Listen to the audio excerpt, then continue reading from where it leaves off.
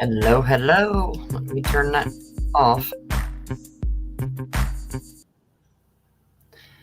Hope everybody's doing well. Again, there, I turned it down until we hear them moving around or see anything. I've got it pulled up so we won't miss anything. Hope everybody had a good lunch. Hi, Bart. Hi, Fancy Nancy, AJ, Becky. If you hear anything, sorry. There's sounds like somebody's out mowing. I know my husband's got the TV on and stuff, so.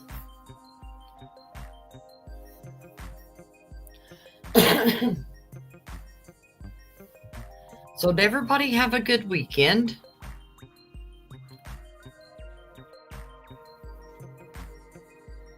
Hi, Troy.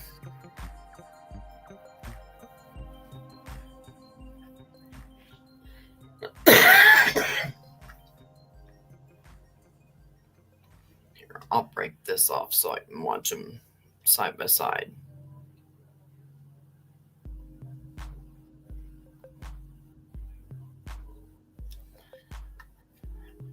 A no drama weekend. That's good. Hi, Ruby.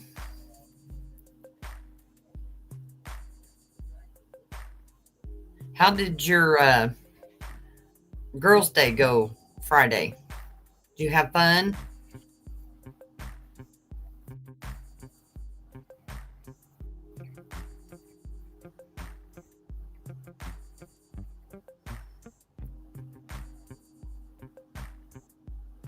No, he's not.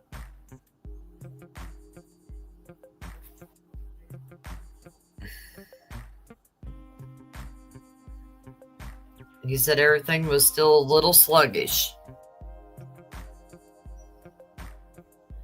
So there's probably still some more bugs to get worked out.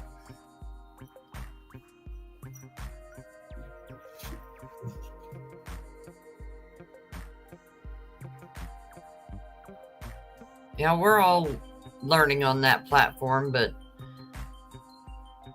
when your audio takes a nosedive on you, that's never fun.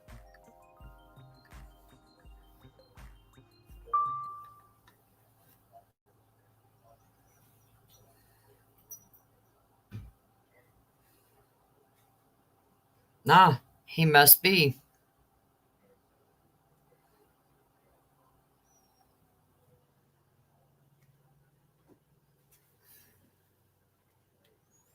I just got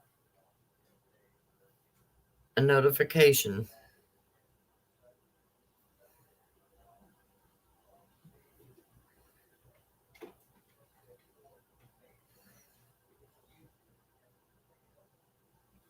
But if that's where you want to go, that's fine.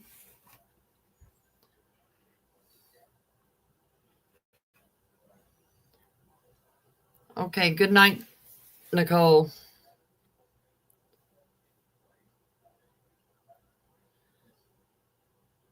I am Troy. I told him I was going to stick it out for the rest of the day.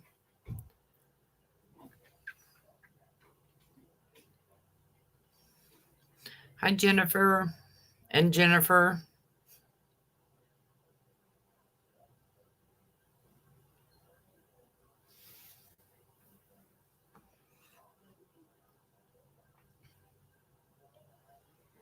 Has anybody heard how long this is supposed to last?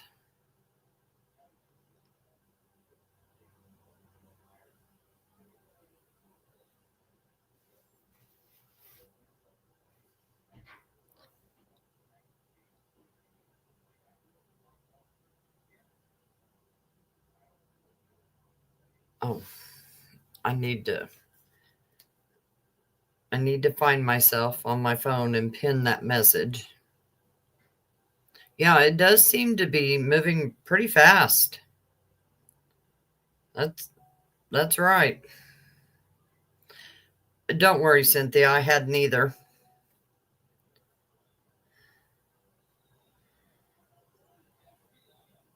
It's no worries.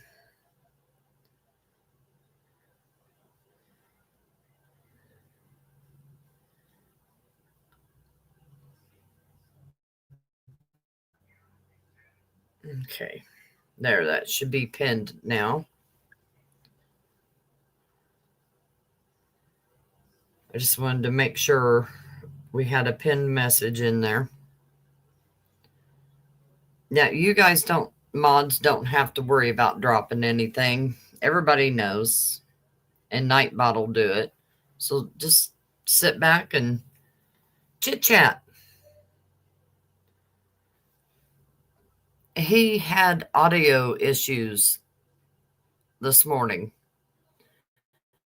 It seems like they must have got him worked out. So I believe he is going live over on Substack. So, plus I made 2 that you guys can't drop. So, just so you know that. They're just mine.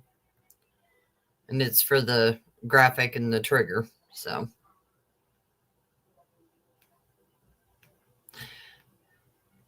yeah, I have that most days, Jennifer.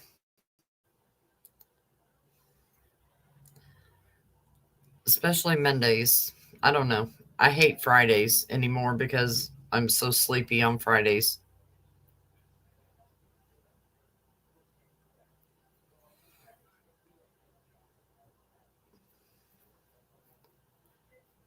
We are up to 351 subscribers, so that's a good thing. Yeah, it's a Monday, that's for sure.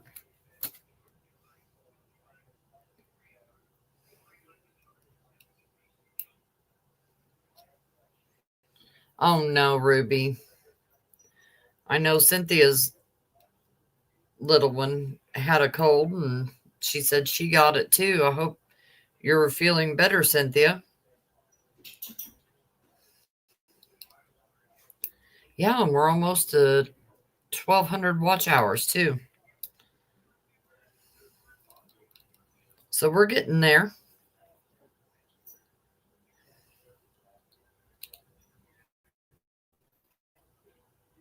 Yeah, I am, Nicole.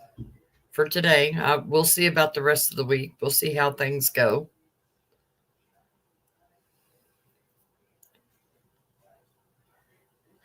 And that's what sucks about the going back to school. They bring all the bugs home. Hi, Carolina. Good to see you. Sorry, I had something under my nail I had to get out.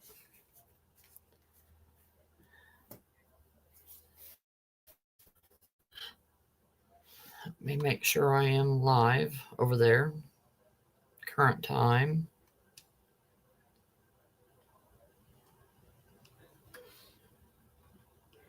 Let me pump that out. Okay, hold on. Let me backtrack a little bit. Sorry.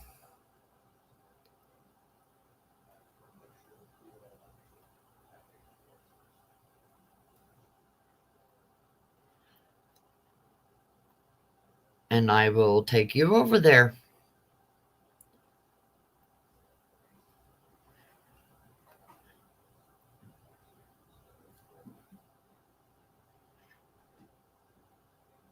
They're just, I don't know if they're going to talk about anything.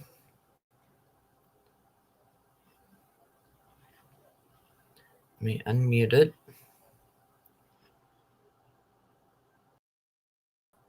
You'll have to tell me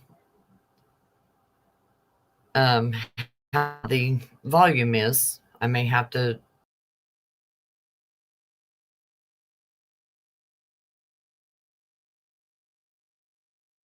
that was under your control and supervision?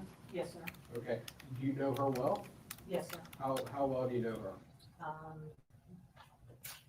Very close friends. I know her husband, her child. We talk on the phone. Actually talked to her this morning. Okay. Did she have a baby recently? Yes, she did. When did she have the baby? About 3 weeks ago. Okay. This is somebody that they were going to bring in ahead of their testimony, just so you know. And have you been in communication with her since she had the baby? Yes, several times. Okay. Do you have personal knowledge as it relates to her health? Yes, I do. Okay. Can you go ahead and tell the judge how Miss Lynn is doing since she had her baby? Miss Lynn is still having complications from having the baby. She is running a fever because she has an infection. They're having a hard time getting her blood pressure under control. She's even had to go back to the emergency room due to her blood pressure. She has causing part of these complications. They're also having problems with blood clots. She's had a baseball-sized blood clot, and so they're closely monitoring and have her on medication, prescription medication, to try to get all this under control. How often does Miss Lim visit the doctor? She just was at the doctor's office on Thursday, and she's in contact with them daily. She maintains daily contact with the doctor? Yes, sir, they're monitoring all of her vitals. Okay. And did Miss Lim also have a high-risk pregnancy? Yes, sir, due to her lupus. Okay. And did she miss a lot of work because of that? Yeah, she missed several months of work. Okay. Is she back to work, or is she still on FMLA duty? She's out on FMLA. Okay. Is Miss Lim, based on all of the circumstances that you just described, is Miss Lim able to report to court and testify in this case?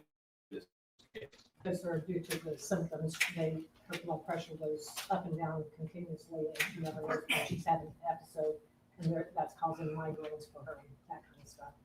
Okay, thank you. I have no further questions. Any questions from the defense? No questions. All right, any argument from the defense as to the requested finding? For the record, as the attorneys know, we previously took her testimony along with another witness who's pregnant as well, in case there arose a circumstance where she's unavailable to perpetuate her testimony, or her testimony was perpetuated. From the defense, any objection? Yes, Judge, we do object. Again, I understand the nature of the situation. However, being a capital case, again, we have offered that the witness be able to testify via Zoom. I do not think that there has been a sufficient evidence laid that this witness not testify via Zoom. Her testimony would be very brief and short. She could come today or tomorrow on Zoom and be done with her testimony very quickly. So we'll leave it to the discretion of the court. And we've had no medical testimony of any person with medical knowledge regarding her inability to, again, get on a Zoom. She's not hospitalized. To my knowledge, she is at home. And while under the care of her doctor, she is at home. And I don't know that anything's preventing her from, again, with the age of technology, getting on Zoom to do a very brief trial testimony. Steve? Yes, sir. As authority, I want to cite a case called Richardson versus State, 182, Southern 3rd, 918. It's from the first district in 2016. That case, the first district said that the witness who had delivered less than 2 weeks trial and had been seen by her physician on the morning of trial and had told the prosecutor that she was in, quote, a bad way and having difficulties. The first district said that did meet the ability requirement under the former testimony exception. This case is no different. In fact, what makes this case different is that Ms. Lim's medical condition seems to be worse, not better than the witness in the Richardson case.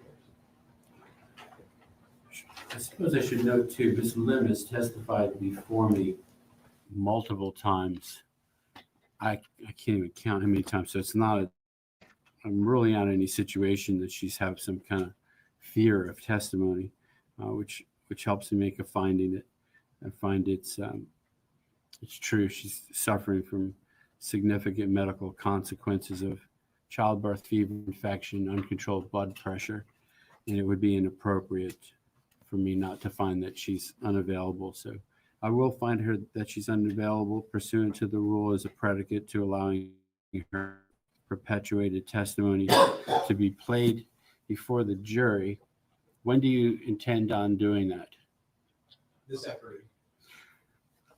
All right, let me know when you're going to do that. I would give the jury an instruction that the testimony was taken pursuant to a procedure as if it's part of the trial. It was perpetuated, and they should consider it as if it's taking place during the actual trial.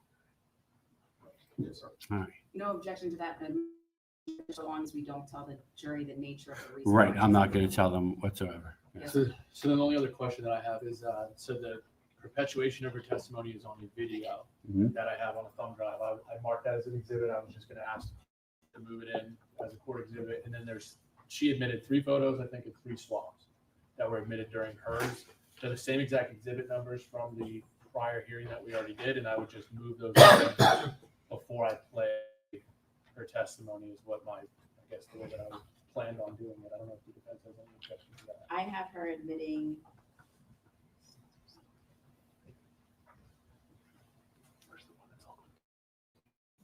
7 things.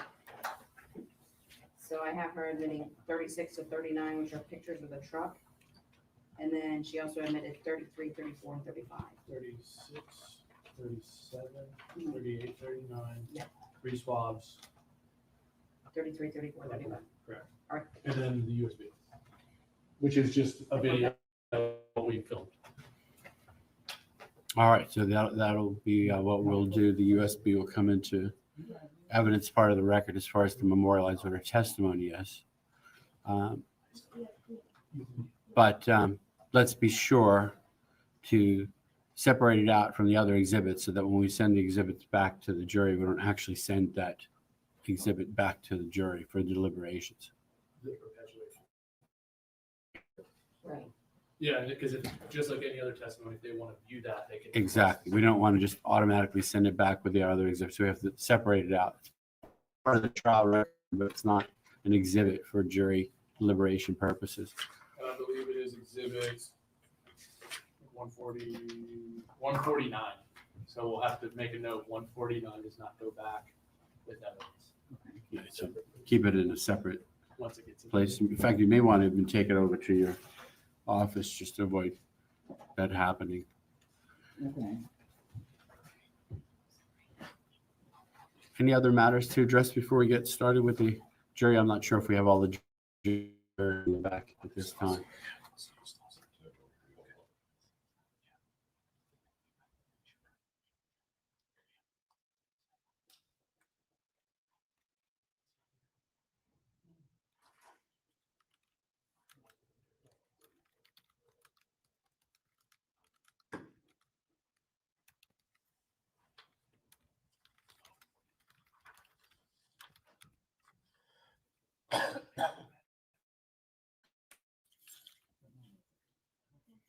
Any word on that?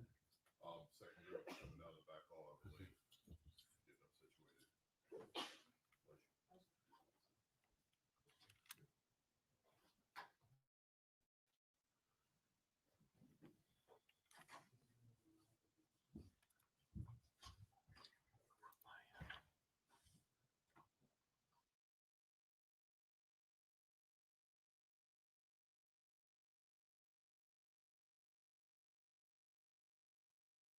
right, we'll go off the record momentarily. Jurors are using the restrooms.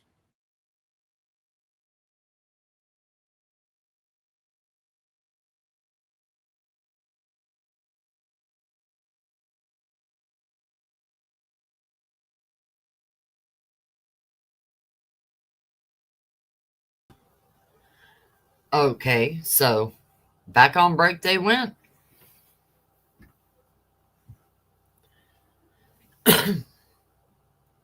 Yeah, that poor witness. It was somebody for the state. So, yeah,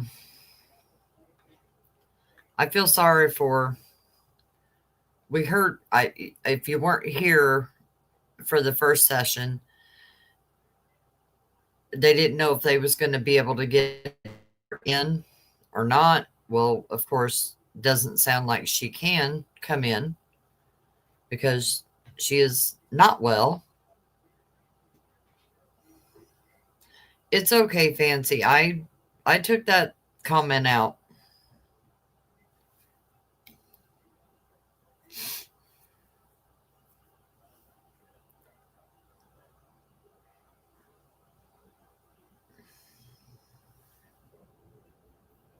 So,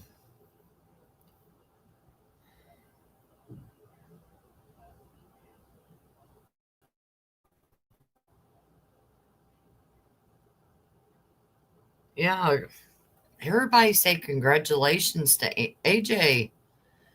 She has a grandbaby. That's so exciting.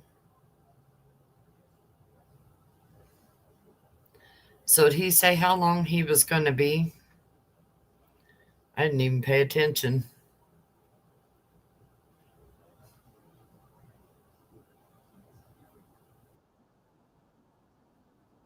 I'm just going back over it.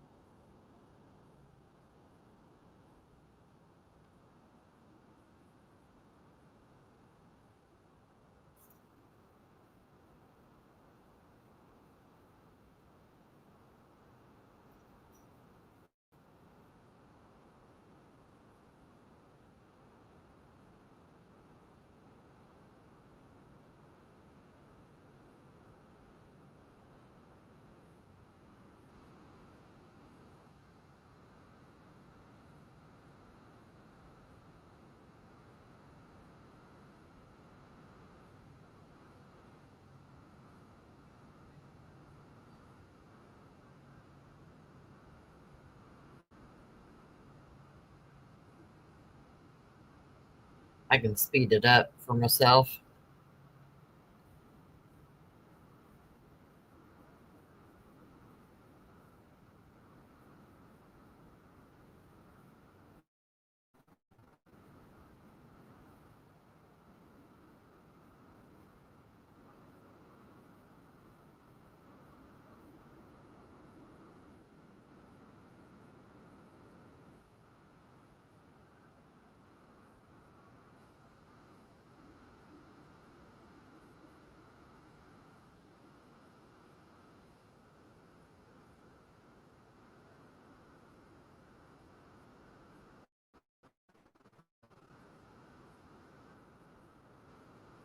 I believe it is exhibit I'm just listening to it again. 149.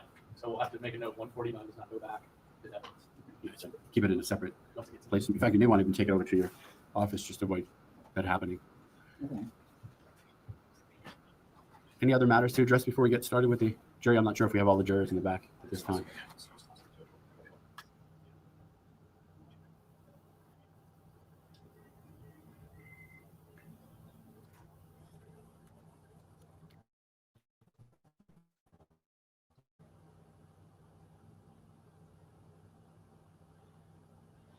Well, they didn't say, did they?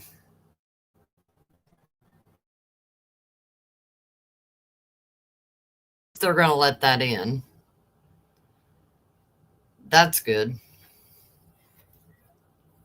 Yes, Bart, I was a day late wishing you a happy birthday. I am so sorry. So, happy birthday.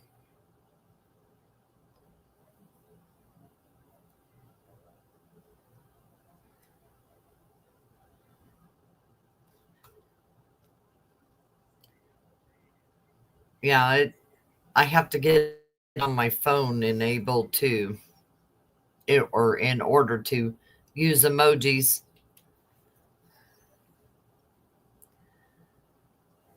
which stinks that we can't do it from here.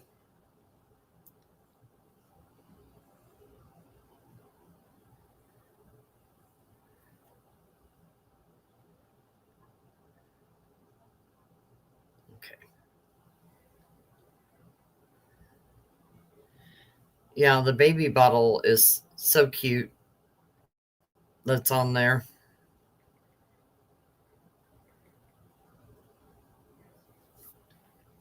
Yeah, see, I can do it from my phone.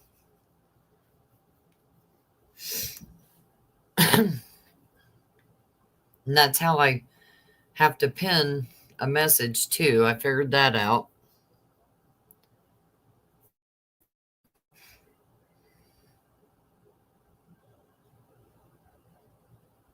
Oh, yes, Jennifer, she's going to be so loved. You have agreed at this time, move to admit now, but we've marked off the redaction, so we're not gonna give this to the jury until we can redact, the portions that we agreed to. Okay. Otherwise, ready for the jury? Yes, sir. Let's bring in the jurors. We'll get started. Okay, I'll be quiet.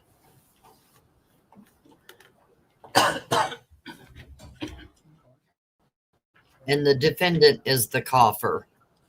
If you haven't figured that out, he's been coughing the whole time.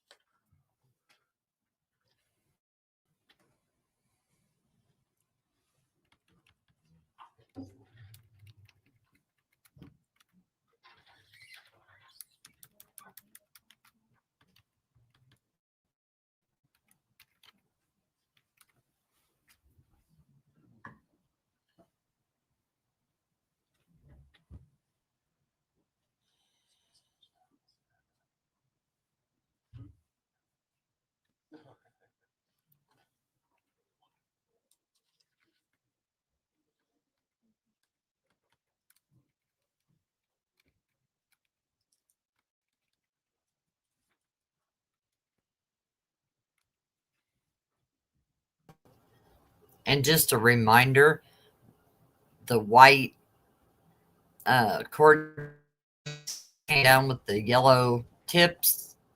Those are the microphones. I think they've done a good thing. The audio's been quite good. All right. We continue with the trial. The state may call its next witness. They would call Dr. Sto-Escalera.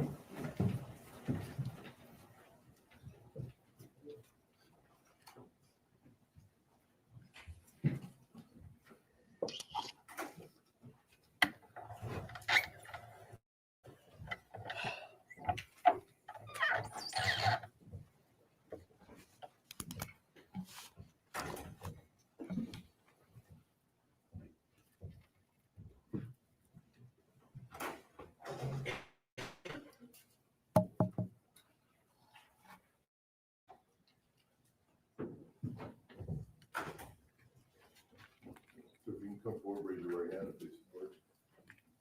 Please swear affirm that the evidence you're about to give is the truth, the whole truth, and nothing but the truth.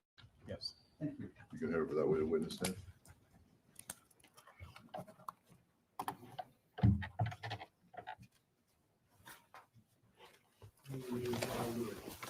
Good afternoon, doctor. If you could you state your full name and then spell your last name for the record? Ruel, Ruel, Stossel, Stosel. All right, and obviously I called you doctor and you're wearing scrubs, but what do you do for a living? What is your profession? High risk OB. And how long have you been working as a high-risk OB?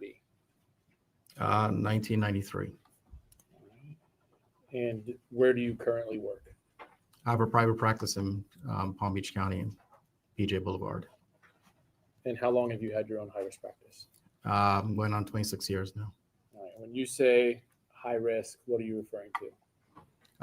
Situations where the mother has an underlying medical condition that impact on her pregnancy and or the fetus has a birth defect or something going on that makes the gestation high risk or the unborn child high risk. All right, Before I get into the particulars of this case, where'd you go to school? SUNY Stony Brook, Long Island, And what degree do you have from there? MD. And prior to that, did you have to go to undergrad? Yes. And where did you attend undergraduate studies? CUNY, Brooklyn. All right. City University of New York, Brooklyn, sorry. And what was your undergrad major? Biology. After you went to medical school, did you have to do a residency? Correct. What additional education did you have after you attended school, and where did you do your residency? Residency at State University of New York, Downstate Medical Center in Brooklyn, and Kings County Hospital. And your profession, do you have to undergo continual training and certifications to maintain all your licensing and ability to practice? That's correct. What do you have to do? Take mock exams, review articles, research articles, etc. And how many years has it that you've been practicing as a high-risk OB? I finished my fellowship at Albert Einstein College of Medicine in 1993 after I completed SUNY Downstate OBGYN residency. Now, in this particular case, did you have a patient by the name of Mrs. Wise? Yes, we did. Okay. And do you recall, or what are the circumstances of her going to your practice? She was referred by Florida Community Health. We were a referral practice for high risk here in St. Lucie. She was referred for total OB care and planned for delivery. All right. So were you to be, or you her OB/GYN for the course of her pregnancy? Yeah, correct. We were the maternal fetal medicine high risk obstetrical program that she was referred to.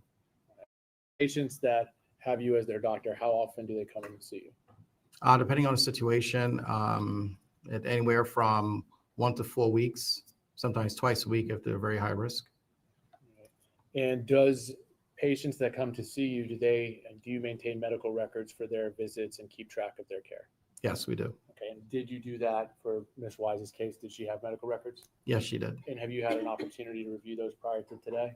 Yes, I have. At this time, the state would move into evidence by prior business notification, State's Exhibit 151, the medical records of the patient. No objection, subject to our previous discussion. Subject to previous discussion and ruling, that item will come into evidence at this time.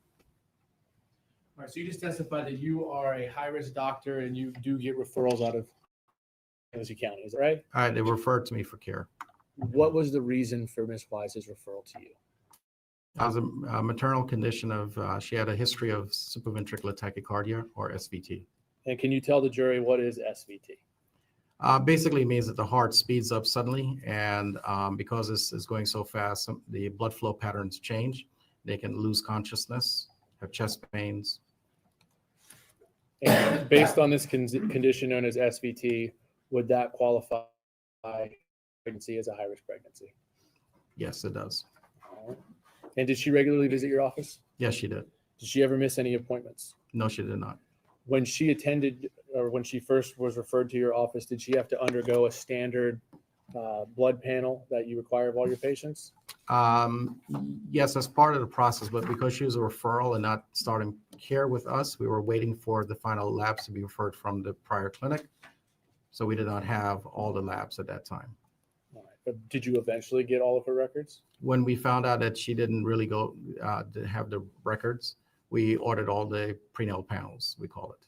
Okay. And in Mrs. Wise's records, was there any evidence of there being any drug use or anything like that? Not I'm aware of.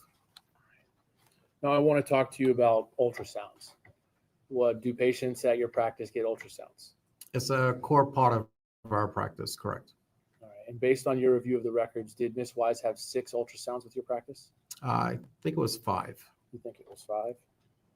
And 5, why would she have so many ultrasounds?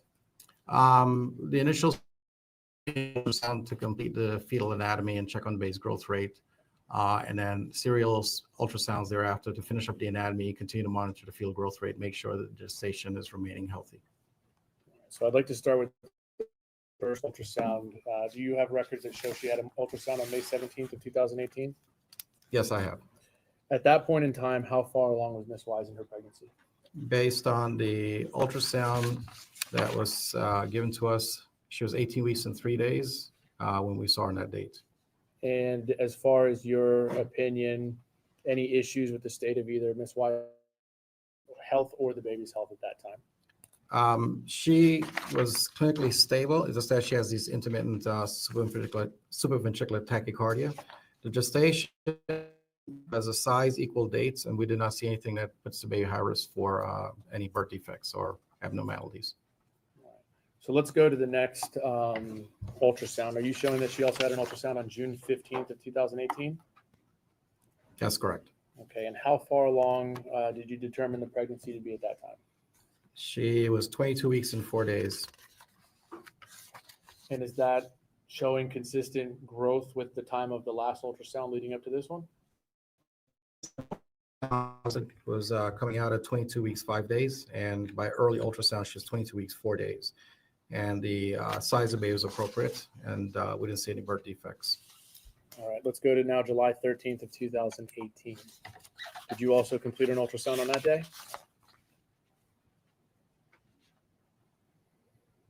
Say today again. July 13th of 2018? Yes, we did. How far along is Miss Wise's pregnancy at this point? 26 weeks and 4 days by that early ultrasound. And what is the state of both her and the baby's health at that time? At this date, we completed the anatomy survey of the gestation, the unborn baby, and we deemed it to be no gross malformations. The unborn baby's growth rate was appropriate at 2 pounds, 3 ounces at the 59th percentile. It seemed to be persistently in that 50th percentile zone for growth, which is appropriate. And she was doing well. We're just pending the cardiology evaluation because of the history of the SVT. I think that leaves us with two more ultrasounds. It's July 30th of 2018. Did you conduct an ultrasound on Miss Wise at that time? Yes, we did. All right. And how far along was she, and what was the status of both her and the baby's health? The gestational age was 29 weeks. By measuring gestation was 29 weeks, 5 days by our ultrasound criteria, and the baby was growing at the 53rd percentile with an estimated weight of 2 pounds, 15 ounces, sorry. And then the last ultrasound would be on August 13th of 2018. How far along did you determine the baby to be based on the ultrasound at that time? Based at, 31 weeks. And what's the status of the baby's health? Amniotic fluid volume was normal. She reported normal fetal movements. The biophysical profile, which we're assessing the unborn baby by ultrasound, showed that normal fetal movements, normal breathing movements. Fetal tone was appropriate. So the baby got an 8 out of 8 for the biophysical profile, which is a good score. All right. So from May 17th of 2018 up until the last ultrasound on August 13th, 2018, did she have a healthy growing baby? Yes, sir. Any indication that there was going to be any complications or any major things that you saw of concern? At that time, no, but we're pending the cardiology evaluation of the mother's heart. All right. Was there any indication to you that you saw that the child was not healthy? By all our serial ultrasounds assessments, the baby was healthy. Thank you, Dr. Stossel. I don't have any other questions. Sir, you never received that pending cardiology report? Because of her insurance, there was a delay. But her insurance, the primary care physician has to refer, and we had issues with them referring. So they eventually turned it over to us, and then we were able to refer on to a cardiologist. Did you ever receive that report back? Not I'm aware of. Other questions for this witness? Just one. Throughout the whole pregnancy, I know you testified to the beginning, but was there any ever indications that Miss Wise was using any drugs or anything like that? Not I'm aware of, no. No further questions. Any further requests? No, you're not. May Dr. Stossel be released from his subpoena this time? Yes, Your Honor. Any objection to releasing Dr. Stossel? No objection. Thank you, Doctor. You're released from your subpoena. You're free to leave or stay as you wish. Thank you, appreciate it. And the state's next witness or item of evidence. Yes, sir. People state of Florida call Kenneth Barron.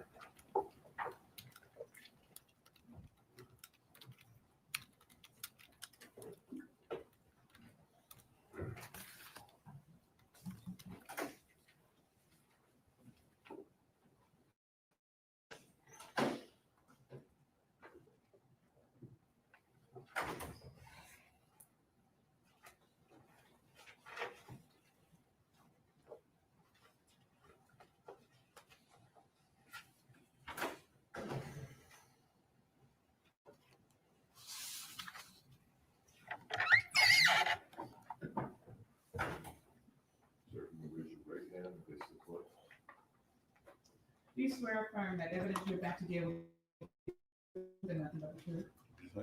Thank you. You can have it that way to witness.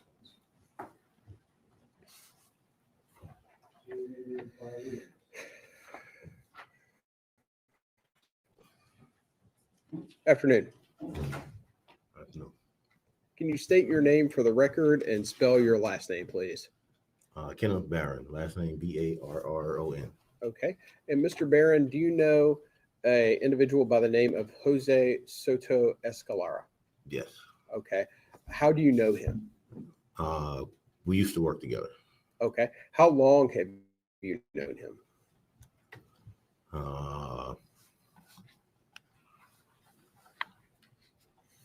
Prior to working together, total probably like 10, 15 years. Okay. And did you work with him at Waste Pro in August, in the summer of 2018? Yes. Okay. During your relationship, how would you refer to him as? Would you refer to him as an acquaintance, a friend, a really good friend? Where would he fall within that spectrum? Probably in between an acquaintance and a friend, co-worker. You know, I did hang out with him a few times, you know, previous to Waste Pro. Okay. Did you ever have any arguments with him or beefs with him or anything? No. Okay. Did you know the victim in this case, a woman by the name of Tania Wise? No. Had you ever met her before? No. Okay. Let me take you back to the summer of 2018. Did you have a conversation?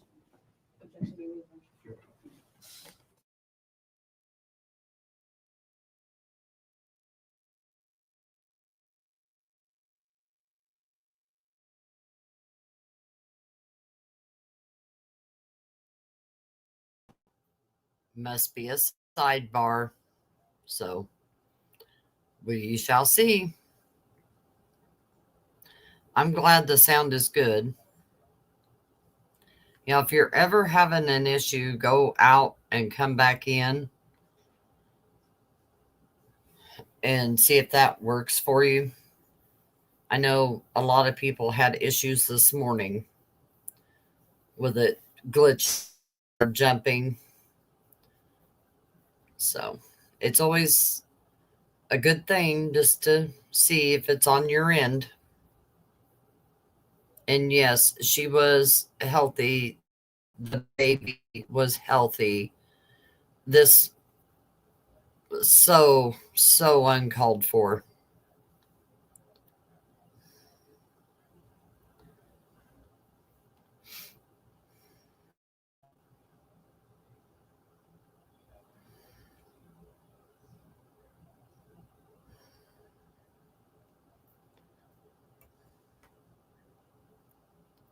I don't know. She is overruled pursuant to previous court ruling. Okay, I'll start over. Let me take you back to the summer of 2018. Did you have a conversation with Jose Soto-Escalera about a gun, a firearm? Yes. Okay, tell the jury about that. I completed my route and I was at the landfill dumping the truck. They have two different places you can dump the truck on the building. So I was on the hill. He approached me on the hill and asked me about selling him a firearm.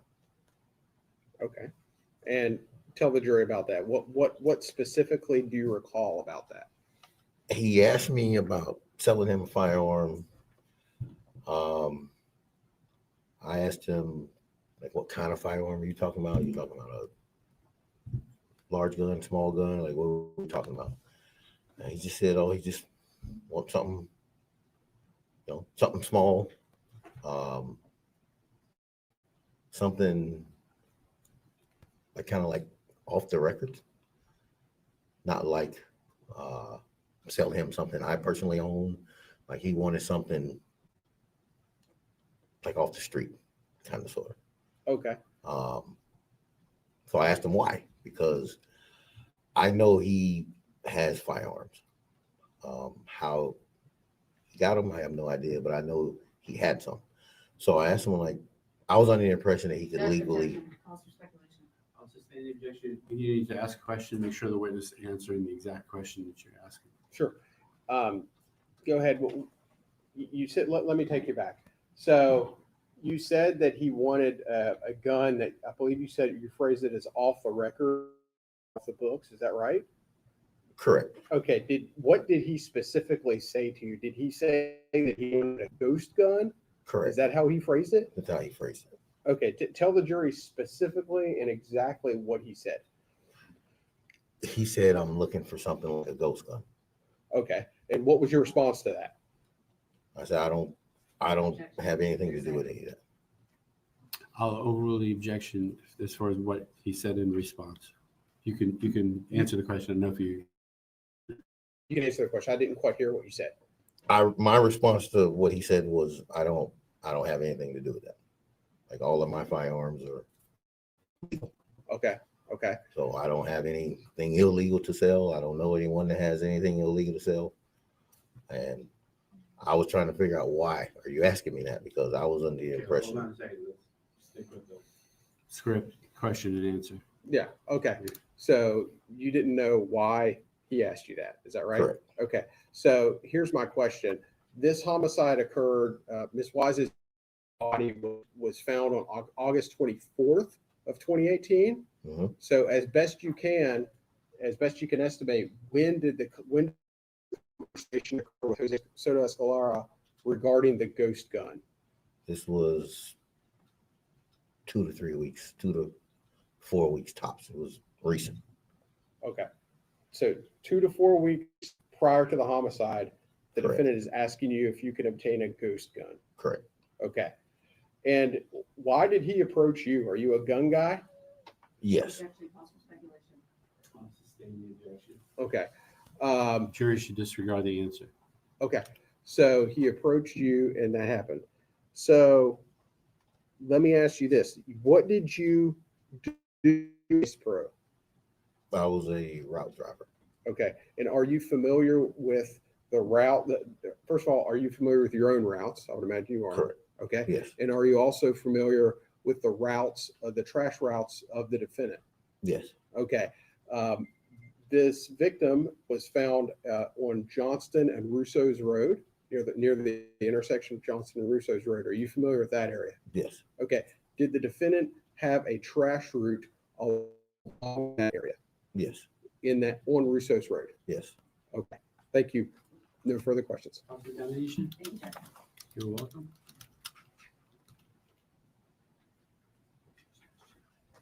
Sure, I think you said that you knew my client for a long time before you started working at the Waste Pro together, is that right? Correct. And you knew his wife, Deb Soto-Escalera?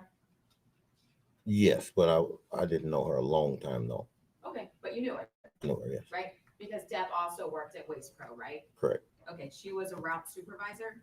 Correct. Okay, so that means she was over the people who drive the routes, is that right? Yes. Did my client have a person who rode in the truck with him? Yes. Who was that? I don't know. Was it his brother Eric or his nephew Eric Alvarado? That's what I was been told, but I don't know that, for sure. I don't know the guy. Okay, understood. You said when the scene was talking to you that my client asked you for a gun, is that right? Correct. Okay, but what he told you was that it wasn't for him, correct? After I questioned him about that, yes. Okay, so he said it wasn't for him and he told you that it was for his nephew, correct? Nephew, cousin, something of that nature.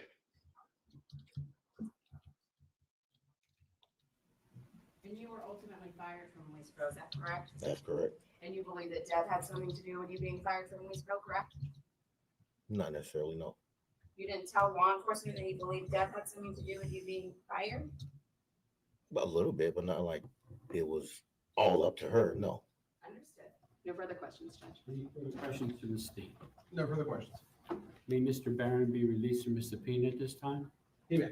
Any objection to releasing Mr. Barron from subpoena? No, Your Honor. Thank you, Mr. Barron. You're released from your subpoena. You're free to stay or leave as you wish.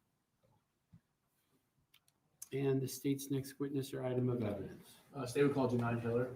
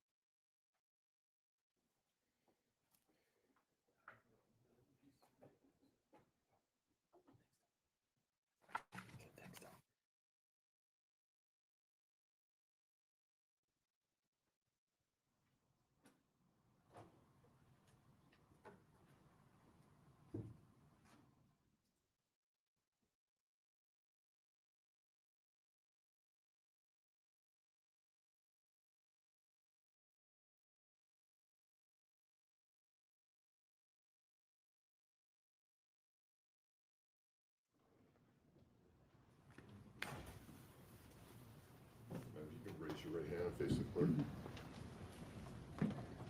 Do you swear or affirm that evidence you're about to give will be the truth, the whole truth, and nothing but the truth? Yes, I do. Thank you. Go over to the witness stand.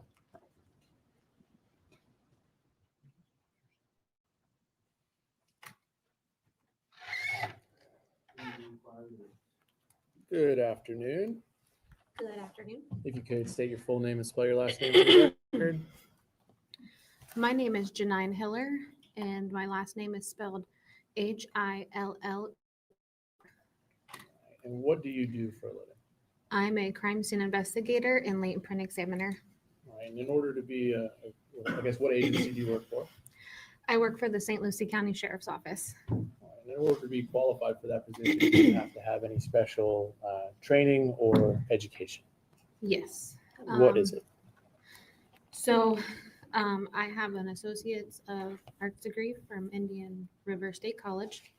And through my almost 12, almost 13 years as a crime scene investigator with the Sheriff's Office, I have had numerous hours of training, specifically latent print training. I've had over 300 hours in friction ridge examination and forensic training in various forensic disciplines, over 700 hours.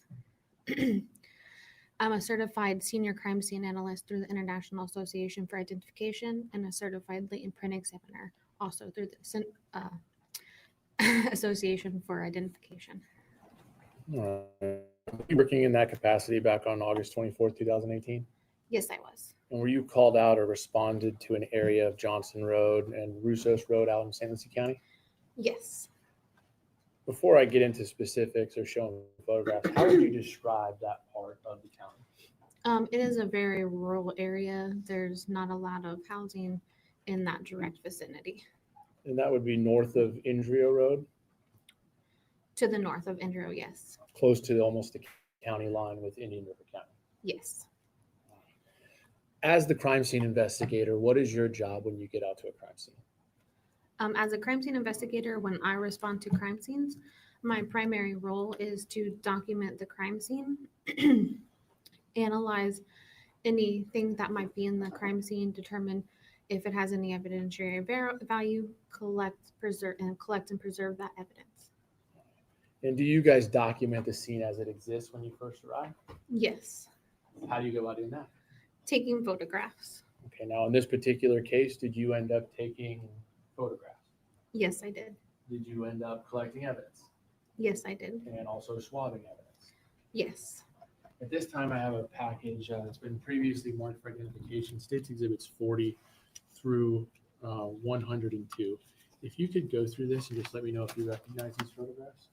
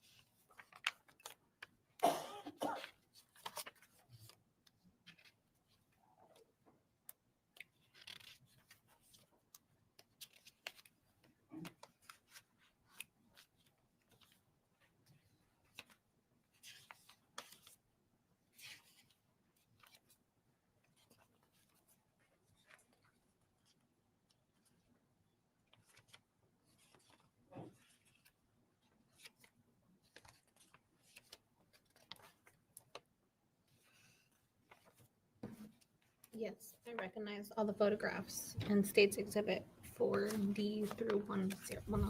All right. How is it that you recognize them? I took those photographs. These are the photographs of the scene as you saw it back on in August of 2018. Yes, Fair and accurate representation of the scene. yes. This time state movement evidence 40 through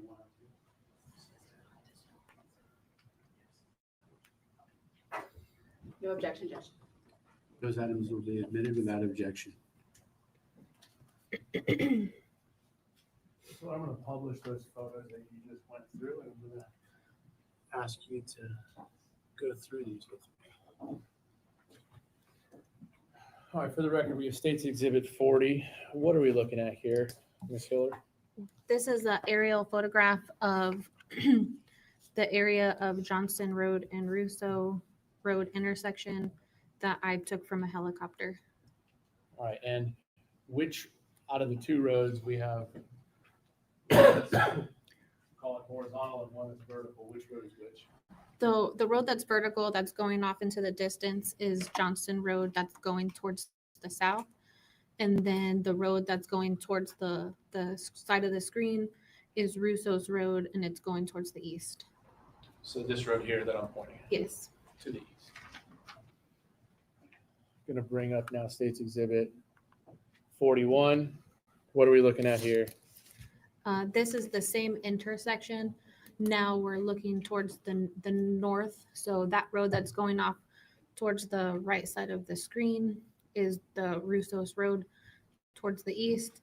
And the one that's short vertically is Johnston Road towards the north.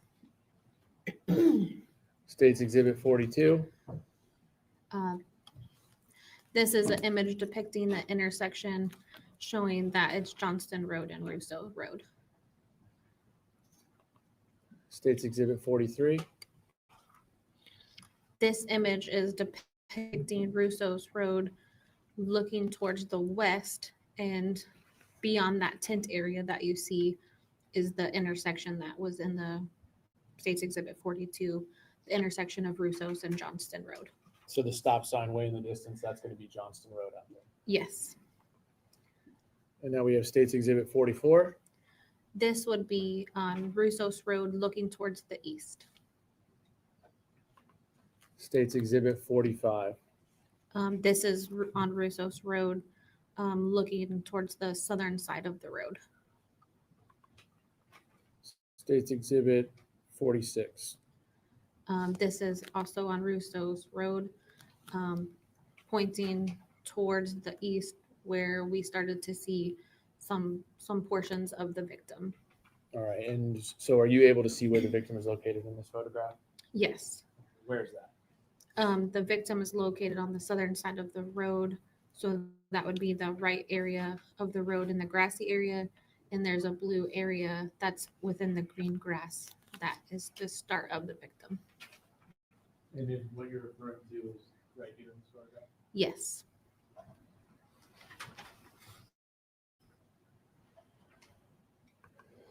States Exhibit 47. What are you documenting in this photograph? This is just some of the overall pictures that we tend to take whenever we are documenting a crime scene. This is the victim still looking towards the east. You can see her head is to the east, her feet are to the west, and that's on that southern side of Russo's Road. Now we have States Exhibit 48. What do we have here? This is a photograph depicting the victim on the southern side of the road. I am now in a different position. I'm standing on the road looking towards the south, taking like just the overall picture to document the scene. State's Exhibit 49, same question. This would be from the east looking towards the west, showing the overall condition of the scene. You can see the victim still there in the kind of in the center of the picture. And this is looking towards the west. And we have now State's Exhibit 50. This is just a closer up photograph of the victim prior to us moving her or doing any examination. And then we have State's Exhibit 52. What are you trying to show with this photograph? This is just the overall condition of how we find the victim and how, how she is looked in the conditions that she was found in. Did you notice anything in her hands when you examined the victim at the scene?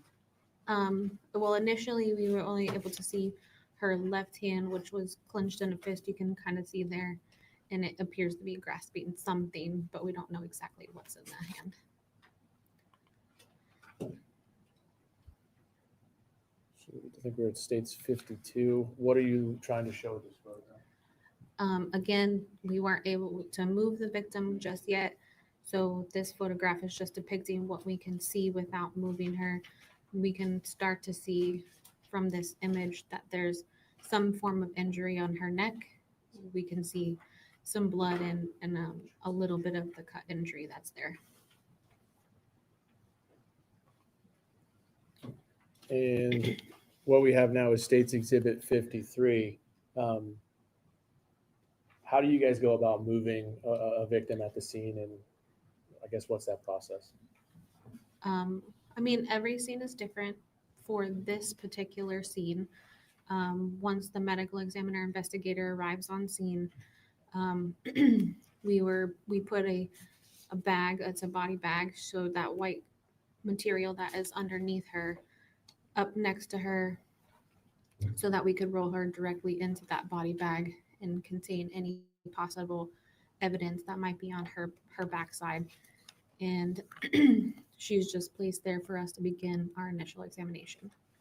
All right. Were there any immediately obvious injuries once you were able to move the victim? Yes. So in this image, it's depicting the victim. This is exactly how she looked once we rolled her from that ditch area onto her back and into the body bag. You can see there's an injury to the right side of her neck. And then we have State's Exhibit 54. What are we looking at in this exhibit? This is a photograph of her right hand, which was underneath her body when we initially arrived. So just documenting the condition of her hand, and it's also closed into a fist and appears to be grasping something, and the hair tie that's on her wrist. And we now have State's Exhibit 55. This is more just documentation of the condition that she's in once we take her from the way that we found her, and documenting anything that we see. State's Exhibit 56. What was the purpose of this photograph? Again, we're just documenting the hands, the conditions of the hands. She's got her left hand now also is grasping, appears to be grasped. We don't know if there's anything else in there, but it is clenched into a fist grabbing that grass. State's Exhibit 57. This is kind of showing a position where we can start to see another injury on the left side of her neck, kind of around her collarbone. State's Exhibit 58. And this is just moving in closer to depict that image, or that this image depicts that injury that we can start to see on the left side of her neck. And then we have State's Exhibit 59. What are we looking at in this photograph? So in the center of this photograph, there is material that we believed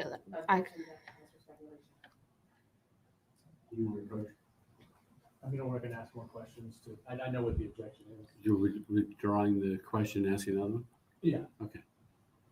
In your work as a crime scene analyst, have you ever had the opportunity to come across vomit? Yes, I come across all kinds of bodily fluids to include vomit, feces, urine, blood, saliva, and semen. This Based on your experience and what you've worked with in the past, was there anything significant that you saw in this photograph that you felt you needed to make sure you documented? while on scene, we observed the material that was in this hole where the victim's face was laying was consistent with bodily fluid that's consistent with vomit. So we documented that along with the blood that was there. And this area that's in the center of the photograph where you can see a reddish color, where was the victim's head in reference to this? Directly inside that little concave hole that's holding all of that material, that liquid and the white liquid and the red liquid. And what was the condition of the victim's clothes when you took her out of the soil on the side of the road? A majority of her clothing was wet. In some of the photographs, I don't know if you were able to notice, but like the middle portion of her pants were pure dry, but then there was areas where you could see that they were wet. The front side of her was wet. Her hair was wet and matted. And then her clothing was, especially her top was very wet, and then her face and hair were wet. What was the condition of the ground where she was found? So she was kind of in the swale or ditch, so it was also wet.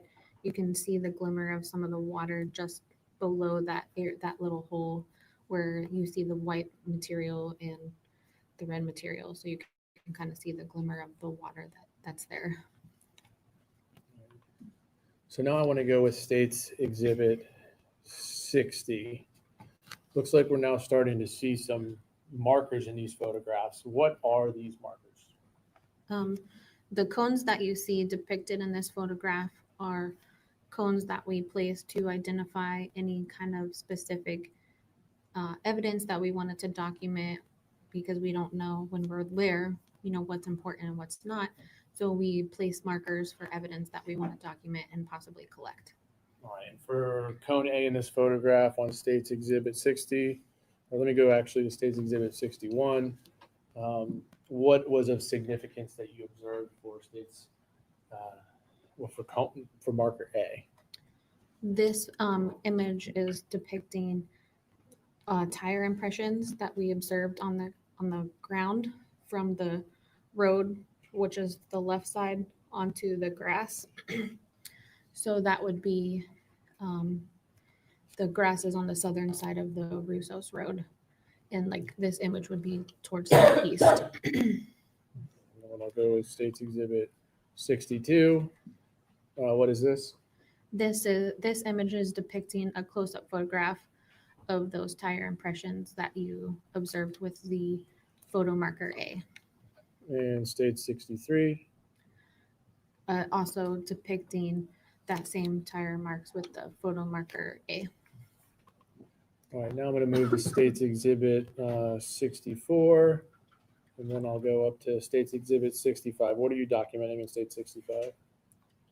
This area is again on the southern side of Russos Road, kind of looking towards the southeast.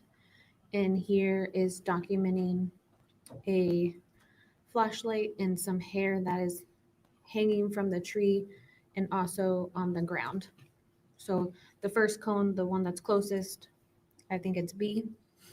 That is the flashlight, and the cone further away, more in the ditch, is C, and it's marking hair. And would this be State 66, a close-up of B? Yes.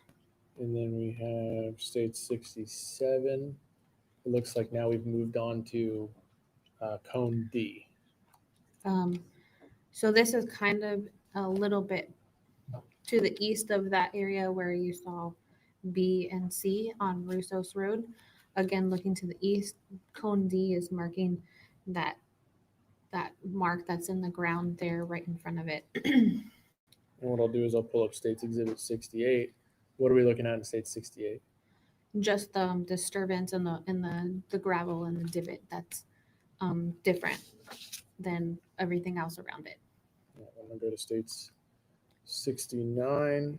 Are we just showing more markers? Yes. States Exhibit 70. Is this the same thing? Yes, so this is looking towards the east, kind of marking everything that we're finding directly around the victim, who's in the center of the screen at the top. All right, we're at States Exhibit 71. Which marker are we looking at now? This marker is photo marker number or letter F, and it's the start of a tire impression that was observed in the grass that goes from the grass area into the dirt on the road into Russo's Road. Go to, looks like we're now looking at marker G on State 71.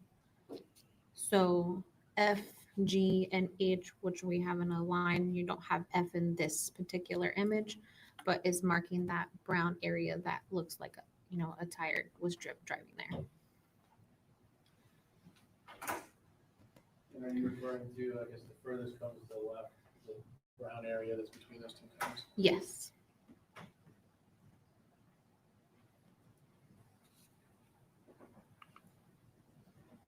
I think we were State 73.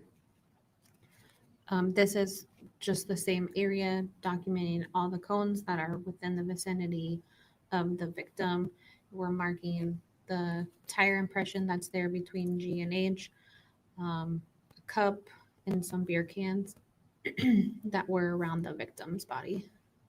I'll go through States 74, and then I'll go to State 75, States 76. What are we looking at in 76?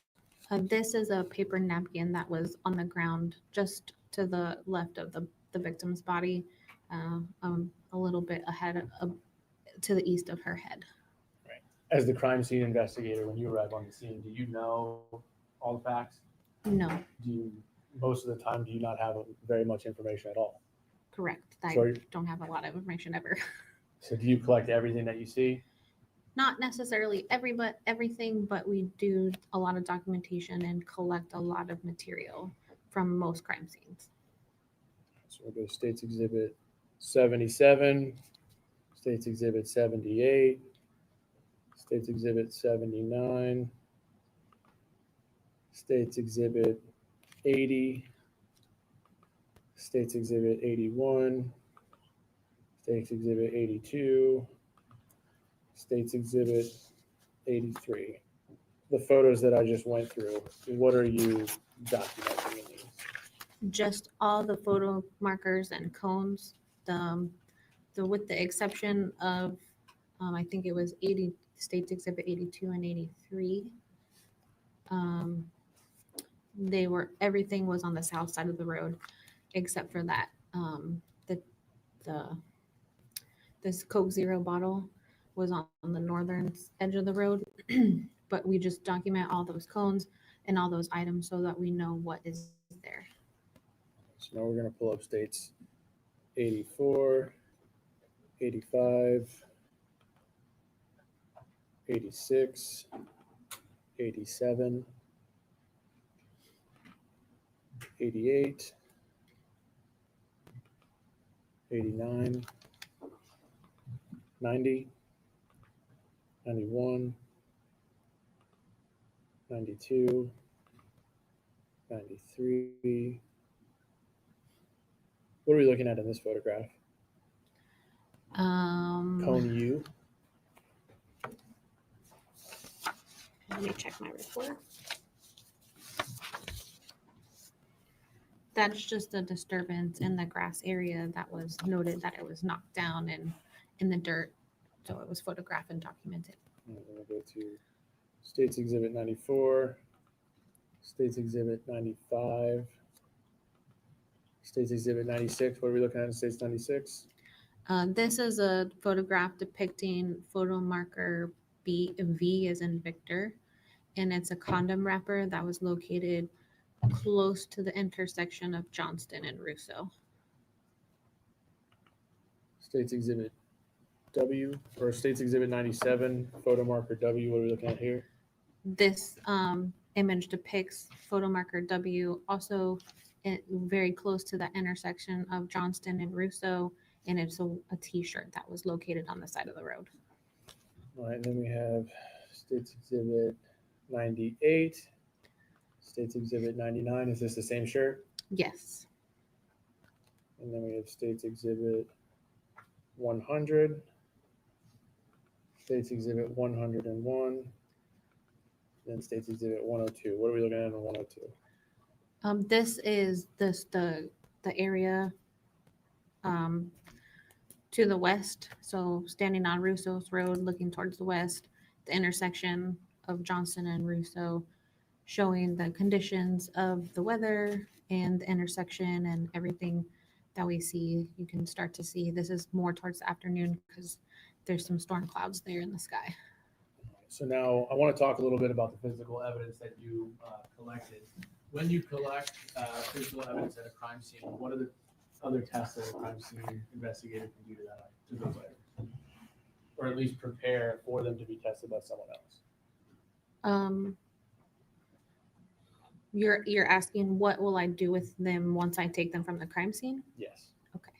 So once we collect evidence as crime scene investigators, we can take them back to our lab and we can examine them for biological fluids, which would include the blood, saliva, semen, and urine. Anything that might help us with our investigation. We can process it for latent fingerprints. We can collect DNA swabs from it. We can take clippings from it. We can do all kinds of things depending on what the item is. And are you able to do fingerprint examination? Yes, I am. Did you examine items for fingerprints in this case? Yes, I did. And did you also swab items for DNA in this case? Yes, I did. This time I want to show you what's been marked for identification, States Exhibit 7. Do you recognize this item?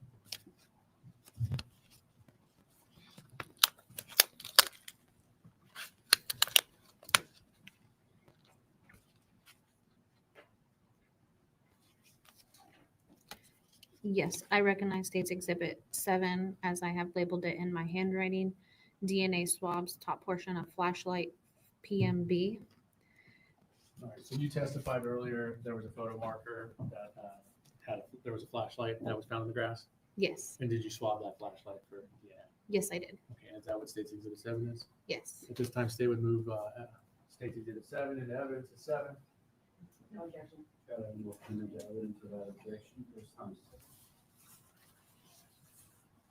Now, I want to ask you some items about, and before I ask you about, did you do fingerprint analysis? How is it that you're able to do fingerprint analysis?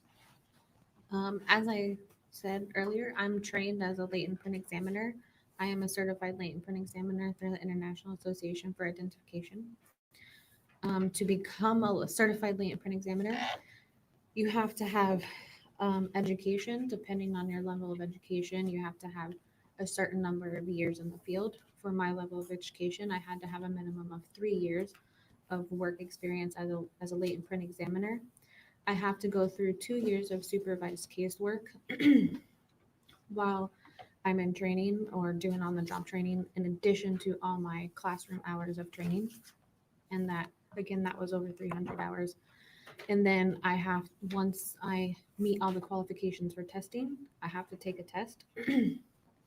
It's a 200 question test that I have to get a 85% or better to pass the first portion of the test. And then I have to do a comparison portion of the test, which I have to get 100% and make 13 corrections. And have you testified in court as a fingerprint analyst before? Yes. So in this particular case, did you process 10 separate items that were found on the scene?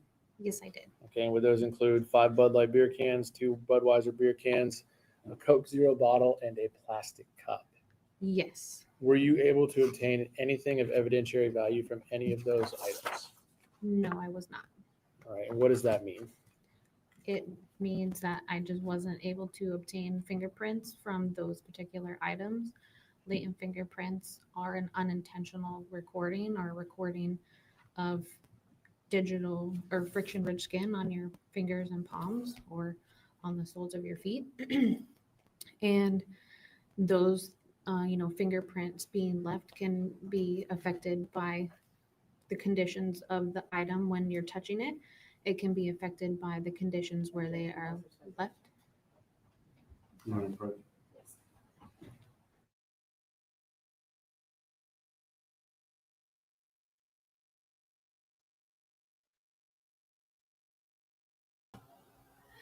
Well, see, we know that some factors can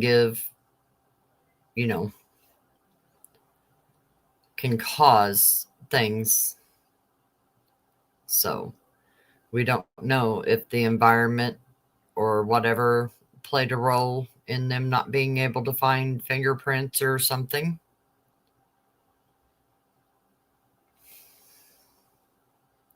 She knows her job, but I'm sure the defense will have many questions for her.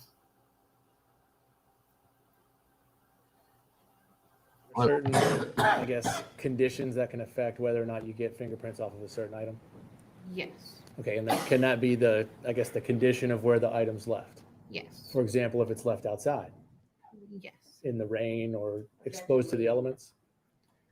I'll stand the objection to the last part of the question. Can the elements or the weather have anything to do with the condition of a fingerprint? Yes.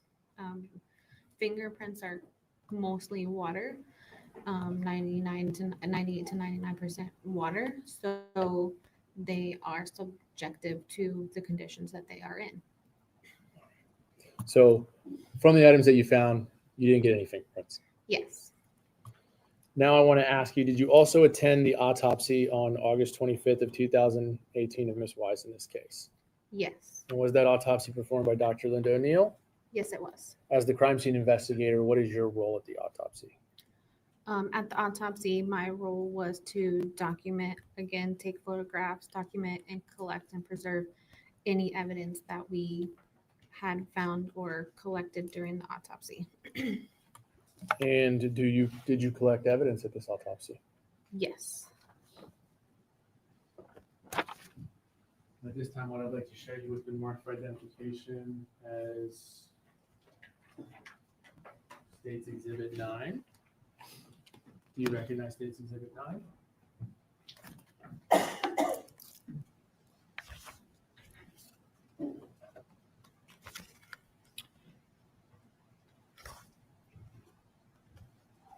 Yes, I recognize State's Exhibit 9, labeled as DNA Baby Boy Wise, and it's labeled in my handwriting. All right. How do you go about, I guess, collecting a particular item of evidence in general? It varies from item to item and what we're collecting and what we're doing. For this particular one, this is a blood standard, so the blood is taken from the person and placed on a card with 4 little circles of the blood. All right. And this is the blood in this exhibit. This is the blood from baby boy Josiah Wise from the autopsy. Yes. Okay. This time, the moving evidence is marked for identification. State's Exhibit 9. The evidence is 9. No objection. That item will come into evidence without objection.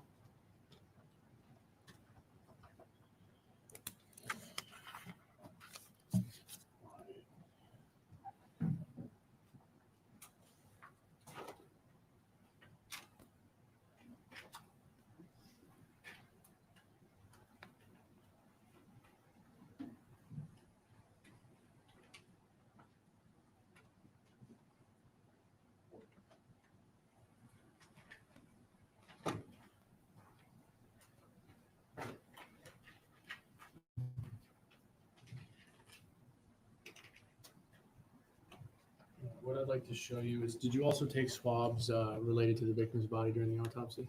Yes, I did. What I'd like to provide you with is State's Exhibits 10 through 20. If you could go through 10 through 20 and just let me know if you recommend these.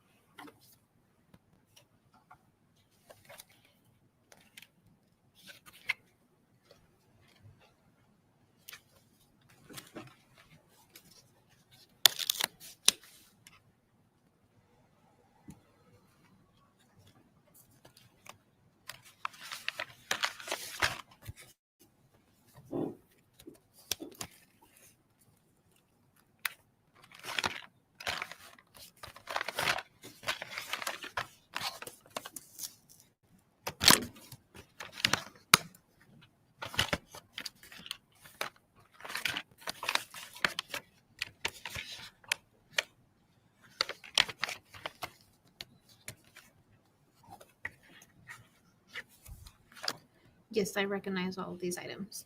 All right, now I'd also like to show you what's been marked for identification as States Exhibits 21 through 25. Same questions. Can you let me know if you recognize those items?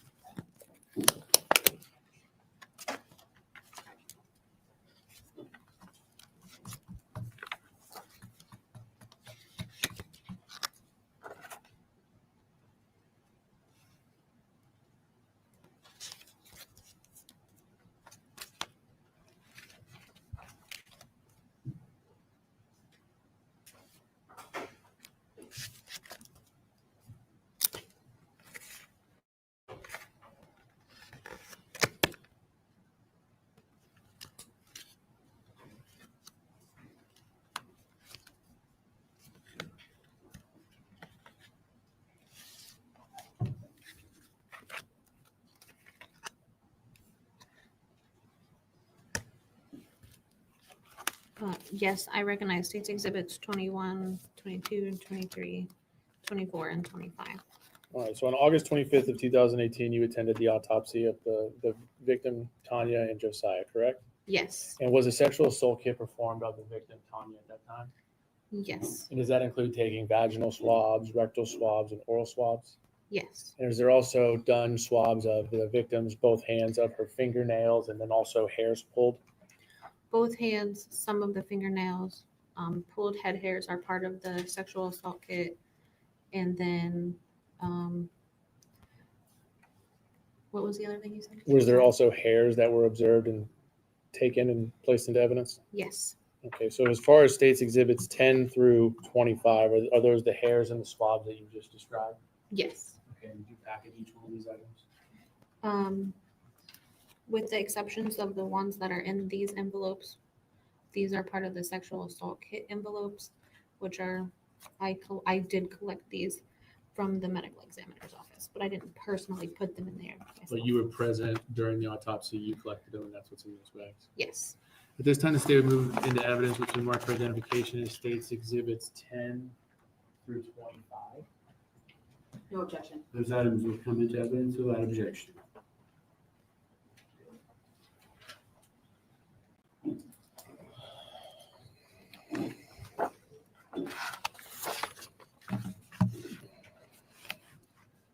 Did you also conduct, or were you also present when a search warrant was conducted at 2613 Cactus Circle on August 31st?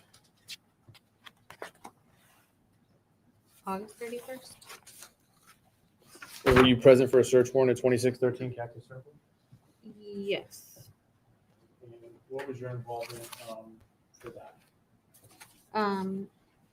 I was there to document, much of my job is documenting, taking photographs. So again, that's what I was there for, to take pictures and assist with collection of evidence if any was located. All right. And did you collect any evidence during the execution of that search warrant? Yes. What did you collect? Some clothing, some vacuum filters, dryer filters.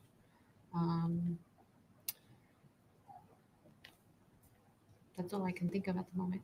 And I'd like to show you what's been marked for identification as States Exhibit 26 and 27. Do you recognize those items?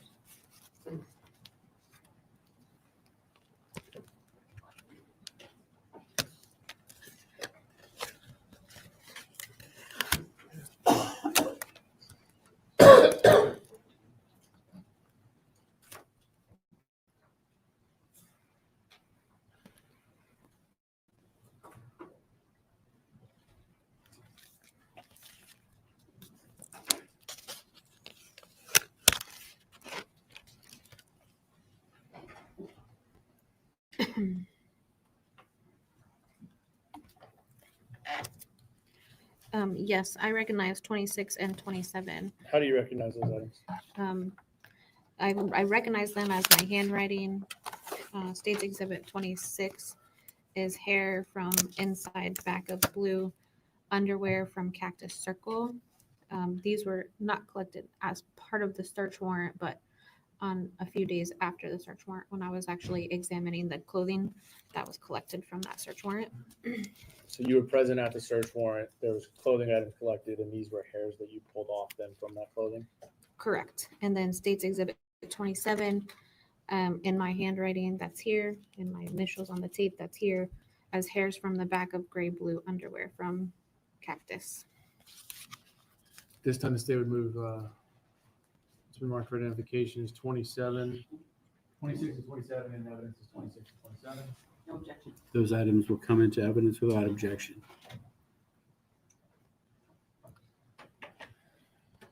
Did you take any DNA standards in this case? Yes, I did. And did you take the DNA standard of one person by the name of Eric Alvarado? Yes, I did. This time I'd like to show you what's been marked for identification as State's Exhibit 8. And if you could let me know if you recognize State's Exhibit 8.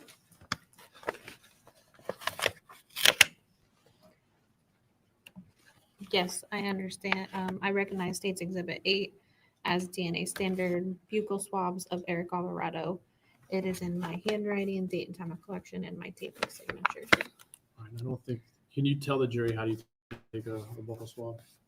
A buccal swab means to take something from the mouth. So we take cotton Q-tips for the simplest form, stick them in the mouth, rub them around, collect saliva and skin cells from the inside cheek, and then place them into a container to protect them.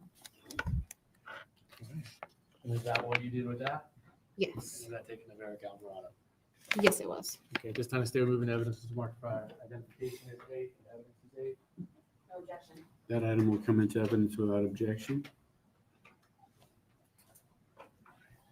Were you also involved in a search warrant of a Dodge Ram on September 24th of 2018? Yes, I was. Okay, and did you, perform that search warrant by yourself or with someone else? With other people. Who else were you with? Donna Carmichael and Detective Jason Cannon. And if you could just describe for the jury, what is the process that a crime scene investigator goes through when searching something like a vehicle? Our process is always take photographs. We document everything that we do prior to us touching it as we move along. So with something like a vehicle, we'll take photographs of the exterior of the vehicle from the front, the side, the back, the passenger side, just to document how we find it. And then we'll go to the inside of the vehicle and do those same kind of photographs, take photographs on the inside driver, the rear driver, the rear passenger, and then again on the front passenger, just to document the condition of the vehicle that's on the inside.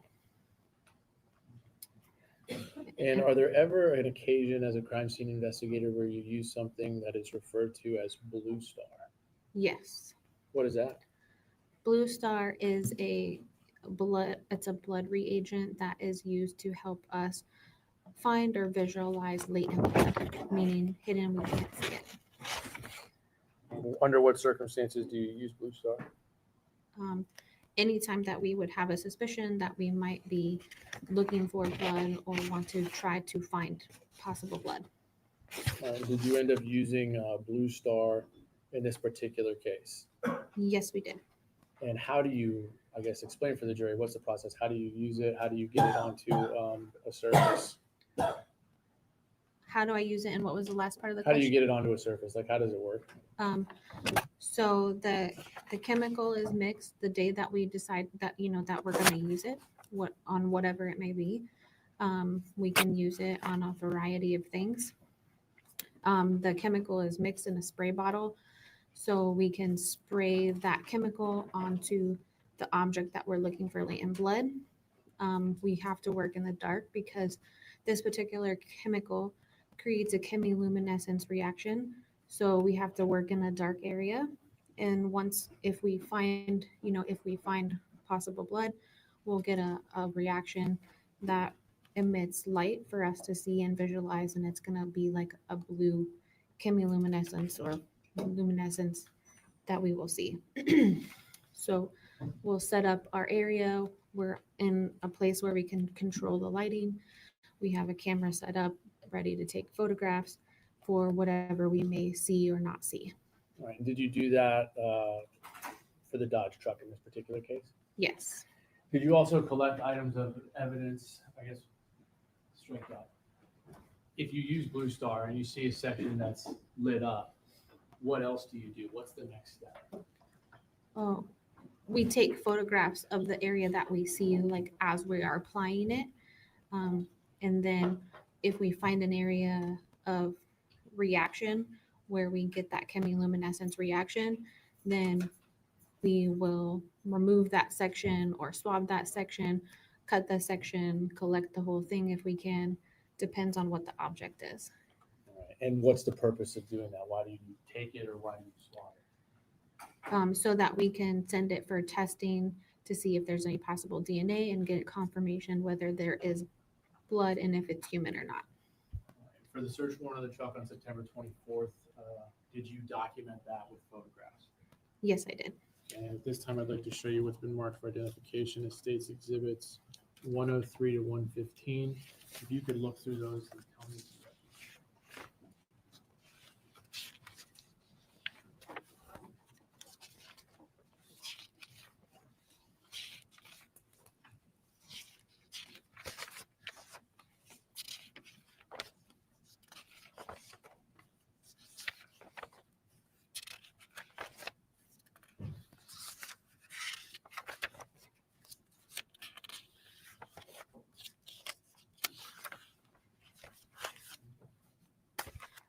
Yes, I recognize the photographs, States Exhibit 103 to 115. Is that photograph that you took during the search warrant? Yes. And then does it also show the documentation of you using Blue Star on the defendant's vehicle? On the Dodge Ram, yes. On the Dodge Ram? This time, stay moving at it. Mark for identification. States Exhibits 103 to 115. No objection. Those items will come into evidence without objection.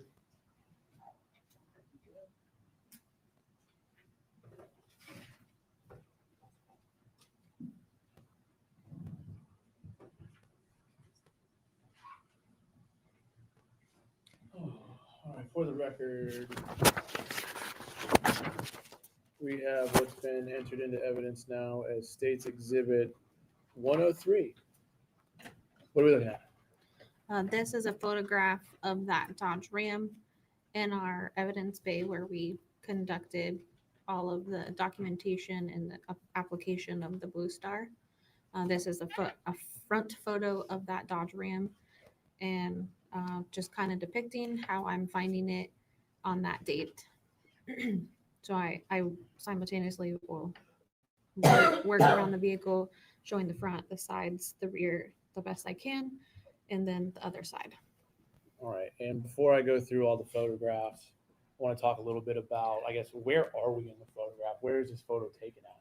This photograph is taken at the St. Lucie County Sheriff's in the crime scene processing bay. It's a secure bay that we have access to in our evidence custodians. All right, now in this particular search of this car, did you collect items of evidence? Yes, I did. What I'd like to do is show you.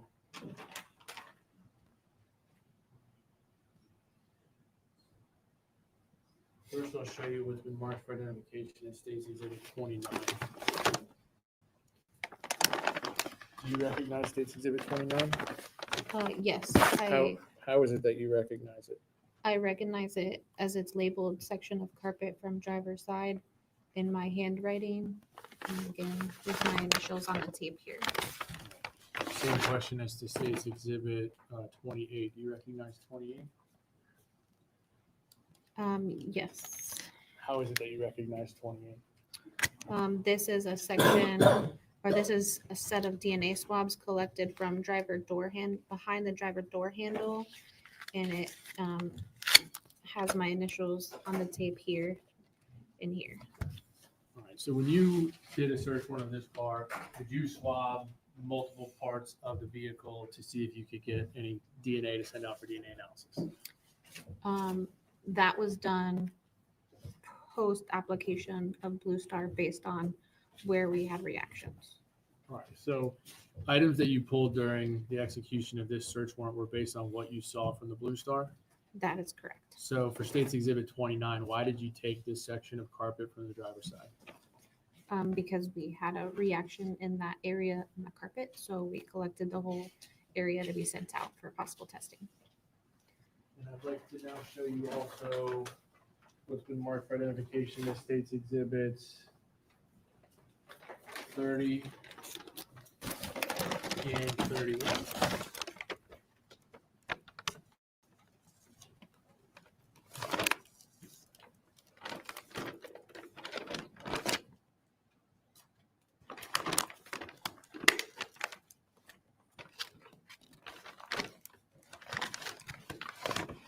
I recognize State's Exhibit 30 as being the driver's side seat cover from Dodge truck. I recognize it as my handwriting. My initials are here on the tape. And then State's Exhibit number 31 as my handwriting labeled as driver's side visor. And my initials here on the tape. And then same question for State's Exhibit previously marked for identification as 32.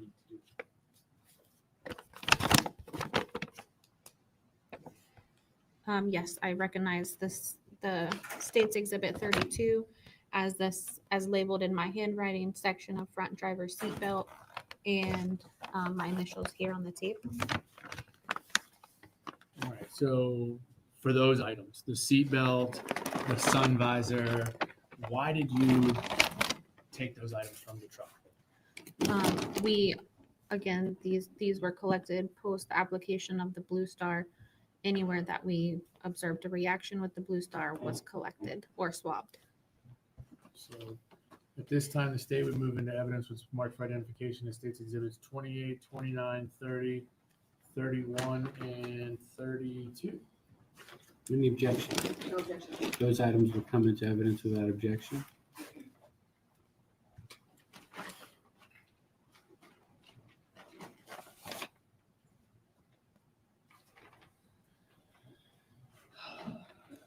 And then what I'd like to show you again is State's Exhibits 155, 156, 157, and 158. Do you recognize those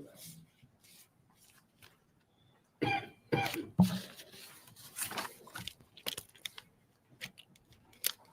I recognize State's Exhibit 155 as it is labeled swabbing from tarp of armrest, and my initials are here. State's Exhibit 156.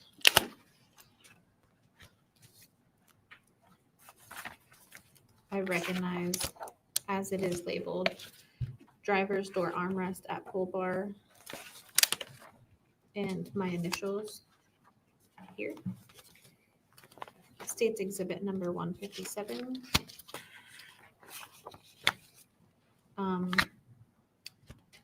Labeled as driver's door panel top edge of storage area, and then my initials here on the tape.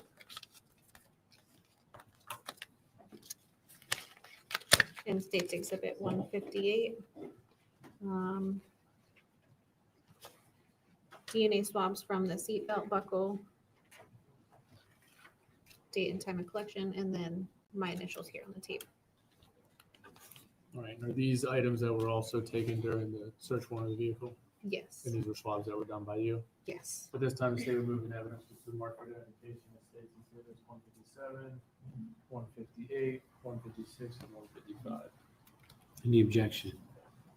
No objection. Those items will come into evidence without objection. So let's go back to the photographs that you took. So State's Exhibit 103 for the record, you've testified this is the truck that is the subject of the search warrant. Yes. Okay, and then we have 104. What are we looking at? These are the photographs of me just working around the Dodge Ram truck. So this is the driver's side vehicle from me standing at the rear. All right, now we have State's Exhibit 105, This is the rear of that same Dodge Ram truck, State's 106, the passenger side of the Dodge Ram truck, State's Exhibit 107, the front passenger hood area of the Dodge Ram truck. State's 108. This is a photograph depicting the interior driver's side area of the Dodge Ram truck. All right. States 109. This is a photograph depicting the same inside driver area of that Dodge Ram truck. If you would like, I can get up and If you could. this is after the application of the Blue Star. And then here we see the chemiluminescence blue color that you see there is that reaction to the Blue Star. All right, and what I'd like to show you, if you want to just stay here for one moment. Okay. So we have States Exhibit 111. And this is States Exhibit 111 now that we're looking at. What do you see of significance? And I guess who is the person that's in that photograph and what are they holding in their hands? This image is depicting again that driver's side area of that Dodge Ram. This person here is the crime scene supervisor, Donna Carmichael, and she is holding the bottle of Blue Star that is being applied to the driver's seat of the vehicle. We're working in tight quarters there. Here you see that chemiluminescence reaction happening on the driver's butt area and a little on the center console. All right, what I want to do is I want to go back one picture to, I guess, 110. So previously you showed us in this photograph, there was an area where you saw the Blue Star illuminated. What do you do with that section? What is the next thing that you did? For this type of material and this particular vehicle, we determined that it would be best to just remove that whole carpet area out of the vehicle and send that whole section to the lab for testing. All right, now if we go to the next two photographs, is this States Exhibit 110? Has that piece of carpet then been removed? Yes, so you can see the interior portion of the Dodge metal is exposed now, so we've removed this whole section. And is that the same carpet that we just was admitted in evidence as States Exhibit 29, the piece of carpet that you identified as getting from the search warrant? Yes. States Exhibit 111, and now we go to States Exhibit 112. What has happened now in this photograph? Again, due to the material, we decided that we would just remove the whole seat cover, the bottom, and the backing to send to the crime lab for possible testing. And so what we're looking at here in States Exhibit 112 is that the driver's side seat cover that was taken that was previously entered as States Exhibit 30. Yes. All right, and now we have States Exhibit 113. What is the significance of this photograph? This photograph is depicting the driver's side door at, during the application of the Blue Star. Here, Blue Star does react with the iron and the blood, so we will get a reaction on metal surfaces here. And then we have some chemiluminescence reaction happening here along the door, on the handle, behind the handle, and then down. All right, so Blue Star does react with metal. Yes. So on metal surfaces, it lights up. Yes. But there's not metal surfaces on all portions in this picture. Correct. In the areas that I just identified on the driver pull bar, on the armrest, in that storage cubby area, there's no metal. States Exhibit 114. What were you, I guess, attempting to show with this photograph? This is during the application of the Blue Star on the driver's side headliner and sun visor area. So there's some chemiluminescence reaction happening here and then along on the visor. All right, and previously entered into evidence, States Exhibit 31, the sun visor from the Dodge Ram. Is that the sun visor that we've already put into evidence as States 31? Yes. And now we are looking at States Exhibit 115. What are we looking at here? This image is depicting, I'm actually in the truck, and this image is depicting the driver's side seatbelt it's been pulled down to show the chemiluminescence reaction happening on the seatbelt here. And in states 115, was that section of the seatbelt removed from the Dodge Ram? Yes. And is that the section of seatbelt that's previously been entered into evidence of States Exhibit 32 that I just showed you? Yes. Thank you, Ms. Hiller. If you want to go back to the witness stand.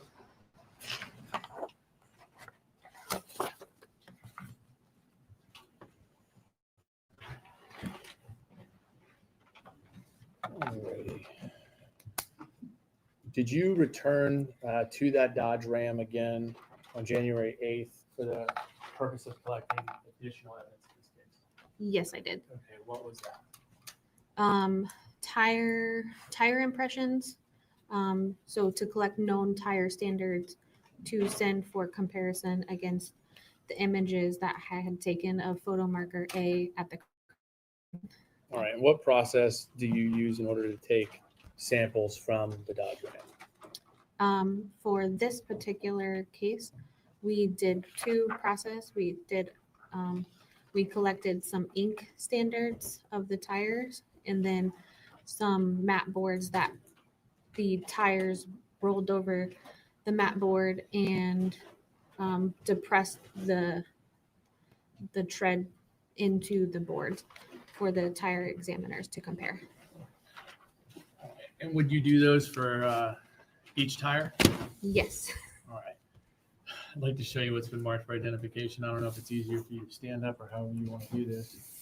But we got States Exhibits 1, 2, 3, 4, 5, and 6. If you want to look at those and tell me if you recognize these. If you want to pass them to me after you look at them, that's fine. Here's one. I don't remember if that's an inked impression of. I recognize States Exhibit 1 as a rear passenger ink impression from the Dodge truck. It's in my handwriting. States Exhibit 2 as a rear driver ink impression from the Dodge truck in my handwriting. States Exhibit 3 as rear passenger known tire impression Dodge truck, also in my handwriting. States Exhibit 4 as the front passenger known tire impressions from Dodge truck in my handwriting. My initials are on all the tape here. States Exhibit number 5, rear driver known exemplars in my handwriting. And again, my initials on the tape. States Exhibit number 6, front driver tire exemplars from Dodge truck. That was a lot. So States Exhibits 1 through 6, are these the standards you took of that Dodge Ram truck that we previously just saw photographed? Yes. Okay, so what is inside of this brown envelope? It's board. It's kind of in between like cardboard and foam, and you can, it will, the weight of the truck will depress the tire tread marks into the board. This time the state moving evidence is marked by application states 1 through 6. Good evidence is 1 through 6. No objection. Those items will come into evidence at this time without objection. Right here.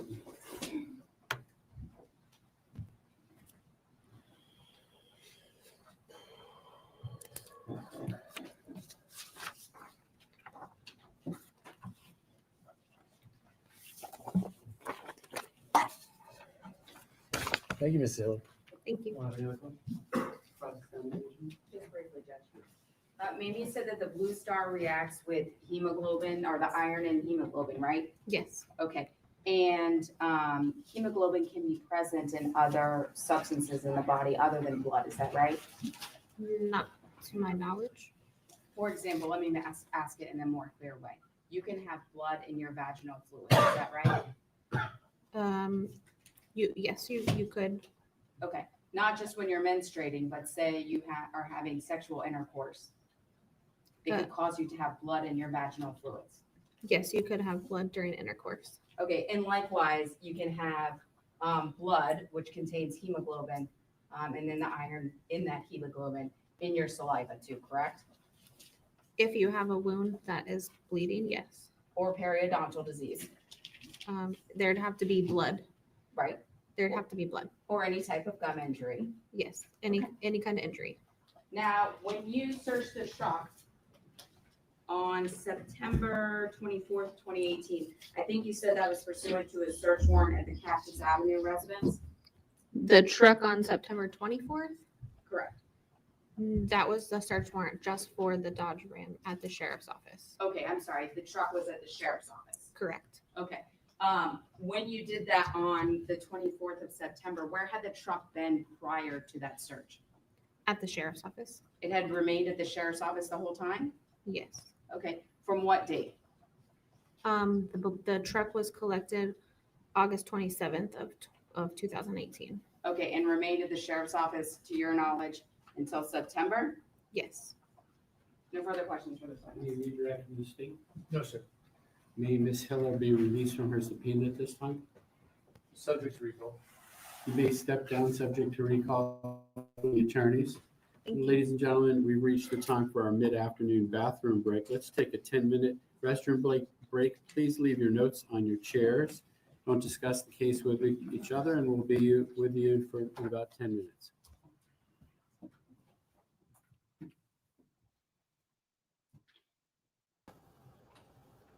Oh my. What? They're trying to poke holes in. Yes, there has to be blood. Like she said, there has to be blood in order to find what they found. I know they didn't have anything.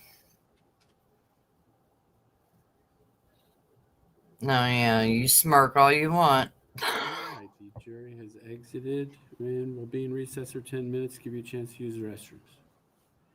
Go off the record. Wow.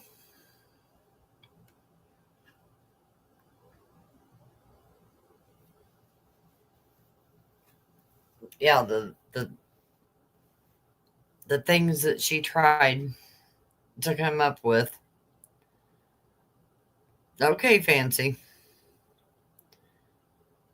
Yeah, it is a perfect time for a break.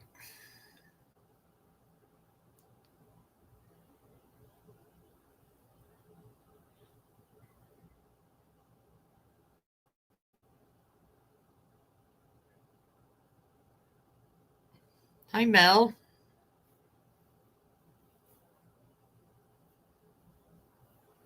Yeah, come up with every conceivable way to have blood. That's where you'll find what she was getting after, but yeah. So they only showed the driver's side, right? They haven't shown anything from the passenger side, the back seats, the bed area in the back.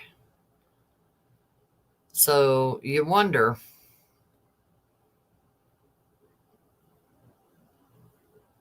I get what Momo was saying earlier, but like I said, they haven't said there was any evidence of anything happening inside except for where he got in and out.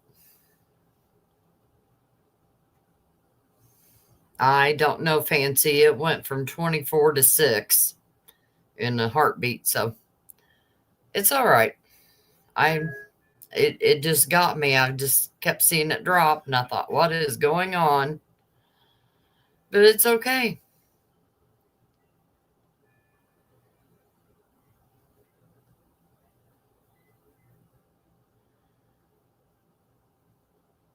Oh, there's the earthquake again, which you guys can't see because I've got it over to the side. I don't know. Hopefully they'll go over the rest of the vehicle if there's anything to show, if there was blood elsewhere in the vehicle.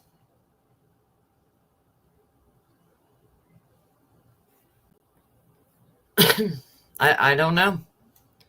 We haven't heard that yet. That has not been brought forth. So we will see.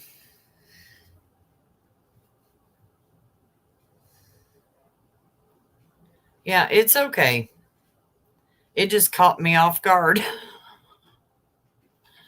I thought, well, if I'm the only one sitting here, I'm the only one sitting here. That's all right. You go get your daughter, Cynthia. We know that.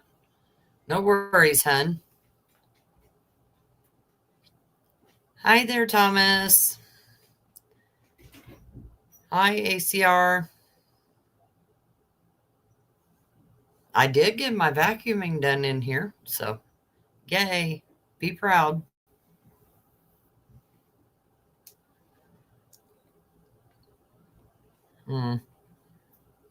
No, my door alarm's not going to go off yet. That's another hour and 15 minutes away. Well, hey there. How are you?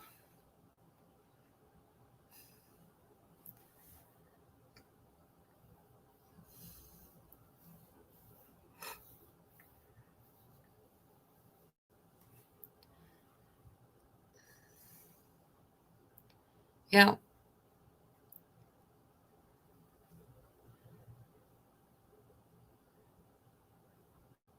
I'll curl your hair. Oh, yeah, you got to get all gussied up to go meet that grandbaby.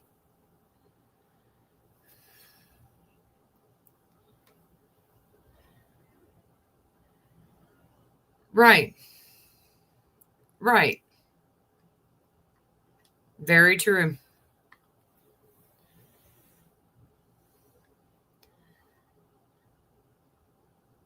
Nice that you're still here and listening, Gina.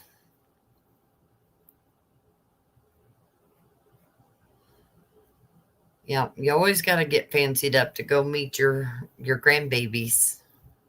That's a special day.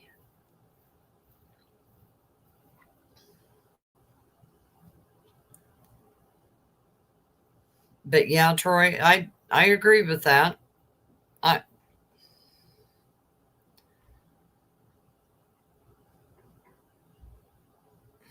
I don't know what they're trying to allude to. You know, they was naming off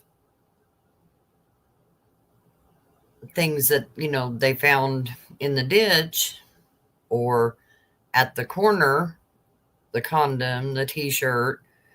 But there again, there was nothing brought from that. So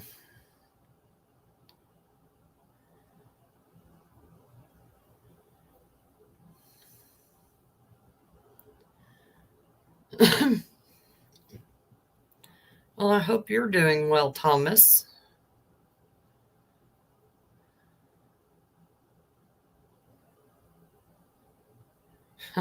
Oh, I bet, AJ.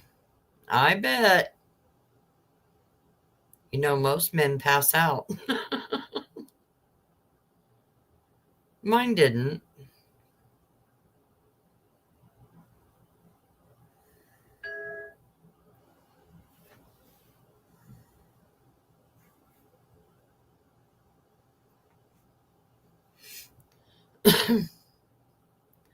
Well, it's nice you've been here while you've finishing up your chores. Oh, yes, it is a manic Monday.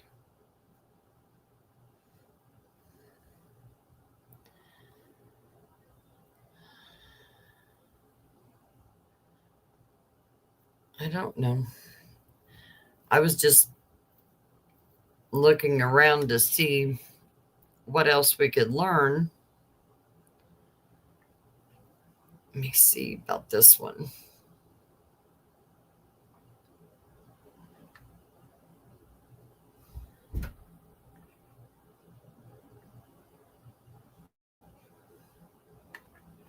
No, that's a paid subscription. No, thank you.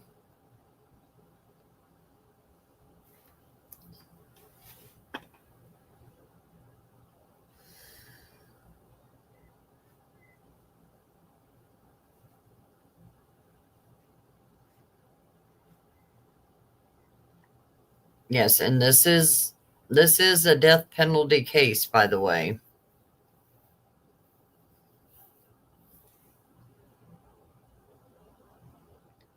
And this article, which is just one paragraph, very short, if you put it all together, take out all the spacing. The trial is expected to take a few weeks.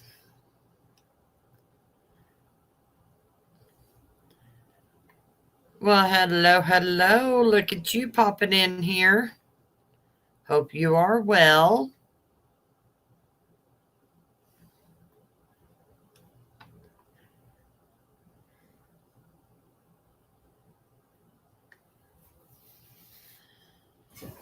But who knows? They're going at a rather steady pace, in my opinion. That's witness number 8 so far for today. I don't know. Hold on.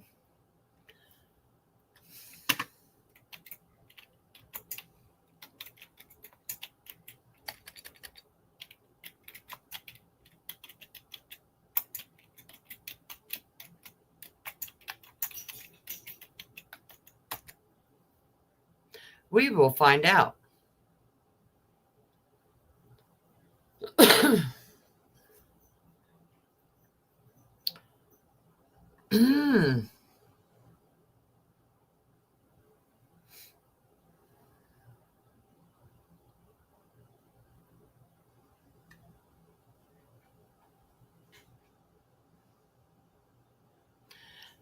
I just read that one. It didn't say nothing about custody. But this says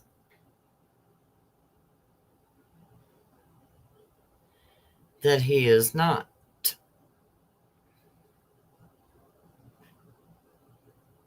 Because I asked, is Jose Soto-Escalera in custody? Not in custody.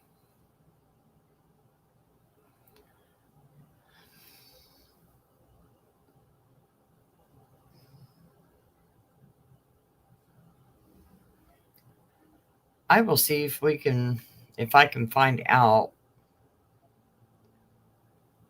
if he is or not. 7 years.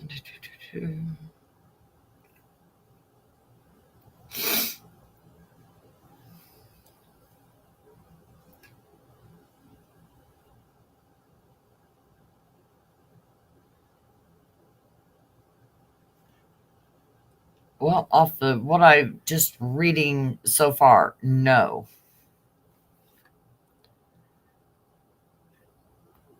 Oh, is that what that means? Huh.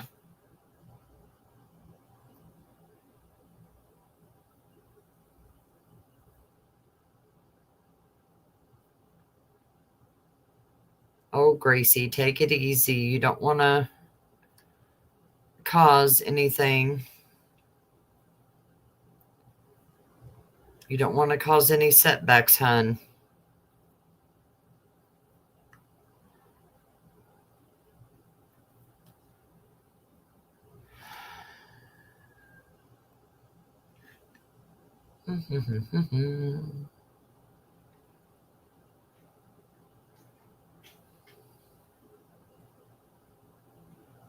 Don't know where that came from. Sorry.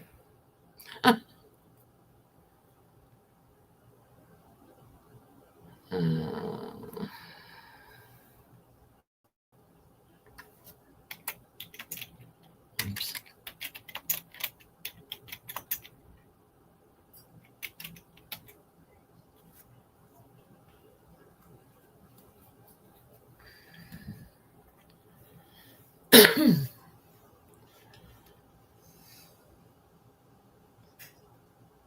I will look.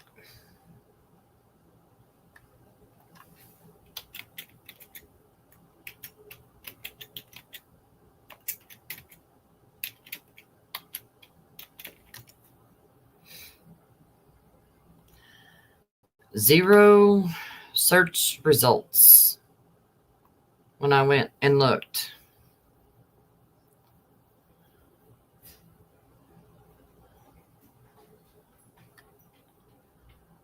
So I didn't find him, Troy, in there. Let me try it again, maybe.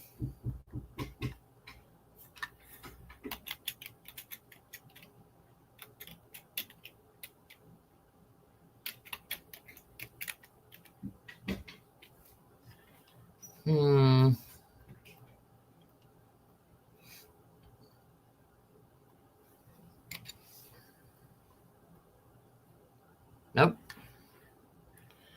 I tried the last name several different ways, too.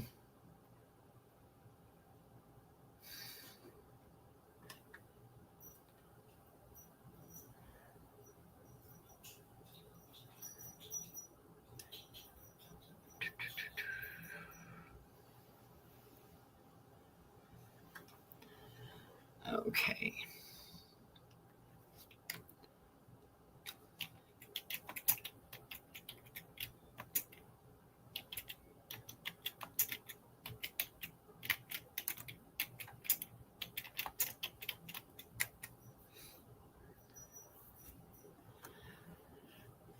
Let's see if he's out on bond. If anybody will say he is out on bond.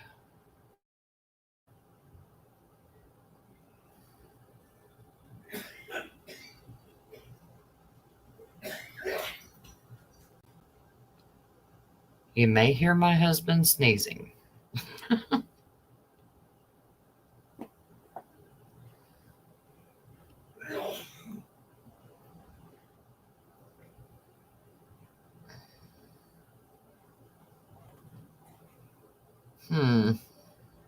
I am not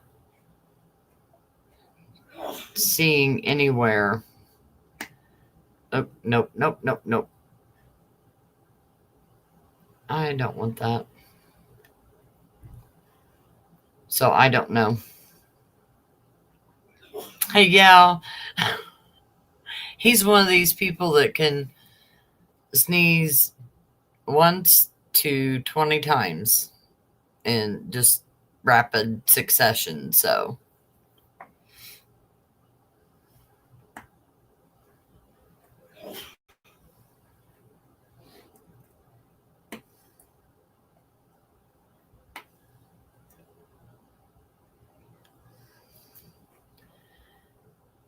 oh, did you get your x-ray?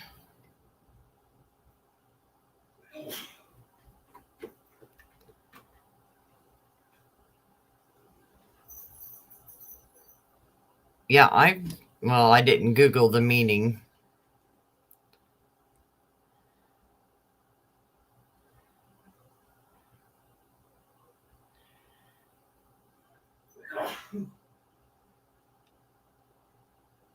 Oh, so you can't have an x-ray.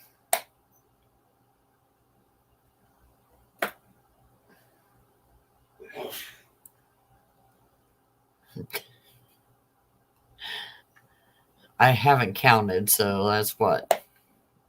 7, 8. Well, you need to get it looked at, Gracie, to make sure everything's all right. Move it.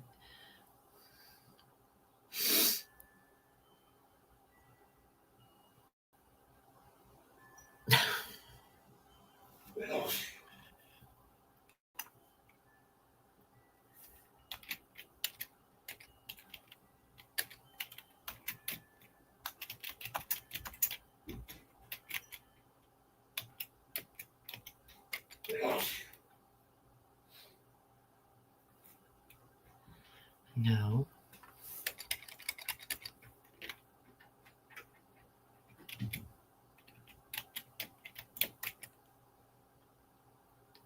Staircase. The term escalera is a Spanish word that means staircase or ladder. It is derived from the Latin word scala, which also means ladder or stairs.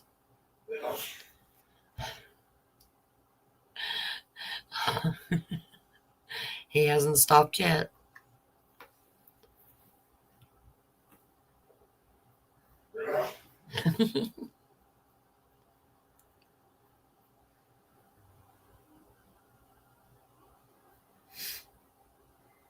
Yeah.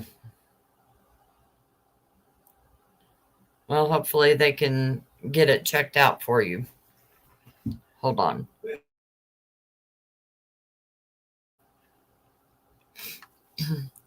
Yeah. Everybody says bless you, dear. He says okay.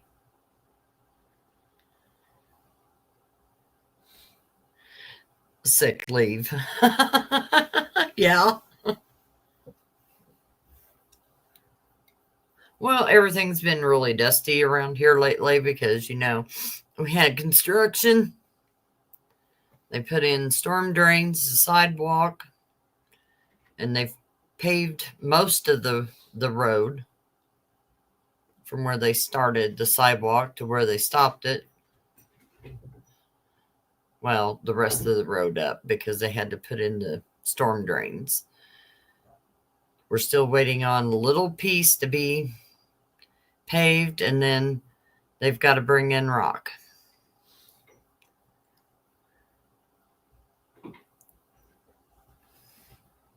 So we're not done with the dust yet, so no need to try to clean anything up yet. Do it once.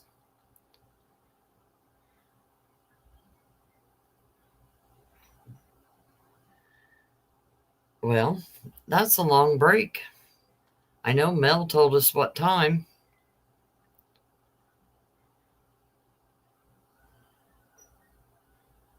She's always good about that.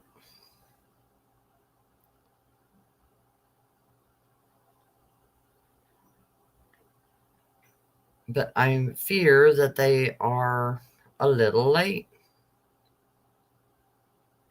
2:41. So yeah, they're rather late, not just a little. Let me go.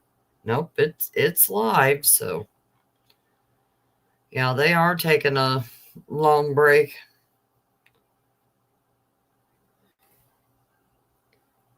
Then it says they're on a short break. I don't believe them. Oh, yes, it is 79. It's going to be really dusty. Those and beans.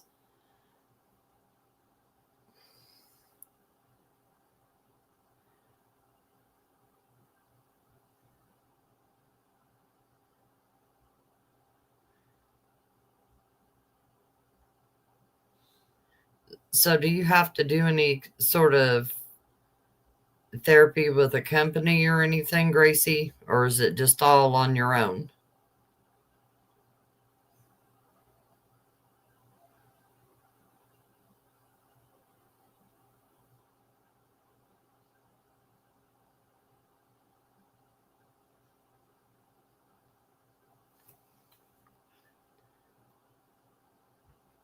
And they really are late coming back, aren't they?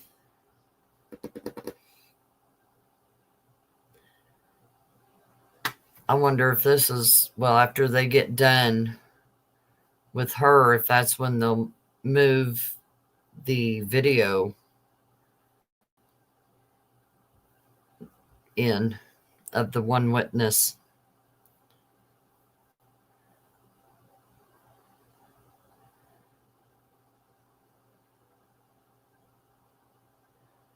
Yeah, it's getting to be around here rather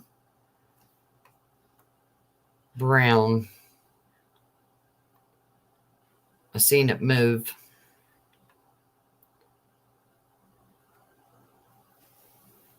You do your own. Okay, well, maybe you're just overdoing it a little bit, dear. I know it's hard not to. And I know you want it to heal. But patience sometimes is the best thing. I have no patience. I would be the same way. Yep. There's the earthquake happening in the courtroom. A lot of heavy walkers. So they're must be coming back in.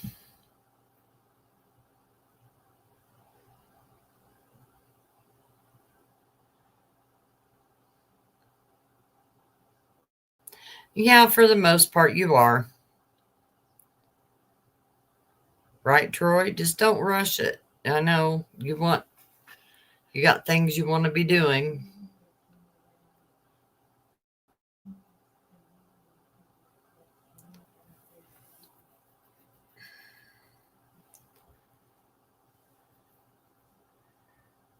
Well, the seal was bouncing around. I'm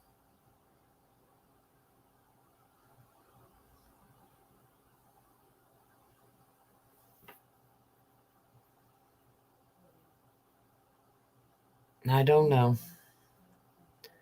Hopefully nothing has well, I wonder if it has something to do with prosecution having to make those redactions, but you would think they would have done that over their lunch break. Am I right?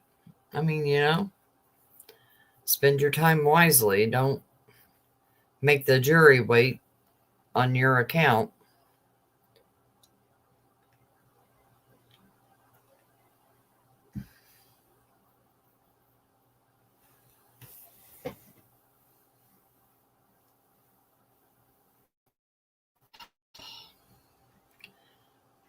Yeah, you can see what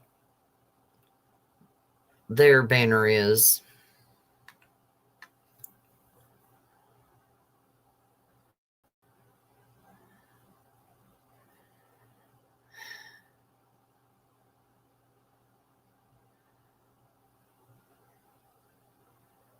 Teaching how to make it. Oh, here we go. I'll shut up now.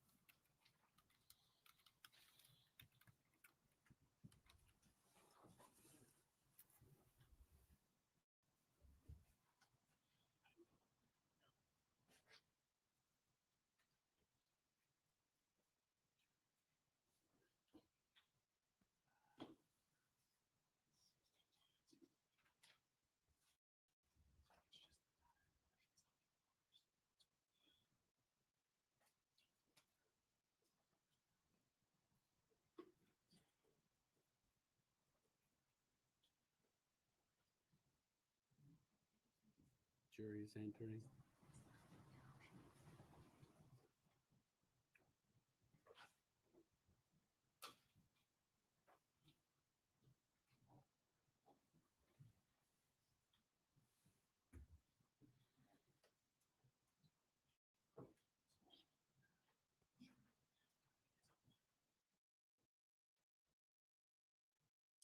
And the state may call its next witness. Yes, so people say Florida call Mark Chapman.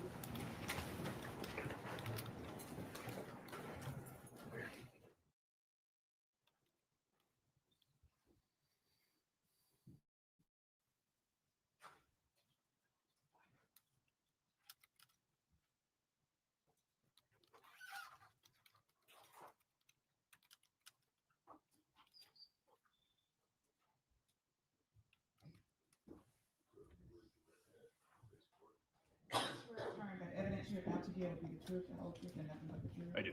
Thank you.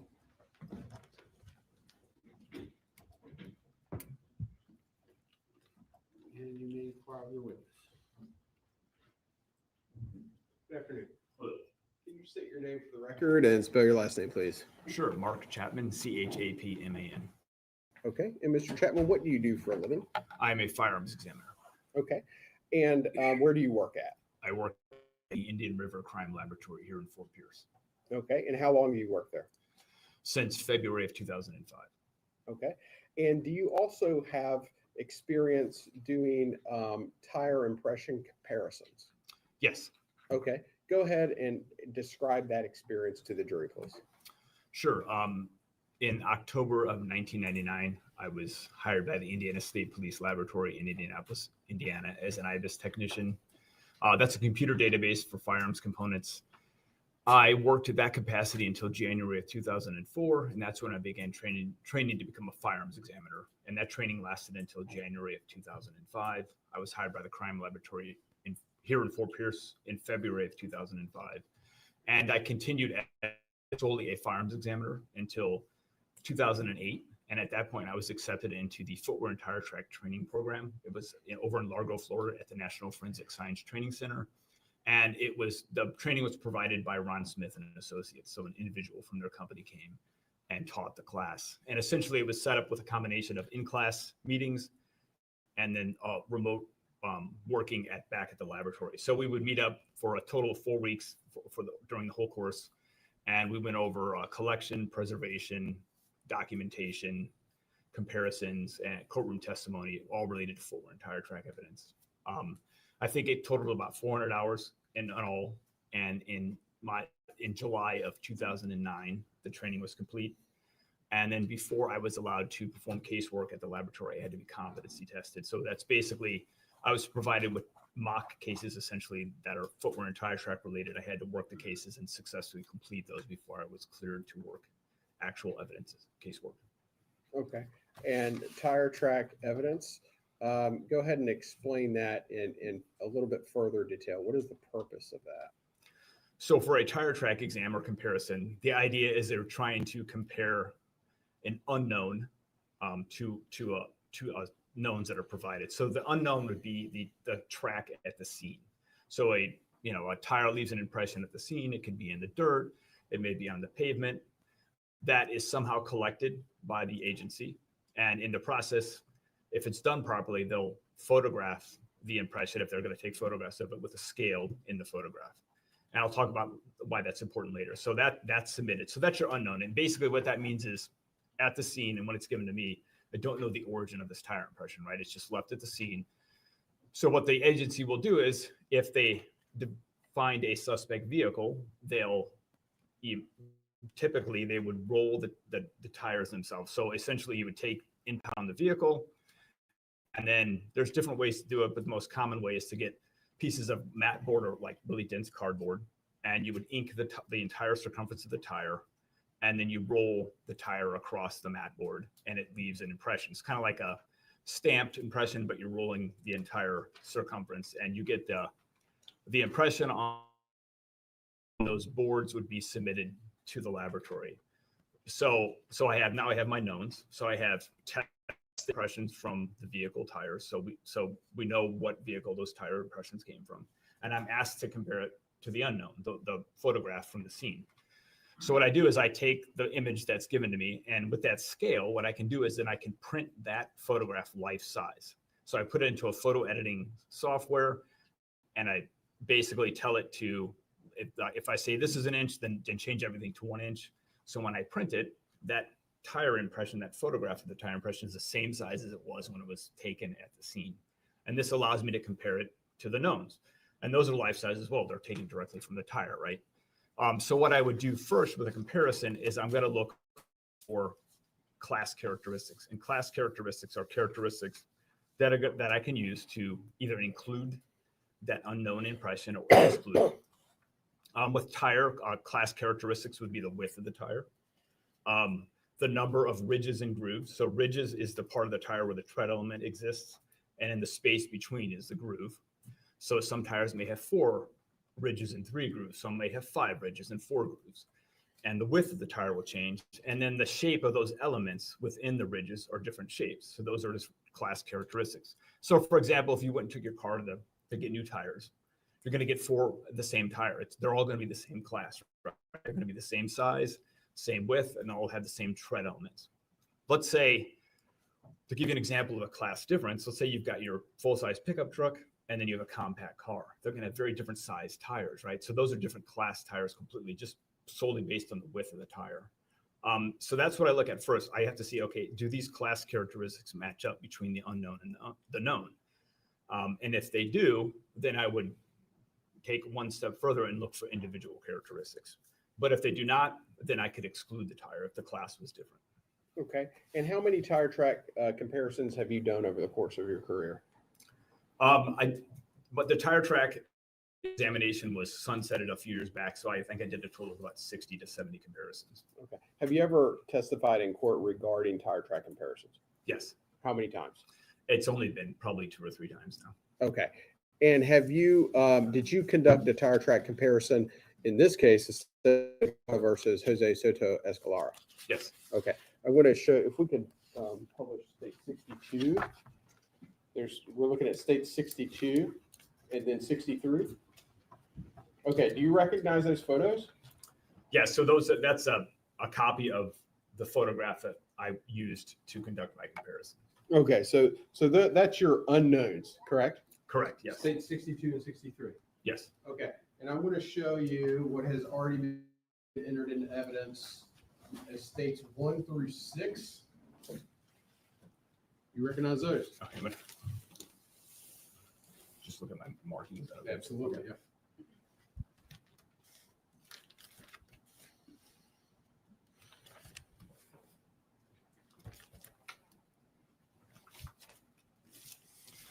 On the outside of each of the packages, there's the lab number, the item number, and my initials. So inside would be the mat board containing the known tire impressions.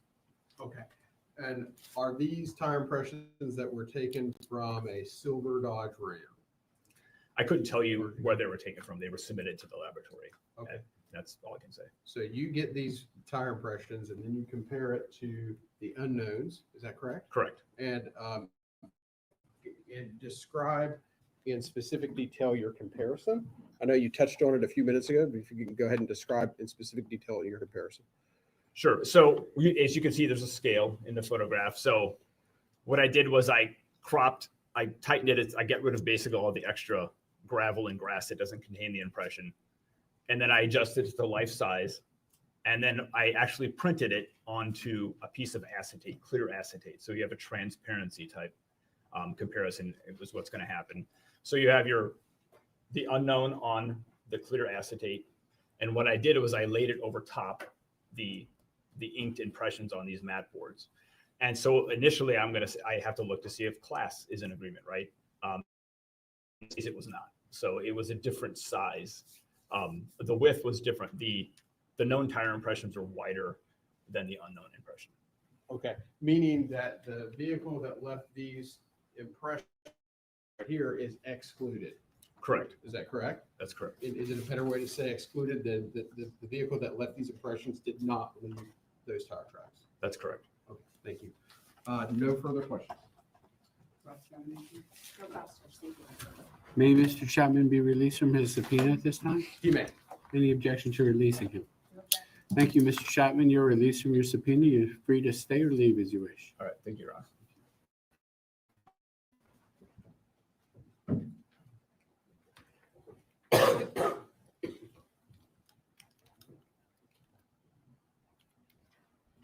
Can the state may call its next witness or put on an item of evidence?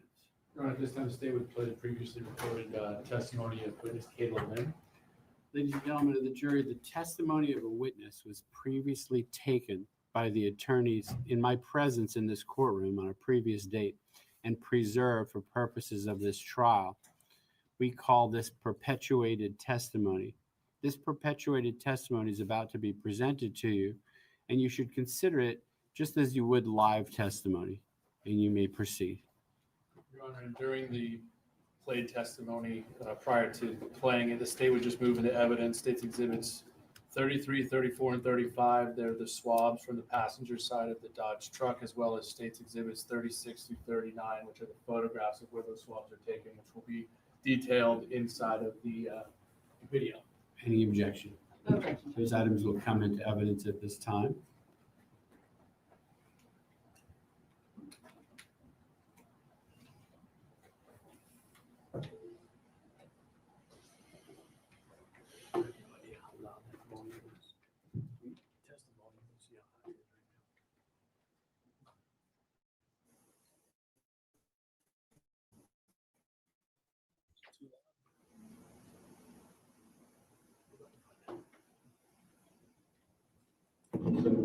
The city would call Caleb Lim.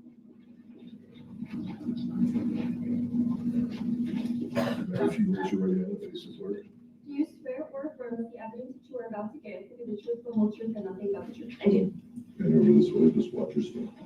Good morning. Good morning. If you could, please state your full name, spell your last name for the record. My name is Kayla Lim, last name is L-I-N-D. How are you? I work for the St. Lucie County Sheriff's Office How long have you worked with the San Jose County Sheriff's Office? for 12 years. And if you could, what is your job title and employment duties with the Sheriff's Office? I am currently the crime scene supervisor. And what do your job duties entail as a crime scene supervisor? I oversee the work of other investigators and our crime scene assistants to ensure that we're processing various crime scenes with the most proficient and professionalism that we can. And do you have any training and experience that allows you to be able to perform those duties? I do. And what is that? I have 686 hours of crime scene training in the classroom. I have a bachelor's degree in criminalistics, and I also have 160 hours of fingerprint training as well. Now, as far as this particular case that brings us here today, were you working for the Sheriff's Office back in August of 2018? Yes, I was. And what were your job duties at that time? I was a crime scene investigator at that time, working general crime scene investigations. And on August 25th, 2018, did you provide assistance to another crime scene investigator? Yes, I did. And who was that? I assisted CSI Vasquez on the scene. And did you also provide assistance to another crime scene investigator that also worked on this case? I assisted my supervisor at the time, which was Donna Carmichael. And the assistance that you provided to Donna Carmichael, what did that entail? I assisted her with processing a silver Dodge truck for DNA. Where was the Dodge vehicle process? It was located in the sheriff's office parking lot. And when you say that you processed that vehicle, what exactly is it that you did? I swabbed various areas on the passenger side for areas of possible DNA. If you could, can you explain the process that you go through and how you swab the DNA? So we use a sterile swab. So it's kind of like the Q-tips that you use to clean your ears or remove makeup from your eyes. It's in a sterile packaging. The package is open while wearing gloves. I then use a sterile drop of water and put one drop onto the sterile tip. And then I swab the area of interest for several seconds. And then I place that swab back into the packaging, which then goes inside an envelope and is submitted to evidence. And where was the truck located at within the sheriff's office? It was located in the parking lot.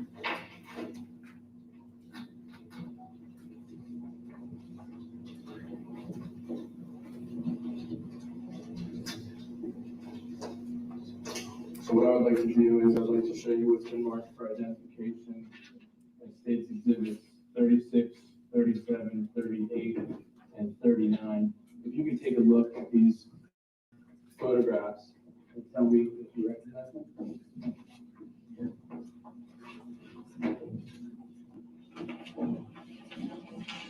Yes, I do. How is it that you recognize those photographs? These are photographs of the vehicle that I assisted with processing. Is this the vehicle as it looked on that day, August 25th, 2018? Yes, it is. And this one state would move into evidence, which was marked for identification, exhibits 35 through 39. No objection. Those items will come into evidence at this point. Now, you described this vehicle.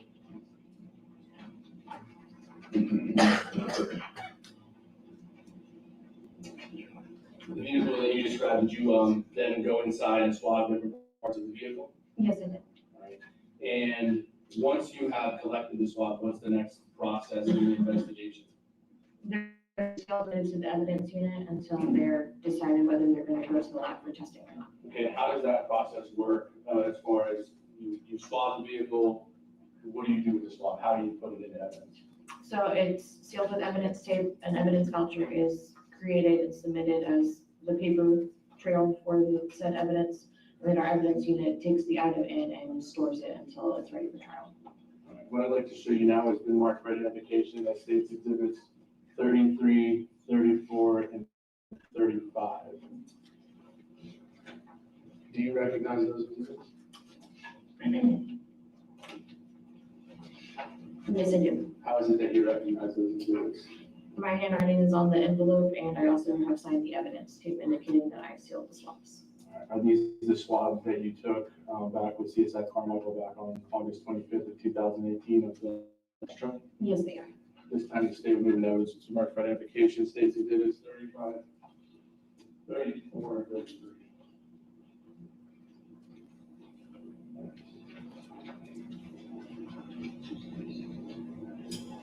No objection. Presented will come to evidence at this time that I object.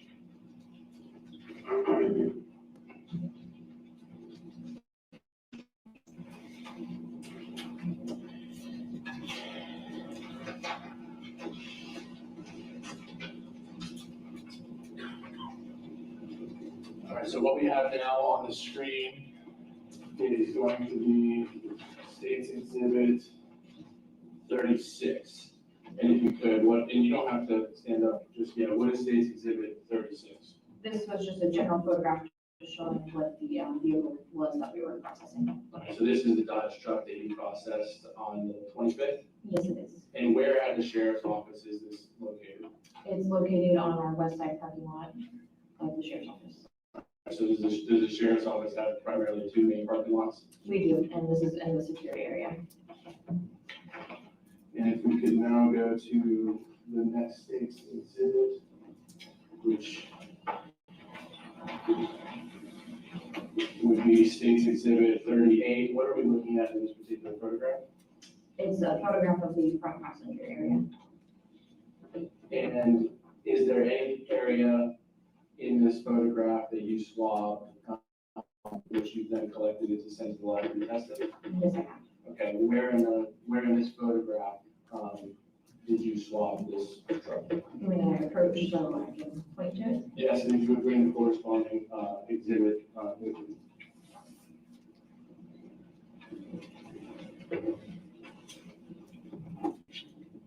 Yeah, so for this picture, it was going to be this pull-up bar right here.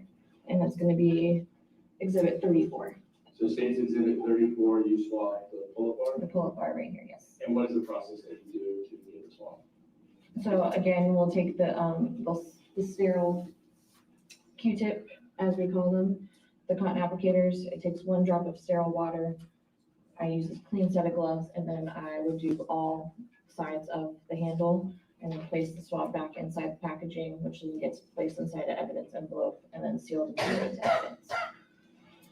And now I'd like to switch to State's Exhibit 37 for the record. What are we looking at in State's Exhibit 37? This is a picture of the front passenger door. And do you see a portion in this picture that you swabbed for DNA?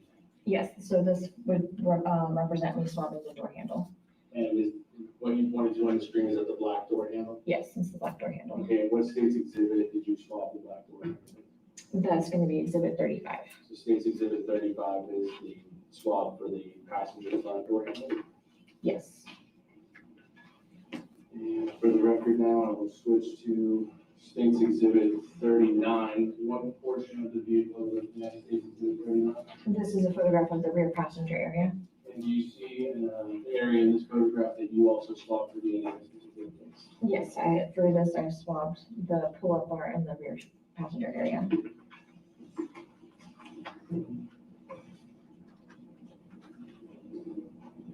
And what is the State's Exhibit? Oh, sorry, rear passenger door. Oh, sorry, my bad. It's this one. Sorry, it's this right here to pull the door. Sorry, I apologize. So as far as the State's Exhibit, what number are you holding? 33. So State's Exhibit 33 would be a swab of where in this photograph. This area right here, so the door pulls, so what you would use to pull the door shut. So after you pulled the swabs in this case, you placed them all into evidence, Yes, I did. and then subsequently are they then sent to the laboratory for analysis? These 3 swabs are yes. And outside of this, after you did this, did you have any additional involvement in this case? I took a photograph of an item that was requested back in January of 2019. It was a carjack, and that was the only other involvement I had. after this. I don't have any other questions at this time. Yet. Thank you, Karen. Just so you're Do you still need me up here? Yes, sir. Oh, yeah, right, like right here. You know, you can sit down. Thank you. Ma'am, you're aware that my client voluntarily brought his truck there to the sheriff's office? Yes, ma'am. Okay, and he voluntarily gave consent to search that vehicle? Yes, ma'am. No further questions. Any further questions from Ms. Smith? No, Your Honor. All right, thank you. We step down from the witness. All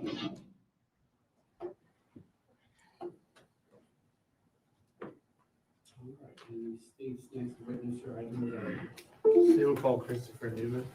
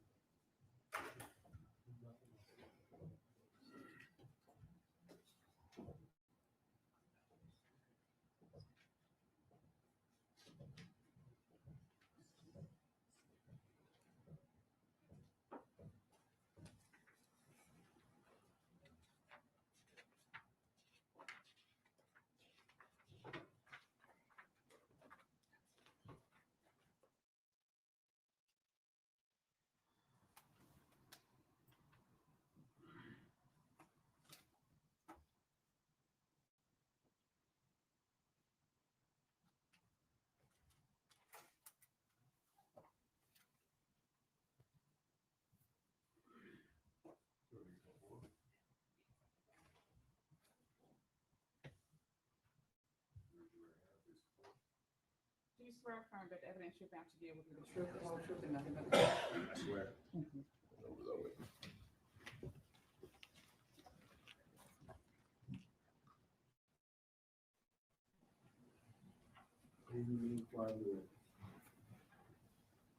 Good afternoon. If you could please state your first name, spell your last name for the record. My first name is Christopher. My last name is Newman, Newman. All right. How are you currently employed? I'm currently a detective / bomb tech with the state of Florida's Criminal Investigations Division.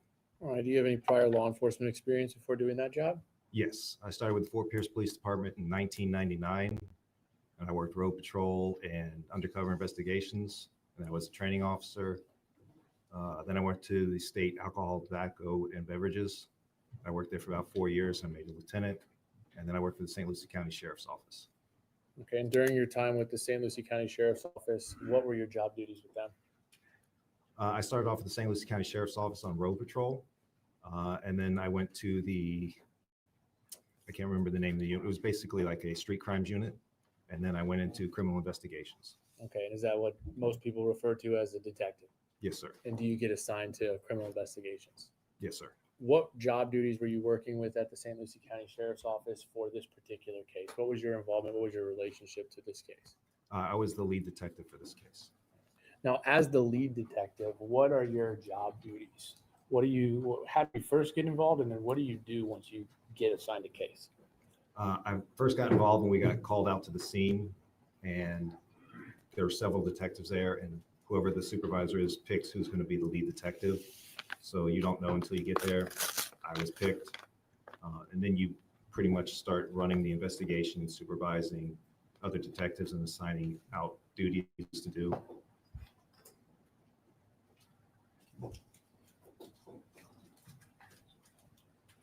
All right. So in this particular case, did you have the opportunity to go out to the crime scene? Yes, sir. Okay. And where was that? It was on Russo Road, I believe it was. All right. And as the detective, are you out there picking up evidence? What do you do when you get to the crime scene? Once I got to the crime scene, we do a walkthrough, just get an overall sense of what's going on in the crime scene, and start sending out the text to do interviews with any witnesses. All right. So as a detective, you want to talk to people that may have information about the case. Absolutely, yes, sir. Now, as the detective, did you learn as to whether or not the victim in this case, Tania Wise, had a boyfriend? Yes, sir. Okay. Who did you learn was her boyfriend? A Bradley Rodriguez Jr. Right. Now, in addition to Bradley Rodriguez, did you learn of any other male individuals that may have had contact at some point with the victim, Tanya Wise, in this case? Yes, sir, there were several. There was a black male named Mark Burke. Okay, who's that? That was apparently another boyfriend that she had in between two different instances of dating Mr. Rodriguez. All right. What about someone by the name of Giovanni Alvarado? Yes, he was supposed to be somebody that she knew and would talk to. Okay. Did you learn of the existence of someone by the name of Eric Alvarado? Yes. Who's that? That was Mr. Escalera's cousin, I believe. Could it be his nephew? Nephew, yes, sir. And then did the name Jose Soto-Escalera come up? Yes, sir. All right. And when that came up, did you request to conduct an interview with him at the St. Lucie County Sheriff's Office? Yes, we did. All right. Back in August of 2018, did the St. Lucie County Sheriff's Office have a interview room? Yes, we did. And was it capable of recording interviews, Yes, it was. video and audio? Yes, sir. And did the defendant come in on August 25th, 2018 to do an interview? Yes, sir. And was that video recorded?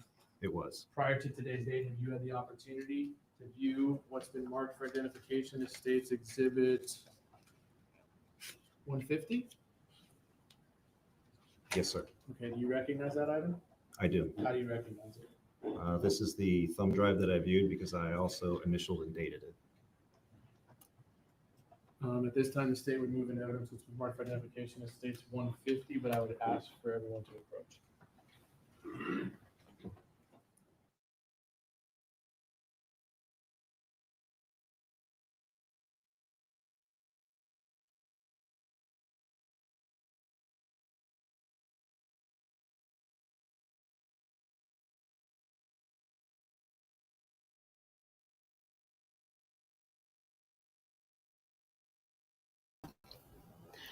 Well, hopefully we'll get to see and hear this interview.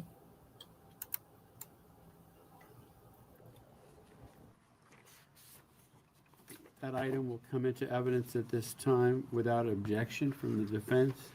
And ladies and gentlemen, the item that you're about to consider, listen to, review, has been edited to eliminate irrelevant portions that would not add to your understanding of the case.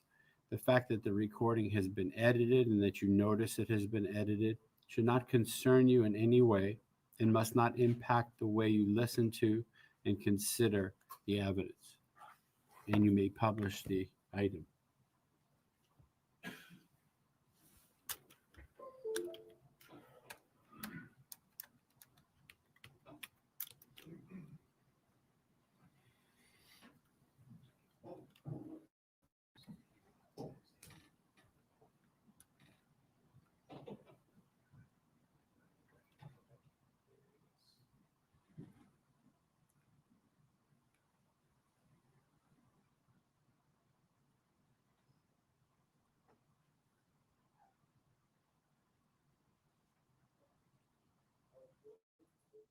I get some basic information out of the way first.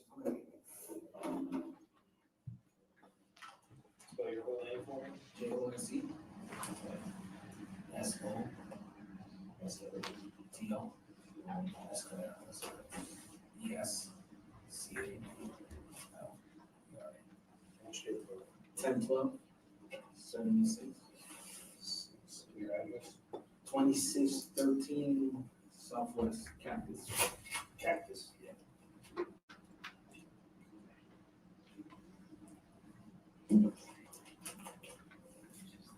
Yes, no? Yes. What's the phone number? 772-200-6163. So you work at Waste Pro, right? Yes, sir. How long you been there? I just started back. I want to say like 2 months. Where'd you work before that? Room so I was a driver for independent and delivery service. So you were the driver of one of the trucks? Yes, sir. For the contractor, right? Yeah, for the contractor, yeah. Who'd you work with? Ricardo Rivera. So you got a nickname? Peachy. Anybody else? Honestly. Bradley, that used to be my helper. Bradley, what's Bradley's name? Bradley Rodriguez.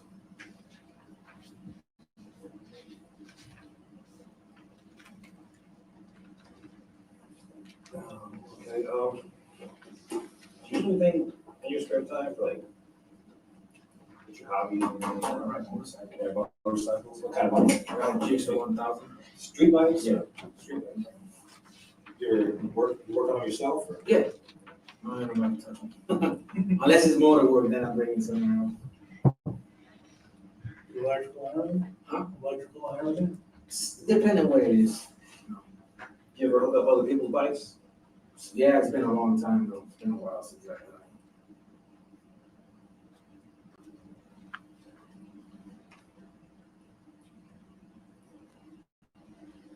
All right, so are you friends with Bradley? Yeah, they look up to me. I'm like an uncle to them. Do you have a nickname? Who? You. Joselito. Joselito, that's you? Yeah. Okay.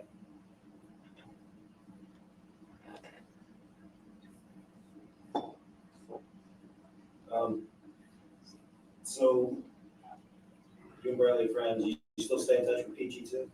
Yeah. I seen them this Friday that just passed. Yes. Okay. Did you know a Tanya? Yeah, Bradley's girl. Yeah. How'd you know Tanya? Well, he was the one that introduced her to us. And we started coming back around. You guys hang out after work or anything? No. No, just he just. He went and he did his own thing. I never hung out with him like that. Kids are hard headed.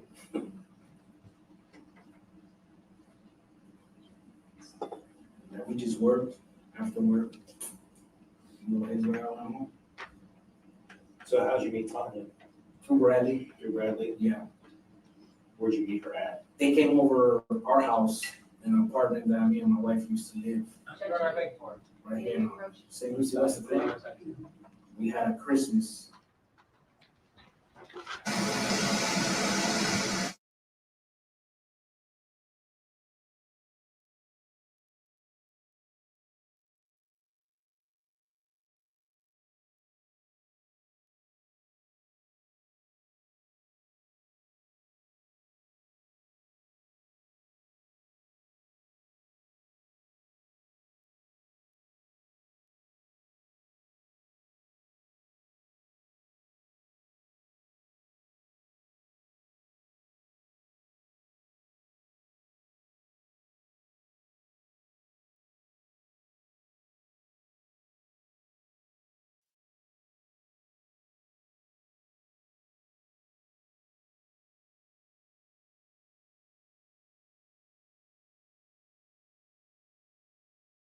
Step into the jury room for a second. Please do not discuss the case.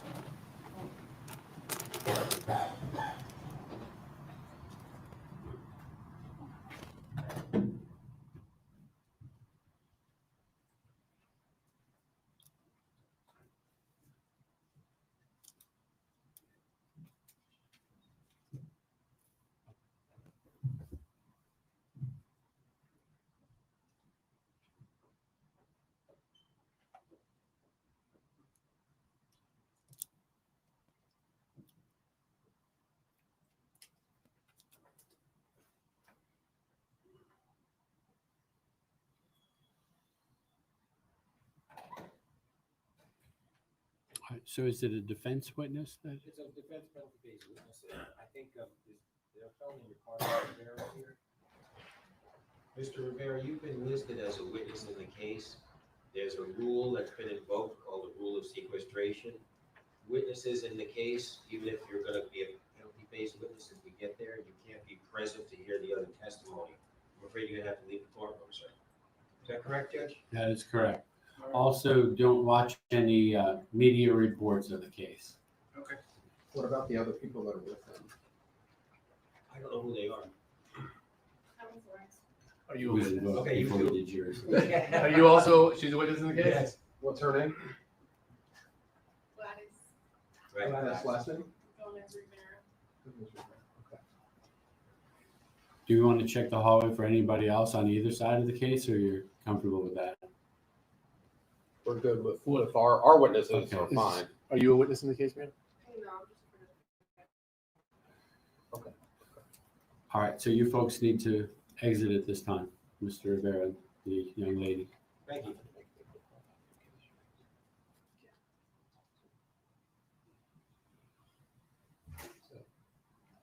All right, well, that's actually kind of better news than I thought. I thought you were going to say that you're playing the wrong tape or something like that. The wrong one went into evidence and we couldn't unring the bell to something. All right, let's bring in the jury. We'll continue. Okay. Do y'all need a restroom break since we're waiting for them? You good? I'll tell you, we have an hour and 20 minutes. Before you get one. So that works out perfectly. It takes us just about to 5, right? Yeah. That's the remainder of the interview? Yeah, there may be a couple blank spots, so it's not the full hour. Okay.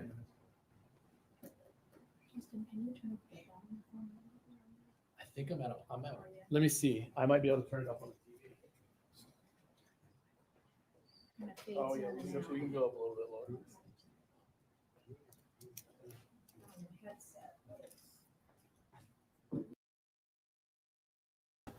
But seriously, did you see the defense attorney? She went like she was dumbfounded. Sorry. Just let us know when they're coming in.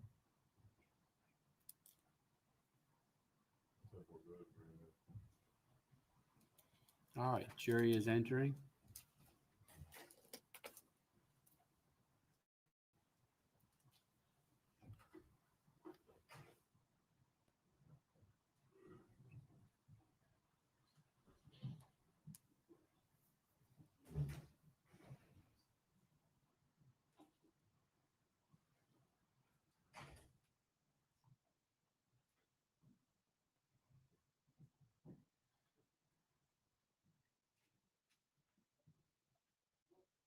All right, please continue with the presentation of the evidence.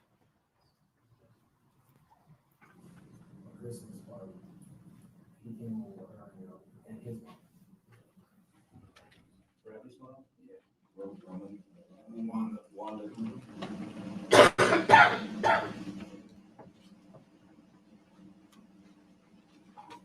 Trying to say her real name, but I couldn't get it out. Rolanda. Yes, Romanita or something. Romanita, Yeah, some crazy crap. I can never pronounce it either. Did you ever keep in touch with Tanya? No, sir. No? The only time we talked was when her son came over our house, because I have a 9-year-old, and she used to drop him off, and he stayed with us for the weekend. That was the only. So you would watch her kids sometimes? Yeah, because he'd come hang out with my son, so, we take him for the weekend, and then she would come back and pick him up. Remember her son's name? Jamar. So you just watch him every weekend? Once in a while, or? It went, in the beginning, she was bringing him, and then it just stopped. I don't know. How would she get in touch with you for bringing him over? She would call, or, yeah, she would call my phone or let Bradley know or whatever. How would you describe Tanya? Like if you had to describe her to somebody, like personality-wise, who she is, what would you say? She was pretty mellow, I could say, but kind of crazy. I don't know. Talking ghetto talk. Did she? She used to strip. That's what it was. She was a stripper or something like that. I never saw her, so I don't. I just can go about what people say. Where did do you know where she used to strip at? No, sir.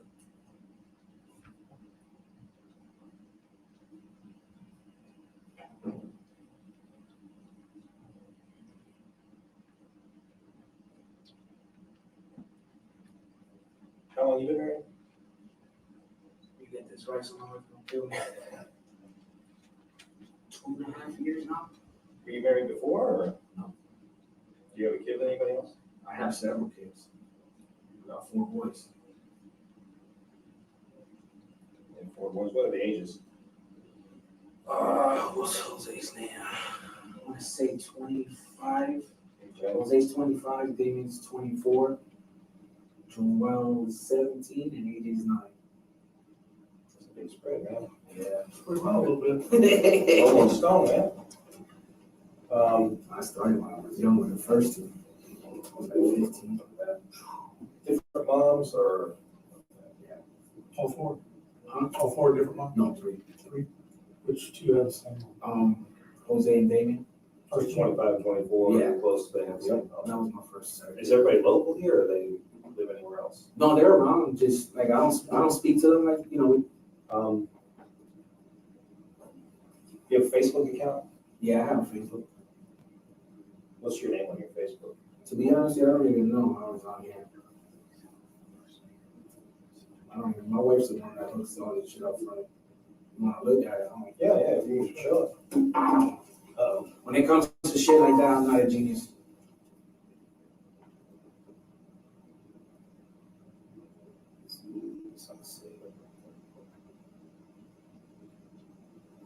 I'm not a genius for stuff like that.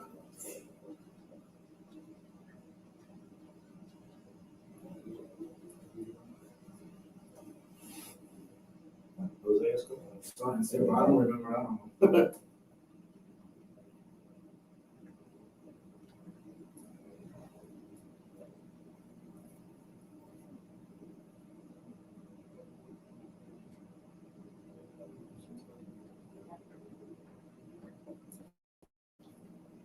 Do you ever post on here or the most? I don't like, I'll tell you, I'll be honest with you, I'm not the smartest with that shit. My wife's the one that sometimes posts shit for me. Do you share an account or No, she got her and I have mine. But like I said, I don't, you don't mess with it? yeah, I just hate like and be nosy and shit like that, but when I want to post on, I let her do it for me, but she don't know how to do it. She showed me 50 million times. I'm the same, but I don't even have one, man. I can't even.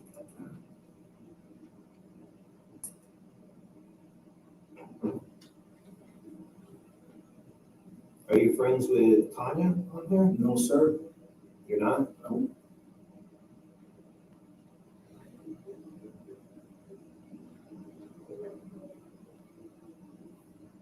How many people I have in this family? A couple of friends. Not too big on that Facebook stuff. Were you ever friends with Tanya? Not on Facebook, no, she never.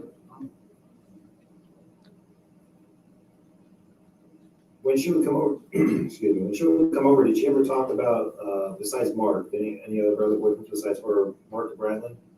No, sir.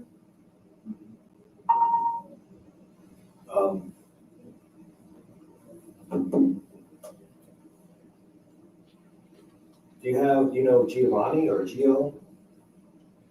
Gio. Got a brother named Javi or Javier?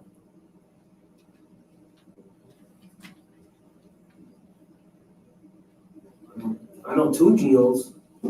One's a mechanic. You know his name? Or?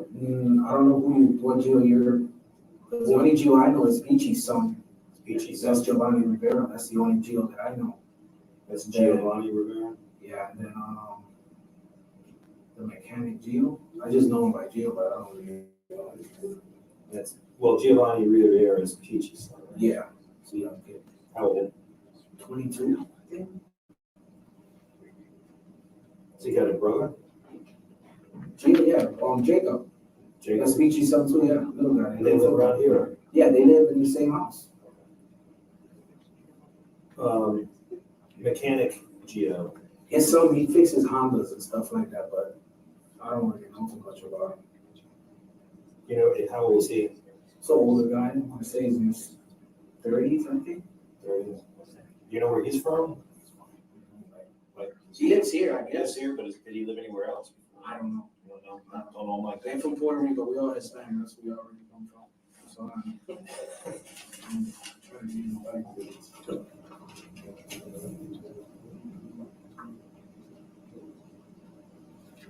Okay. How long have you had that phone number you have? Long time? Yeah, it's been a long time. When was the last time you think you talked to Tanya? Wednesday. She was supposed to bring your mom over Friday. Meaning yesterday? Yeah.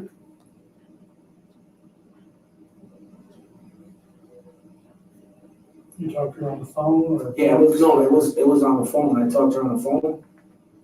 She had Because then she asked me, she was asking me about Jamar. If he can come over. Tuesday? I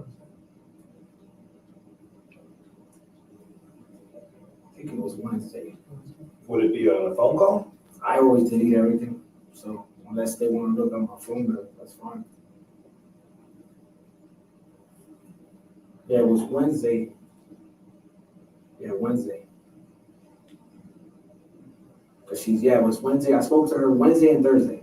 Matter of fact, cause I remember telling my wife when I got home, I said, hey, guess who called to bring Jamal over, he can come over. What time did you speak to her on Thursday? I want to say it was after 8. After 8? Yeah, because I was home having dinner. Can I grab that? Yeah.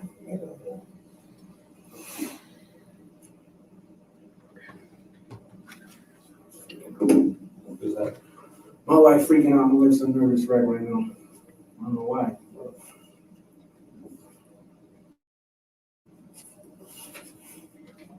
And when she called you Thursday, around 8 at home, you have dinner, what she said? No, she said, you guys are going to be home. So She texted? No, she called me. She said, hey, Jamar wants to come over. I said, all right, cool. That's fine. And then, because I'll pick up AJ. I'll have AJ. And that was it. It was fast. I wasn't even on the phone for not even 3 to 5 minutes, something like that. What time did she get there with Jamar? She never showed up. She never showed up? No, she never did. And I'm glad I didn't tell my son, because last time my son was kind of buttered. Oh, when is he coming over? So I just stopped. When she brought him then, he was there. She was supposed to bring him this Friday. She never called or nothing. Did you reach out to her? No.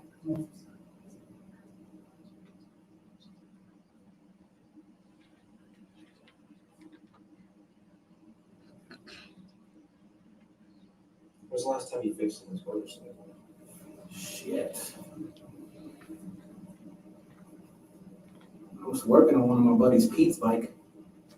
Pete? Yeah, but that shit. Matter of fact, they stole his bike. And then they recovered it, brought it over to my house. And he took it back because it was too much. I guess he salvaged it, so I don't know what happened after that. How long ago was that? About 2 months ago, I want to say.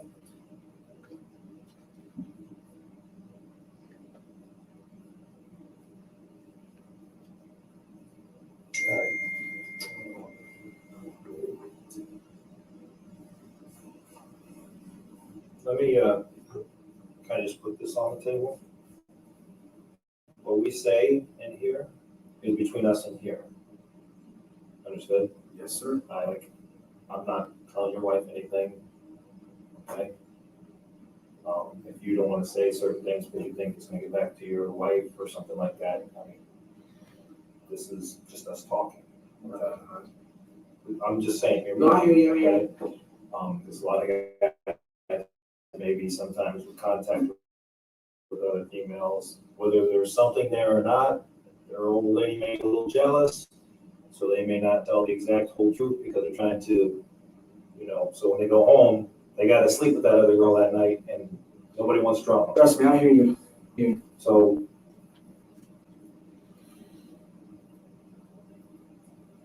did you have any other involvement with Tanya? No, sir. None? No. Other than just watching her kid? No. I was just bring Jamal over. She hung out with us. Randy would come over. And then they eat. Those houses and fix their What, bikes? me? Yeah. You ever go to anybody's house and fix their bike? When you do fix bikes, is it just in your garage or? Yeah, they bring it to the house, change a tire, change, stretch it, lower, stuff like that. But she's never seen me work on anything. She probably heard that I know how to fix it, but never do that.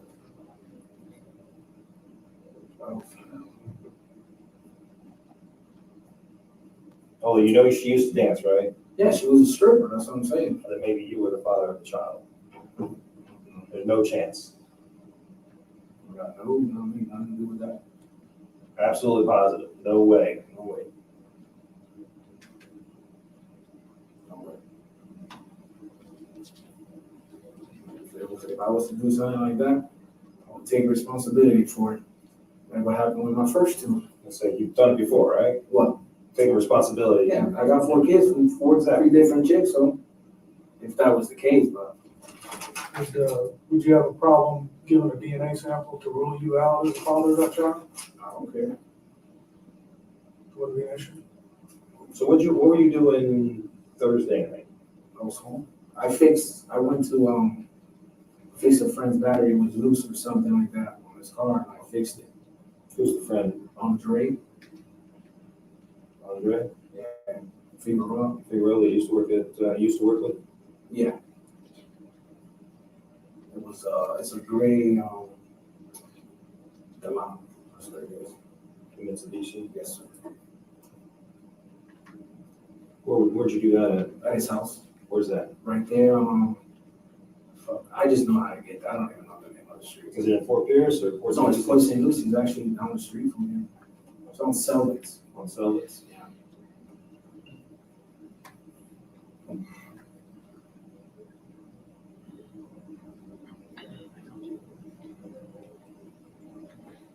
And you were there from what time?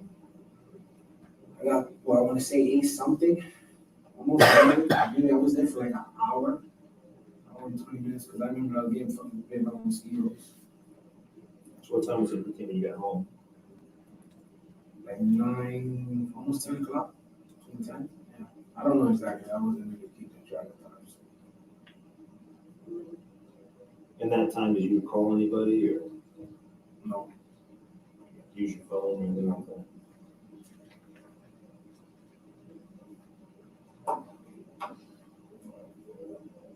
So you work on cars during that time? Yeah, I was fixing the battery. It was loose or something. Something was wrong with it. You get around?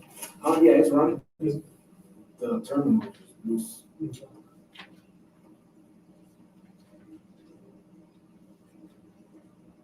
Are you friends with any guys that you're working with?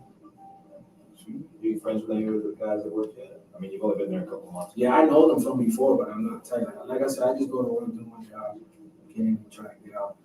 Because my wife is a supervisor where I work at, so, Jose damn favoritism, so I don't like hearing all that shit. What do you drive? I drive a railroader. No, I mean for a personal vehicle. I drive a truck. What kind of truck? A Grand truck. What year? 05. What color is it? Right.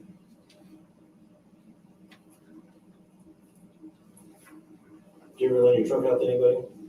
Mm-hmm. You never lend it out? No, I haven't. I don't.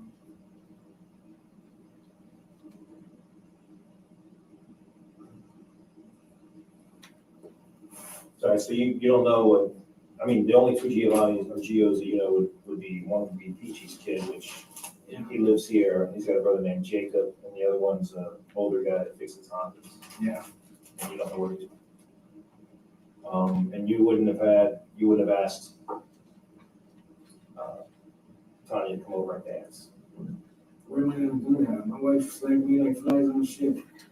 My wife gets a fit if I don't call her from here to where I live at. Give me a heads up, you're coming home, shit like that. So, So you wouldn't try to arrange something for 2 guys? what am I gonna get out of that?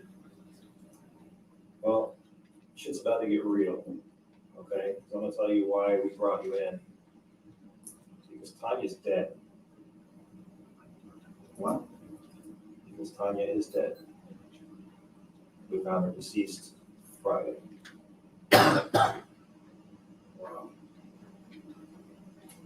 Wow. And we've been interviewing everybody that has contact with her. So we're trying to iron out everybody's stories. Because there are a lot of things flying around, people saying stuff about other people. And it's always like that. That's crazy. That's fucking crazy. Wow. So that's why I'm saying, That's crazy. right now we need to be, I mean. I don't got nothing. I'm doing Like everything. I'm saying, Yeah, it's kind of critical. if anything between, even if there was, like I said, if there was nothing that you think is gonna get you in your old age trouble, we're not saying nothing. Because we want now and be open. I know what you're and getting at. That we don't care about petty stuff like that. No, she's the one that's how we know about her. Listen, I'm trying to keep my life straight. I've been through some shit, and the last thing I need is any shit like this or whatever. What kind of shit you've been through? Just shit in general, just with my kids and, I started going to church, so, So you're trying to turn your life, do the yeah, right thing. do the right thing, and so far everything's been good, so, Did you know she was pregnant? yeah, practically. Did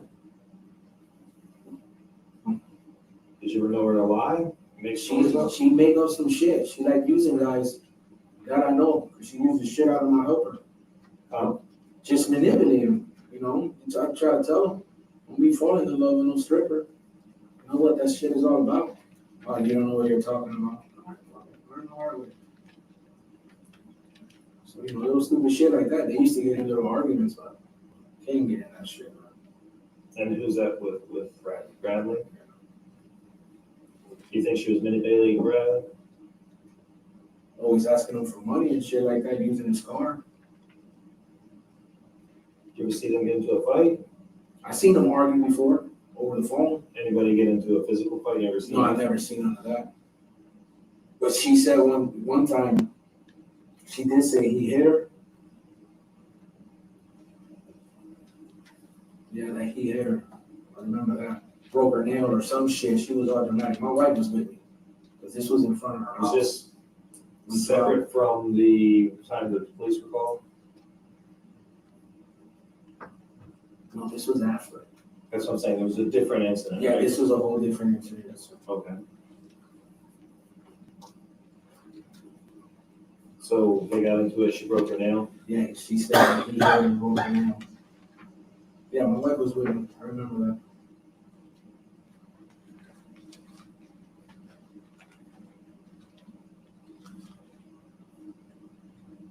Do you remember when that was? No, I don't.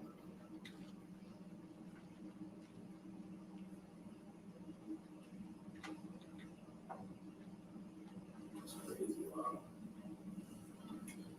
Whew. That was a fight with Bradley. Mm-hmm. With Bradley that time. Yeah, The other time you were talking, that was with. that was when the black dude Mark. Listen, she fucking so many dudes that she talked to, and God knows what she did. What do you mean? No, I'm saying because she knows a lot of guys, so I don't know. Like, God knows what she's done. I don't know. I'm just saying. You ever been with her? Ever had sex with her? Hand to God. There we go. I'm good. Y'all can ask me, like I said, y'all can ask me whatever y'all need, I'm here. You ever loaned your truck to her? No. You ever been inside your truck? A long time ago when me and my wife went to Cheddar's. That was the day that the guy beat the shit out of her. The first one? Yeah, the black dude. So We went to Cheddar's, me, my wife, and her. So she hadn't been in your truck since March? I know she's never, that was the only time she was on the truck. Okay, so I'm sure you watch TV and you understand about DNA, right? When was the last time you saw her? I haven't seen her.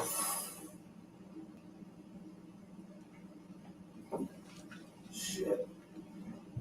It's been a while. Okay. So there would be no reason to find your DNA on her, right? Mm-hmm. And you said you were willing to give a sample of your DNA? Yeah. Now, she was pregnant. Okay? Okay. And we're gonna take DNA from the child who's also deceased. Okay. Right? So there's not gonna be any surprises. We're gonna have to contact you in a little bit and be like, hey, why is he coming You back? guys do whatever you gotta do. But I mean, I'm not gonna be coming back to you in 6 weeks when I get the results back saying, hey, what's up with the, I'm good. you've never had sex with her? I'm straight. Did you ever have sex with her? No. Did you have any kind of dealings with her outside of just friendship? Nope.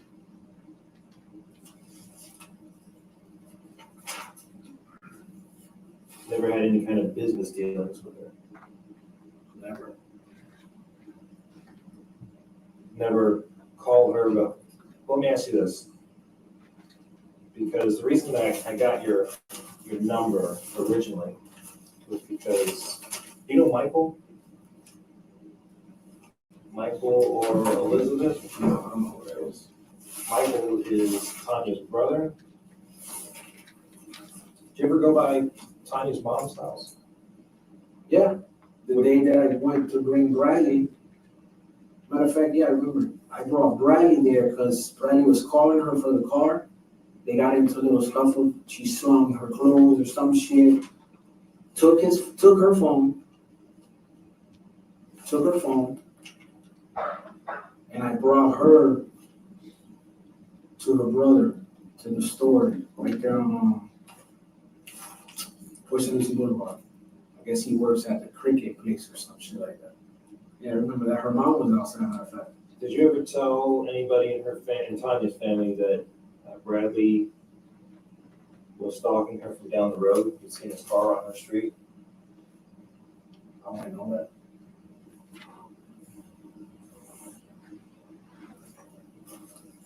So you wouldn't have said that to anybody? No, I wouldn't know that. I'd probably say he's probably a stalker, but I've never seen any of that. So when somebody said that I should ask you about it, you don't know why? No. I'm just being honest. Well, since you said you'll do the DNA thing, we're gonna try to get you out of here real quick. I'm gonna go get that started. Okay, so do you need water or anything like that, man? You good? All right. You need to text your wife, tell her you're okay? Yeah, I'm gonna call her right now. That's what I'm gonna do. All right, call her right quick. I'm gonna get that started, all right?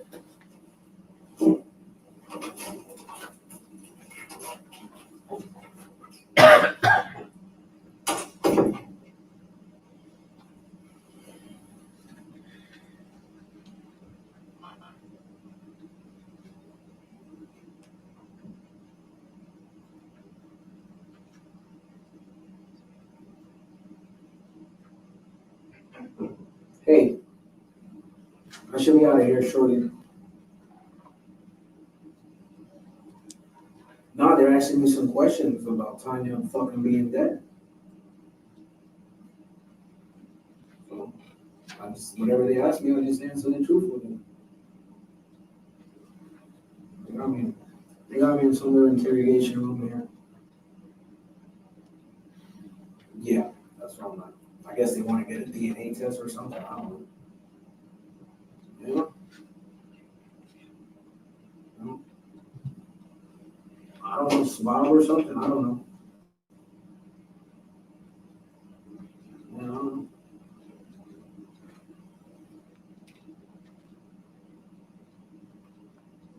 Yeah, I don't know. I just tell them what they need to know. You guys are still here? Where's my truck? Okay. You know, I'm here. They still didn't tell me what the fuck's going on, though. They said she's dead, so I don't even know what the fuck's going on. Yeah. Yeah, I told them everything.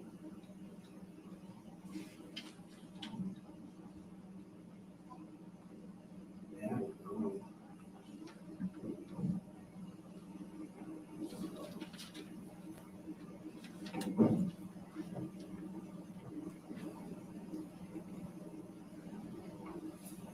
That's fine. I don't got nothing to do with it. I don't got nothing to do with it.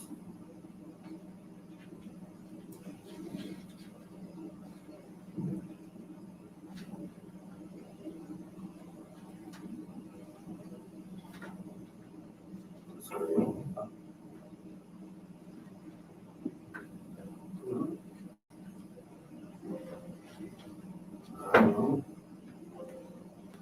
The detective said there's a lot of people talking. He said, she said they're just trying to get shit on.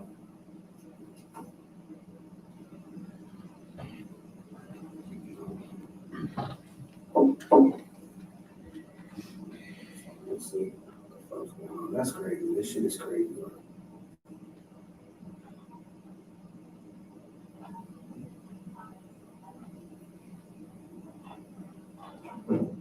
For what? About what?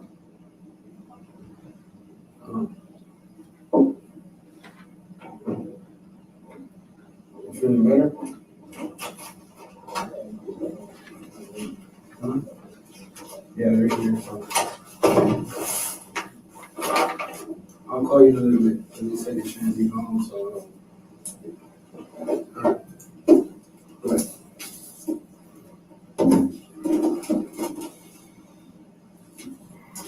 You have to spell your name for me. Last name?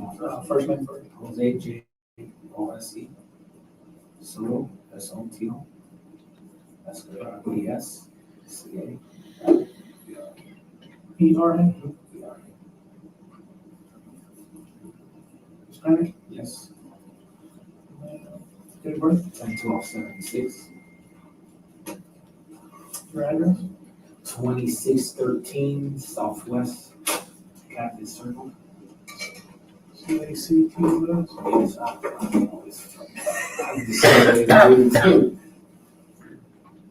C-A-C-T-U-S. Circle? Yeah. Is there an apartment number or anything, or is it a house? No, it's a house. That's Port St. Lucie? Yes, sir. 34953?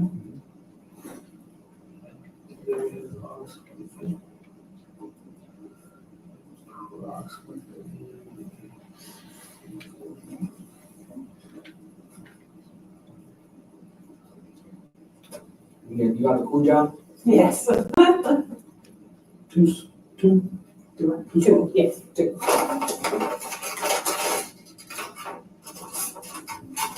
I mean, you poking me on damn deal. Oh, no, sir, it's a swab, it's just a swab for the inside of your mouth. Oh, that's how I know about that. That's how I found out my son was on. Yeah, it's the exact same.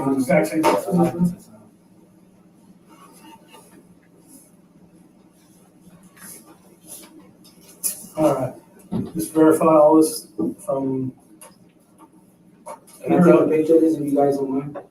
Or I'm not. No, you're fine, No, that's fine. We're gonna finish yours. Just verify your information is correct as I wrote it.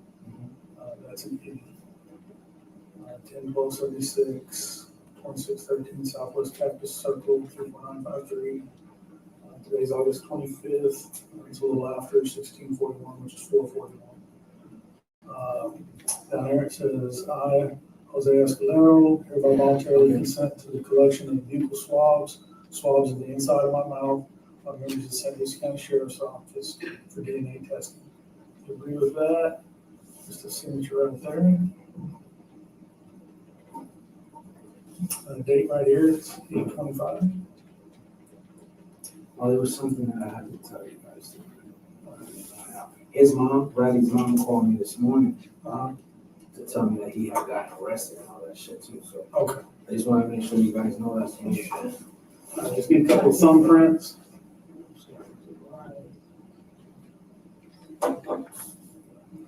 Just relax your hand a little bit. If you grab that like that and go.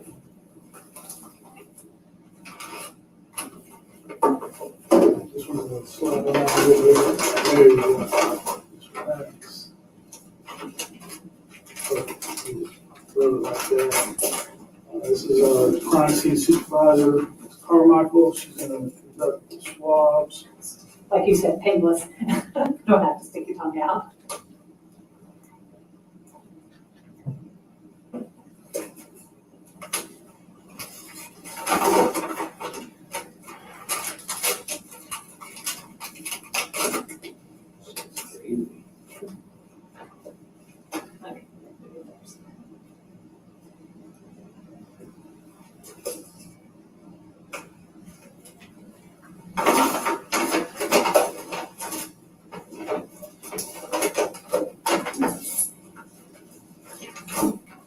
You guys try reaching me? I'm not sure. We may have. I never even seen the reason why, because they did something stupid. If I was going to the gym and they were looking for me, you just call me directly and tell me what it was for. I don't. Yeah, I'm not. I don't remember if we did or not. A couple of days.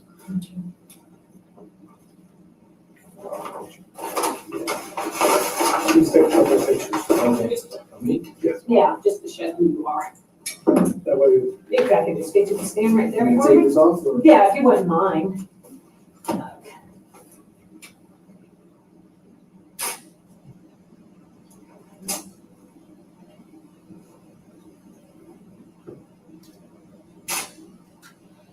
Okay, and if I can get you just put your arms out like that for me, show you not, put your hands out like that, just show you don't have any injuries or anything.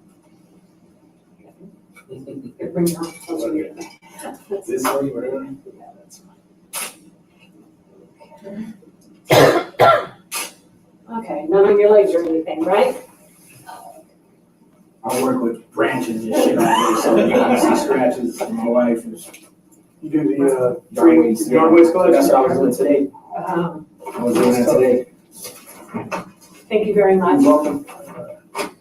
Do you need water or something? Yeah, so how much longer? Not too much longer. I'll be right back.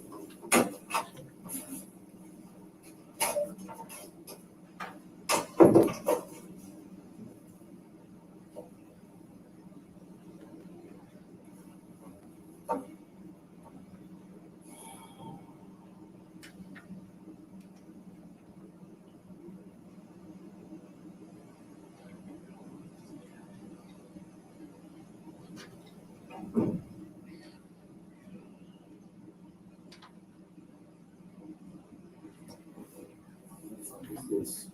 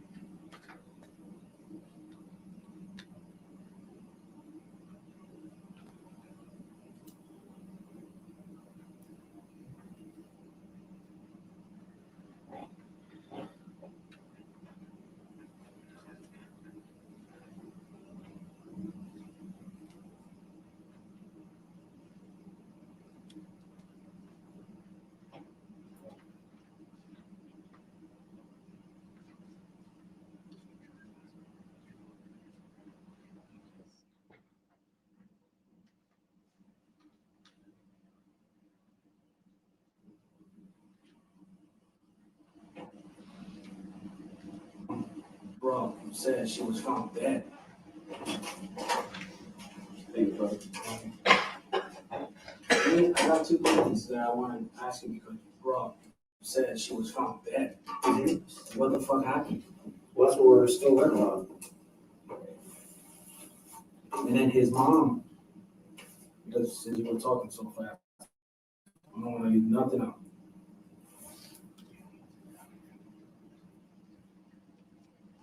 His mom called me at 1:25 a.m. this morning. Who's mom? His mom. Tell me he got arrested. Wanda called you? You at 1:25 a.m. It's right there. Right? Just want to make sure you guys got all that shit.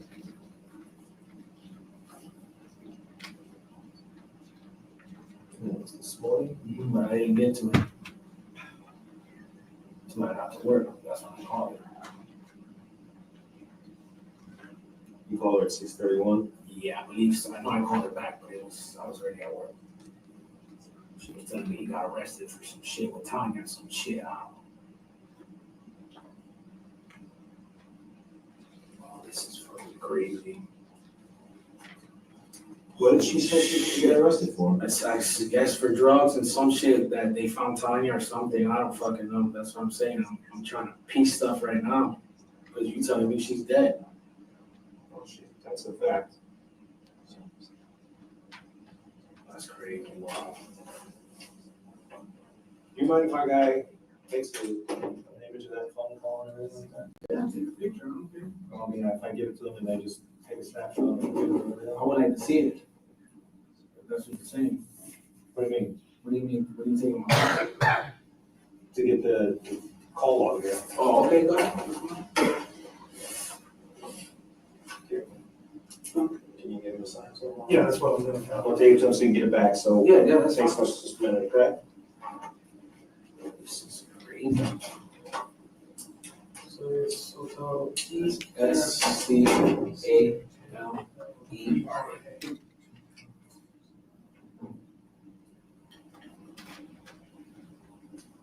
This is crazy. What kind of cell phone? That's iPhone 7 something. The 7 or 7 Plus? The big one or the red one? It's the bigger one. Big one? Yeah. You know what color it is? My phone is black. Black.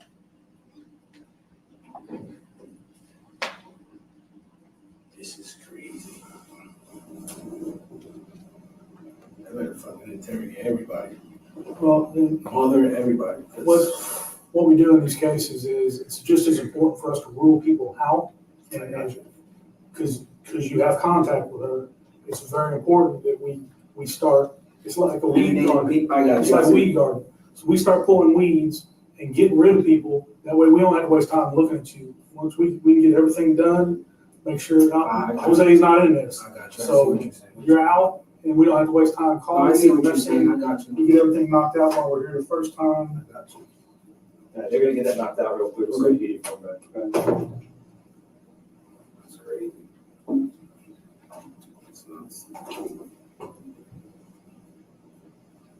Do you keep in touch with Wanda on a regular basis, or you just know her, or? No, you know, that's what I'm saying, Brad. He's like my nephew. He is your nephew? No, he's like my nephew. His mom, they were my neighbors at one point. They were your, in the apartment or something? Oh, no, old house. Oh, okay. That's how I met Brad. I'll read this out to you. Just to make sure you understand that. I, Jose Sto-Escalera, understand that I have the right to refuse a search, to hereby authorize to give permission to St. Louis County Sheriff's Office and employees to make a full complete search of my cell phone. It's the iPhone 7 Plus Black that we just collected, located here at 4700 West Midway Road, St. Lucie County, Florida. I understand that I give my consent for the above described cell phone and digital data within to be searched. I'm giving up the right to privacy for these areas. I also understand if items are located in the area my consent is given for, then these items can be used against me in court of law. I'm giving my consent freely and voluntarily without compulsion or threat of any kind. Okay, you understand that? Just sign right there. And print underneath, and the date is August 28th. I'm sorry, August 25th. I'm like, hold on, let's slow down. I'm telling you, it's been a long couple of days. I'm gonna witness it today. Wow, this shit's crazy. I know. But what happened? Like, what was? She was just found. You guys not even telling me, man. I don't even know what. Well, we're not releasing a lot of the details, but it's still an ongoing investigation. But she was found deceased and is suspicious.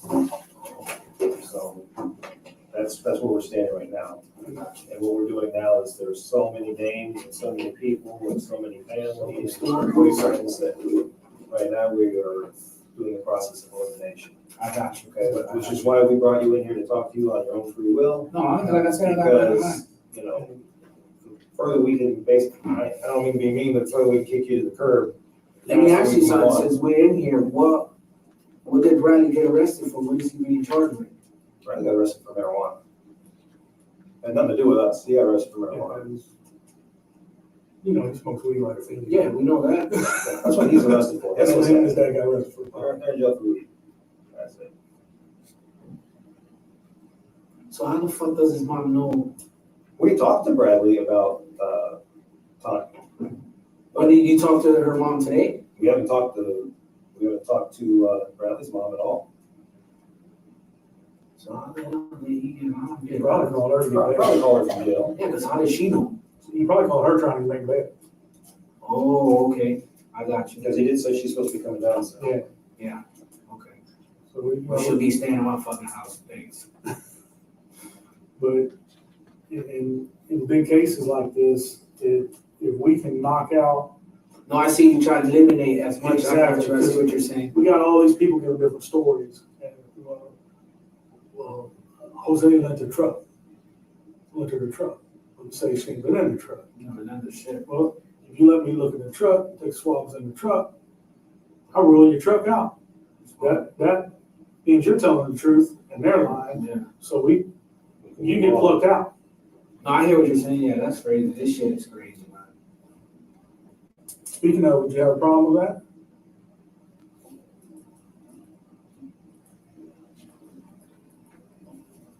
And so she's never been in your truck, other than Yeah, like she long time before, ago? yeah. So like, sure, you know, DNA degrades, right? So if it's like 6 months ago, we're gonna find the DNA and you're not gonna have hearing from us, so. You said a Dodge pickup. Yeah. 05? Yeah. I just, whatever you gotta ask me, just ask me. I don't like curveballs. That's what I'm being We're honest asking with you to look you. in your truck, make sure it's not a crime scene. It's outside. To swab DNA and all that. That's what I'm saying. I'm being honest with you. We'll be honest, you know, I just wanna know what the hell happened. Single cab or extended cab? No, it's a single cab. Single cab? Step side? Regular bed? Regular bed.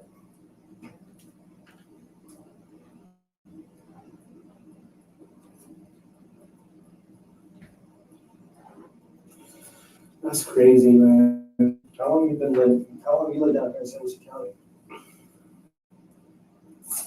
I came in here in 93. Where do you most like, when you lived down here, has it all been down at Fort St. Lucie? Yeah, I've just been all over the place. You ever live in Fort Pierce? Never. Come on, man. Jose, this is the exact same form we just did. What I changed was I put, instead of your phone, this is for an 05 Dodge pickup truck, gray in color, with a single cab and regular bed. It's located here at the sheriff's office, parked out back. And you understand that we are looking for a search of your vehicle for DNA trace evidence of crime. And the protections at the bottom are the same. It says I'm giving up the right to privacy for these areas. I also understand that items located in the area of my consent is given.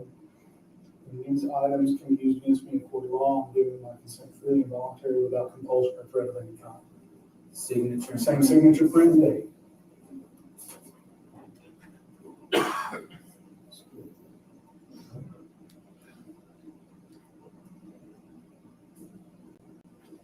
What days you guys get off over there? Where? At Woodsboro. It all depends. You guys got me on soon? Your normal work week, what's your days? It all depends on Scott. Like Mondays is my heavy route, so 5:30, 6 o'clock, sometimes 7. But I mean, like, you work Monday through Saturday, I Monday got through a day Saturday. off. You only get one day off. Yeah, Sunday's only day off. And I'm in church doing stuff with my church and shit like that. Where's the church at? Discovery, it's back there, by US 1. It's out of a school. We're doing it out of a school right now. Is that the one behind like Kidderman? Yeah. Okay, Yes, sir. okay. Yes, sir. At the, what is it, Sand Hill,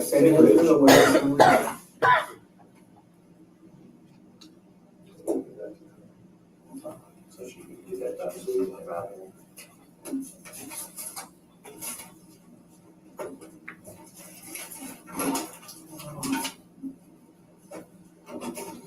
Oh, the other thing that was roll you out.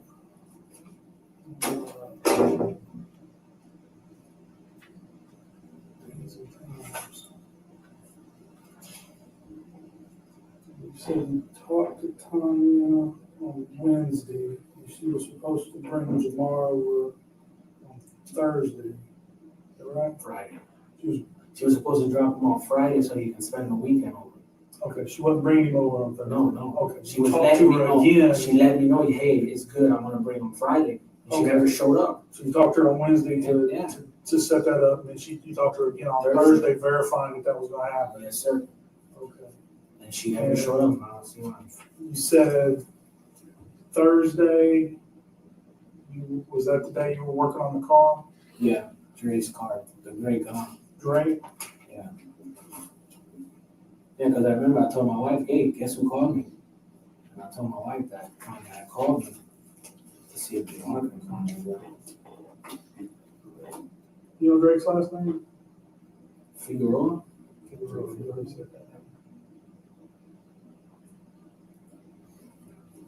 That's fucking crazy.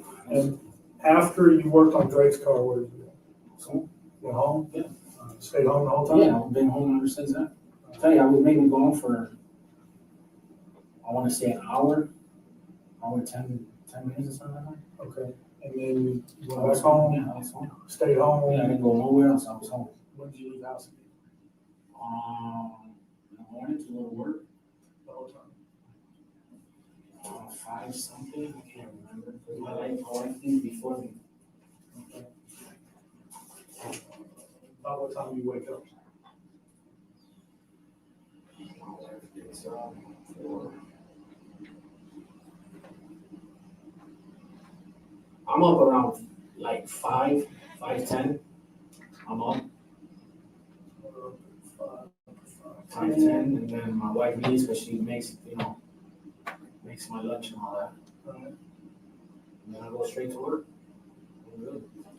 You work Friday? Yeah, I work every day. What was your scheduled work on Friday? What do you mean, like start? Yeah, you start time on Friday. We got to punch in at 6:15. So 6:15, what time do you get off on Friday? Oh, shit.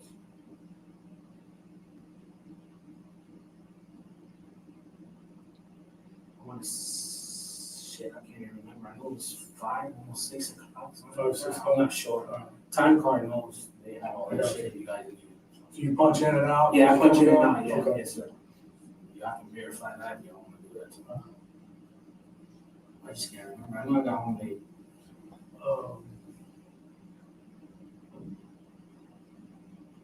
She was great. Wow. Do you or any of your neighbors have video? You don't have video at the house? No? That'd be easy for us right there.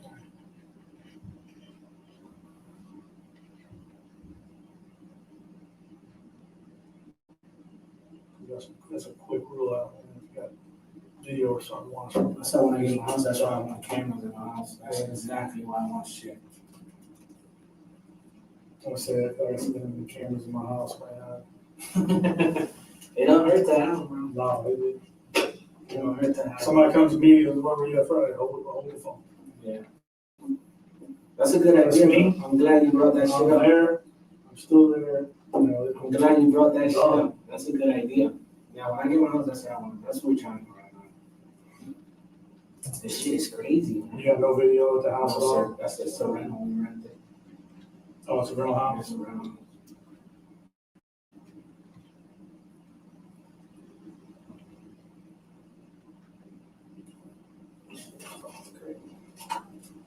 But if we need to, the Voice Pro has you punching it out.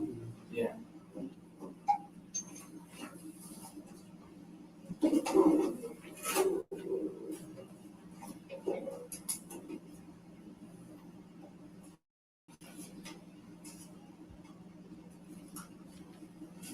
I'm actually going to excuse myself.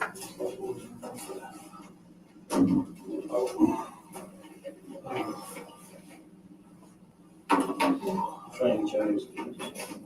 Right. Yes, I appreciate it. Oh, this shit's aggravating. Embarrassing. Maybe. I'm just getting dragged here for shit that I don't got nothing to do with. Were you close with Tanya or just not really? I'm not tight like that, that's what I'm saying. I'm not. I just see her, hey, hi, what's up? I know that Bradley's girl, shit like that, but we're not tight like that. But you have her kid over, right? Yeah, her son comes over and stays over.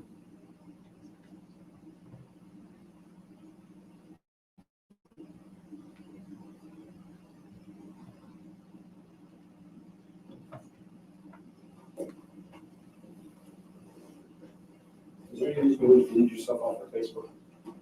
When I pulled up her Facebook earlier, you were friends with her. That's how I got here. No, I don't fuck with Facebook like that. I don't even know how to do that. No, I don't have her on. I never had her. Never. You didn't delete anybody else? No, I don't even know how to do that. My son usually didn't use my phone, and he probably was fucking with it. He just ran me like a $300 phone bill a few weeks ago. But, and like I said, my wife's the one that handles my Facebook stuff, so. I never added her, she was never, no, that's crazy, she was never on my Facebook. Never had her on, my wife would have questioned her. I got shit popping up on there, I don't even know how it's getting there. Like I said, I don't request people like that, I don't even know how to.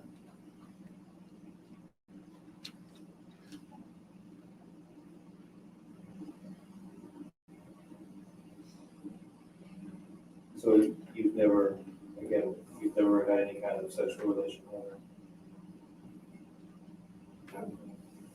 You guys ever talk a little dirty or anything like that? She's flirtatious with her mom, like I said, she's ghetto, because she talks about how she does shit, but she never tried to do that shit on me, and that's what you're trying to ask me.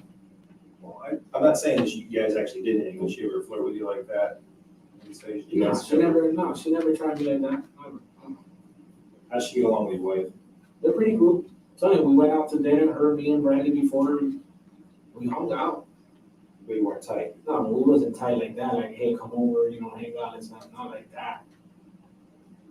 So is there a difference between going out and eating and having a kid over and hanging and being tight? Yeah, because we hung out with her because of Bradley. I'm tired with Bradley, yes, I'm tired with Bradley. So after Bradley and her broke up, how was your contact with her? Did it keep the same? Did you We continue? talked, but like, she'll bring him over, and then she never brought him over, like shit like that, but that's being on the phone and having a long conversation, none of that. So your kids were introduced while she was dating Bradley and hanging out with you guys through Bradley. And then because your kids were friends, Yes, sir. she would still bring them over once in a while. They were dating, like I said, they were in a pretty fucked up relationship. They used to fight in jail and all that shit. One day they're together, one day they're not, but that's their business.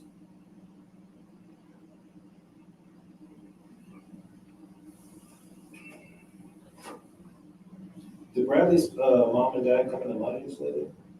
Or do you know anything about that? She probably got Bradley's from the, I don't know.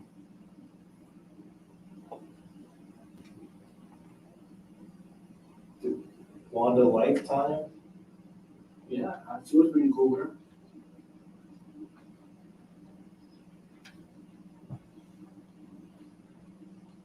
You never heard Wanda or anybody bitching about Tanya?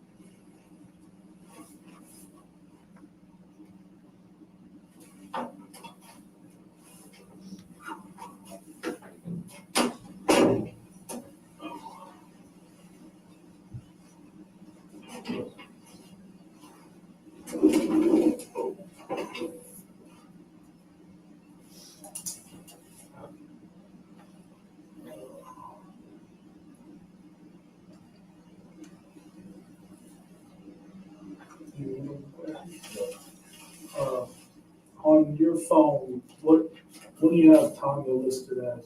You have her in your contacts? Yeah, she's in the contacts. She's under Loca. Loca? Yeah, crazy. LOCA. And then her old number, like I said, I had an old number that she had before, is under Tanya. The new number that I spoke to her is under Loca.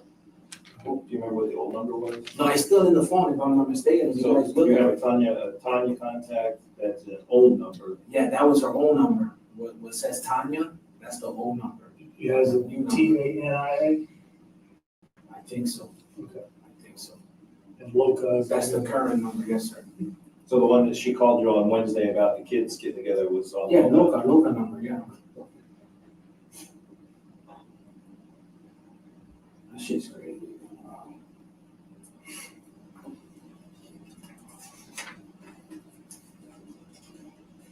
I appreciate you cooperating like this. This gets us out of your hair and you out of ours. No, We move on. my wife is the one that's freaking out. We'll try to. However you want to spend it to her, you can spend it to her, okay? I mean, No, I not that I was saying don't got to lie to my wife. If there's one thing I learned, bro, let me tell you something. I've been through some shit. Tell you the truth, it's the most easiest shit to do. Nah, I mean, I'm not gonna sit here and tell you the story, oh, I'm doing it to you all the first time. I don't gotta sit here and try to keep lying, no, fuck that. It's the easiest way, because every time you tell the story, it's the same story. Exactly. I'm good, so. Where's your wife at now? Probably out there waiting for me.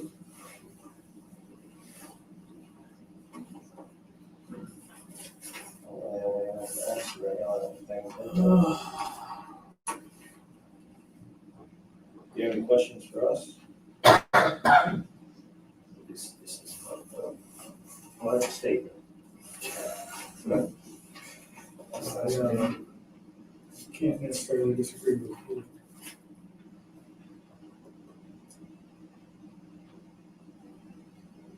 My wife said they came to the house, I guess you guys went to the house or Somebody from the sheriff's office. like 16 deep or something like that? I have no idea. I'm just doing other stuff. We got teams running around doing different things, and you know, some of them got 2 guys, some of them got 20. It just depends on. Oh, yeah, let me ask you about, her old boyfriend, Mark. You said that you know, he beat the crap out of Yeah, I her. know of him because of the shit she said when she was with Bradley, when she used to, we used to talk and hang out, and that's not a good guy. Do you know if she was still in contact with him any or no? Knowing her, yeah. Knowing her, yeah.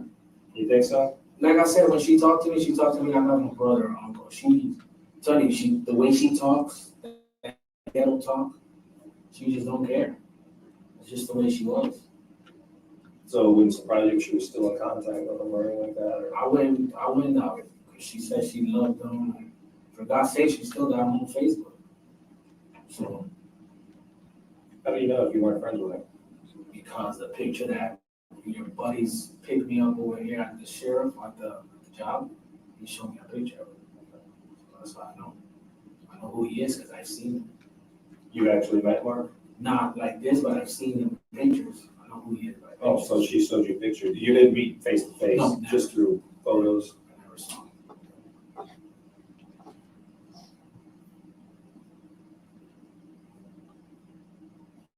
Did she, after her and Bradley were going around and after her and Bradley broke up, did she ever talk about Mark again or anything like that? I wouldn't know. You wouldn't know. Was she talking to your wife when she would call your wife and chat? No, because my wife was a little disappointed out of her because the shit she used to do with the stripping and all that. My wife doing. Always real professional. Like, I don't know. I can't explain it. My wife's the reason I'm doing the shit right now.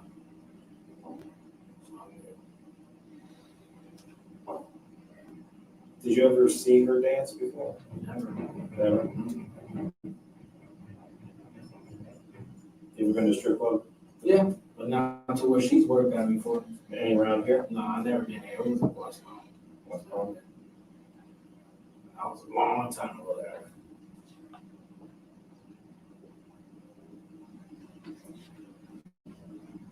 You already get that money to make around on stage. I'm not getting my fucking money on. That's the way I look at it. I got a wife at home. I don't give a fucking baby shit.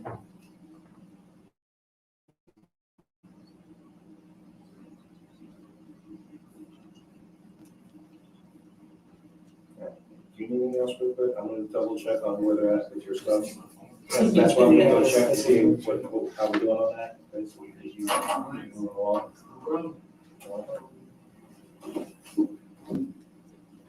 What's the youngest you guys hire officers? How does that work? Used to be 25, but that's like 21. Awesome. So maybe another 19, 18.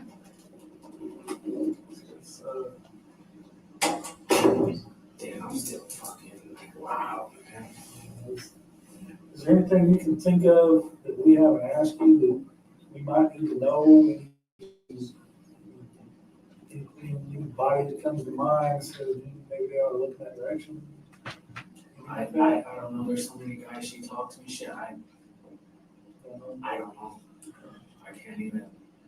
Like I said, I never talked to her like that. We were tight, but not like that. Like, I don't know her business like that. I know her mom. The only thing that I know is that her brother lived with Bradley at one point, Right. some shit like that. Let me see what else I know. That's pretty much it. And her mom's sick, you know. But that's about it.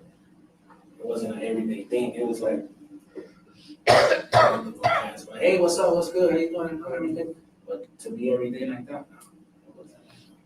When's the last time Jamar came over to the house? Shit, I can't even remember. I know we took him to church. That was the last. I can't remember what the hell that was. You're talking months, years? Months. It wasn't here. It was months ago. Was it this year? Yeah, it was in this year. I know that, but it was months ago. I don't know exactly when, but you know.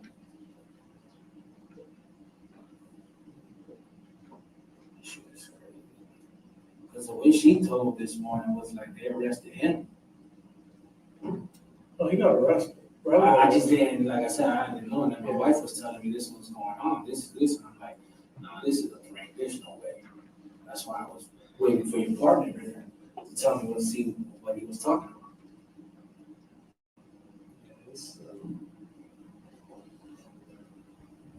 How many guys you already interviewed? Oh, you can't. Can't tell you, I've been working a lot of hours. I got you. We've talked to a substantial number of people. Okay. We still have a substantial number of people. I got you. No problem. And, like I said, you know, it's the weed garden concept. You know, just Put this shit out there until you get it. sometime when I'm back. I'm just curious, what the fuck happened? This shit is crazy. Curious. In the ballpark. It's gonna be a few more minutes, but we're halfway done with it. It just takes a few minutes for that shit the computer programs to talk to each other and shit like that. So I'll be in the other room for a minute. Okay. I appreciate you coming in. Okay. No problem. Thanks a lot. You're welcome. All right. Man, you're funny. It's kind of crazy.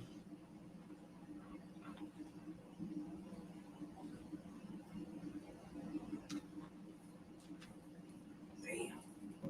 That's crazy. Whew. I feel bad for him, man. For Jamar. Oh, yeah. That's his mom. At least he still got a grandma. Yeah, but it's not the same, man. It's not the same. It's crazy. It's crazy because it's just crazy. It's crazy. Hopefully they'll get him some support, and get some counseling or something. Yeah. Make sure he's good. Just like we explained, when names come up, we gotta, No, I understand. I understand. as sure as we don't, Yeah. you know, if we just, Jose did it. Get all the way to the end, yeah, Jose did it.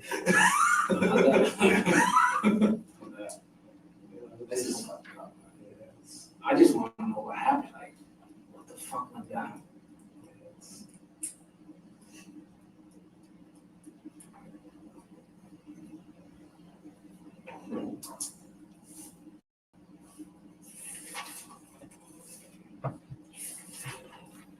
I just know that chick know a lot of guys, bro. And she knows fucking Crip members, Yeah. Bloods and Crips, shit like that. Yeah. Yeah. Uh-huh. She ever mentioned it by name? No, she never mentioned it. That's what I'm saying. She was real.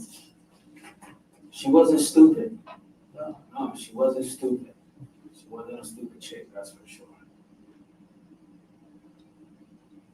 A lot of stuff going on, that's for sure.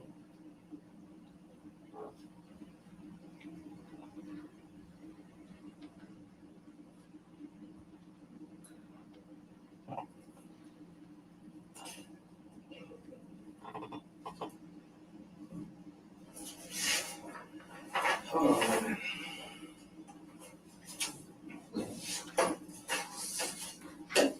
What have you been about? Sure. Been here for 13 years. You guys have dispatchers here, right? Not in this building, but You know, the 7 on the mountain? yeah. My kids' mom, it's related to her, it's her cousin. Okay.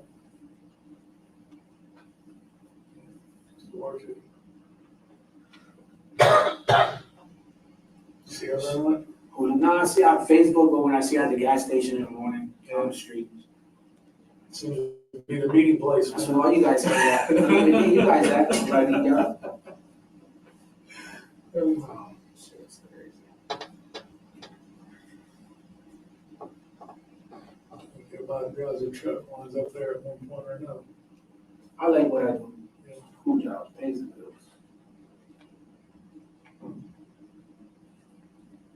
You work a set number of hours, or you just drive your route until your route's done? You gotta pick that shit up till you're done. You can be done. There's heavy days and there's light days. Right. Like my Monday route, I can get done between, it's a heavy, so 5:30, 6 o'clock. Tuesdays, fucking 1:30, 2 o'clock. Wednesday is a bad day because I don't fucking get in there till like 7. My only early day that I know is Saturday. Like today, I wouldn't know. I would have been off like 2:30, but it was a little extra shit out there. And Sunday we don't work well, Sunday.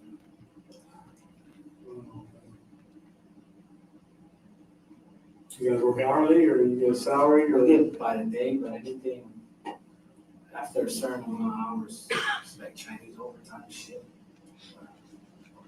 So if you can knock your route out by 1 o'clock, you're still getting your till 5 pay? Yeah, you get your flat rate, you make money, but the longer you're out there, the less. That's the way I look at it. I just did it because of the benefits. Right. Because with the other job, the money was good, man, but it was the late fucking nights that they were in France. People don't have no compassion, no. Did they take taxes out on you at that place? That was all cash money. Under the table, but then my wife was like, we gotta buy a house. My wife just fixed my credit. I had a 356, it's up to a 766 right now. So that's what we're trying to do, get a house. But she just Yeah, it's hard to fix credit when you're not making the tax. So now that I'm on the books, hopefully I can get something and see what happens. That's what I'm trying, that's what I'm shooting for. I just want Because the bank won't recognize that money as I just want a income. house with a pool, man, so I can enjoy that shit and drink some beer and just, that's it. I used to go out when I was young. I used to party and shit like that. You get older, I'm like, fuck that shit. I look back and be like, I blew a lot of money going out drinking and shit like that. Where'd you grow up? I grew up in Connecticut from Bridgeport. Really? And I moved here in 93. This shit right here wasn't even here. Like, you couldn't get back here. Way back in Torino, you couldn't get through there. None of that. All that was closed. Yeah, 93.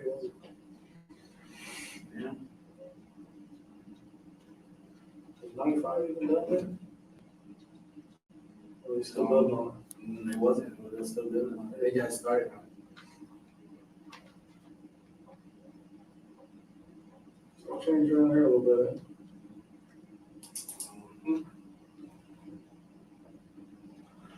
Yes, it does.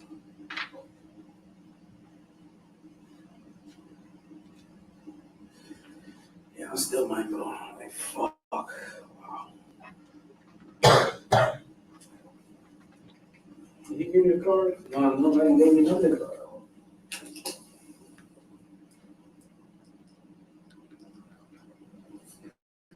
That's a case number. Okay.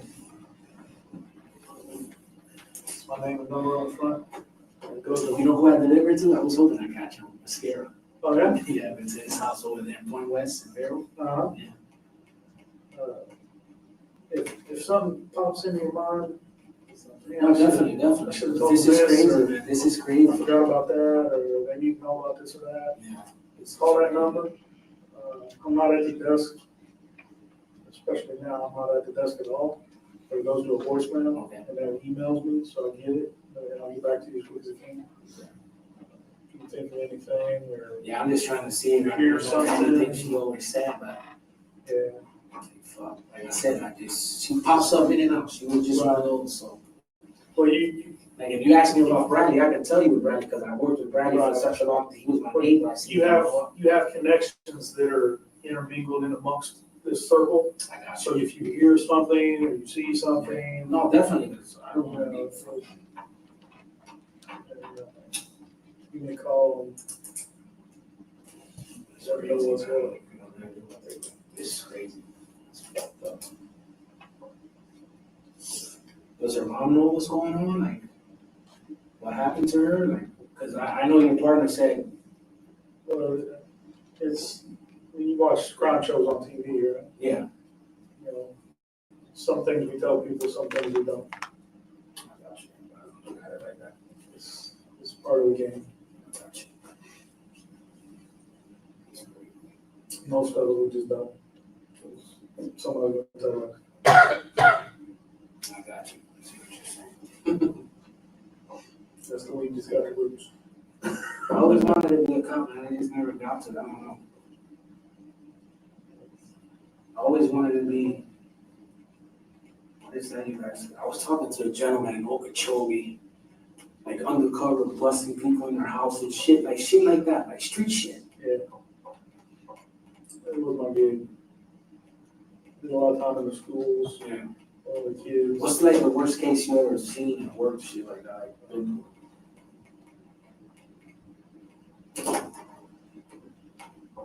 This one's up there. It's maybe different. I got you. Different places to Yeah. look. It varies. You know, I've done a lot with fire service, EMS, and law enforcement. I got like 26 years in now, public service. So it's pretty much. That's cool then. Been to the race. That's cool. That's cool. It's my time with that retirement check. Henry Cumberland.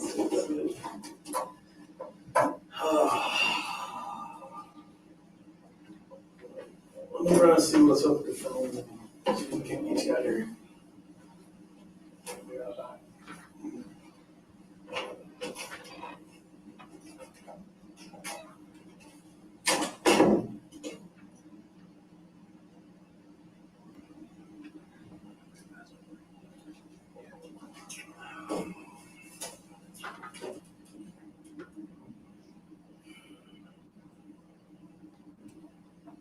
You doing texting?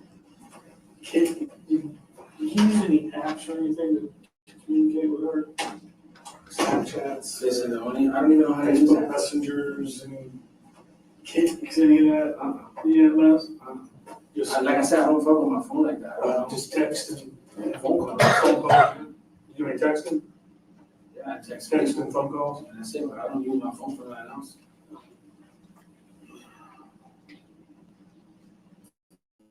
My wife will be the first one to tell you I'm not that great when it comes to that. I feel you, man. Some stuff. Like you get, like shit pops up on the phone. Like message, like what you said, message the wave. There's a wave shit on there or something. You wave. I get people. I don't even request these people. I don't know how the fuck it even gets there. So I just, I don't know.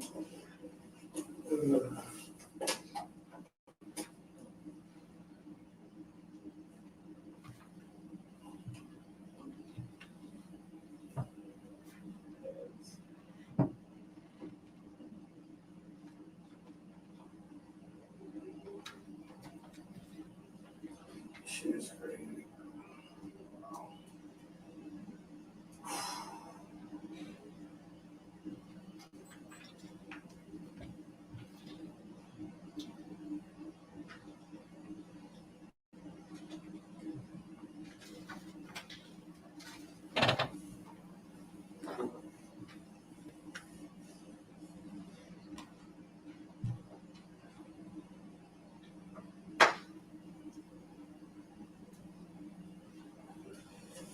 Oh shit.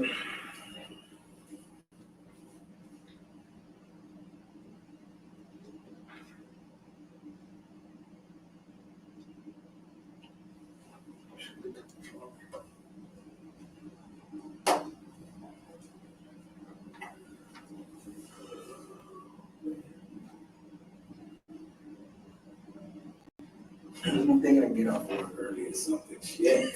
You can't catch a break, man. Yeah. This was my kid-free weekend. All my It's kids fun did to the How many kids you have? exercise. All the exercise. That's pretty. Weekend plans. Dante, I'll be doing this shit right here. That's it. All that's up.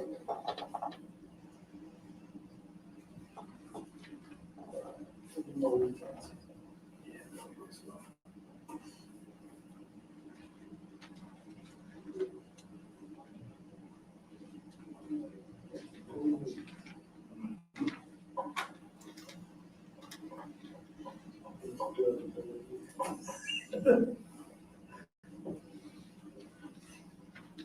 So you know that big, the big green ones, yeah. Yeah.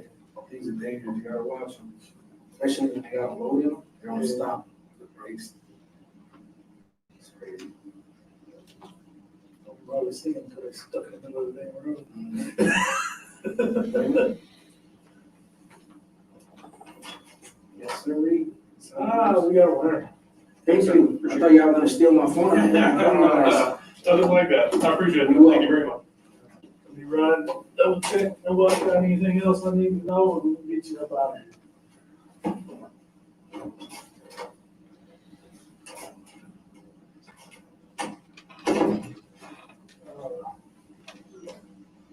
You got a business card? Yeah, she'll follow that. She'll tell you you're doing shackles, platoon log.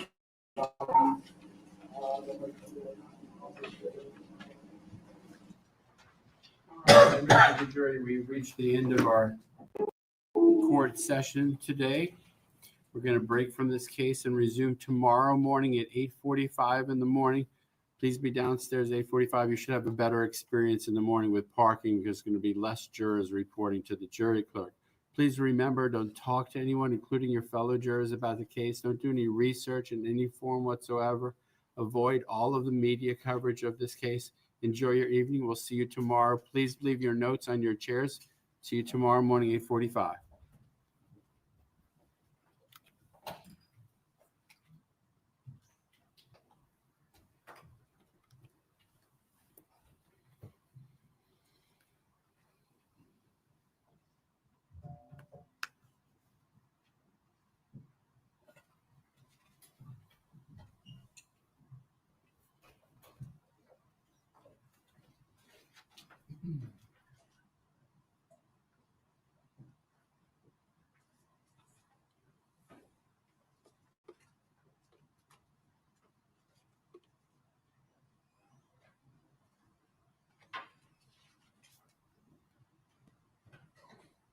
All right, the jury has exited. We'll conclude Detective Newman's testimony in the morning. Any other issues to take before we break for the case? Not for the defense, Judge. Just scheduling, we're well ahead of schedule. I think there's an outside shot we could rest tomorrow. Probably Wednesday, but outside shot tomorrow. We're doing really good. Okay. Way ahead. From your side, does that present any challenges? Okay. Well, maybe in getting defense witnesses here, but I'll be able to include Right. you more fully on that tomorrow. That's what I meant. Mitigation Yeah. expert this evening. Well, you still have your interpreter testimony from the state.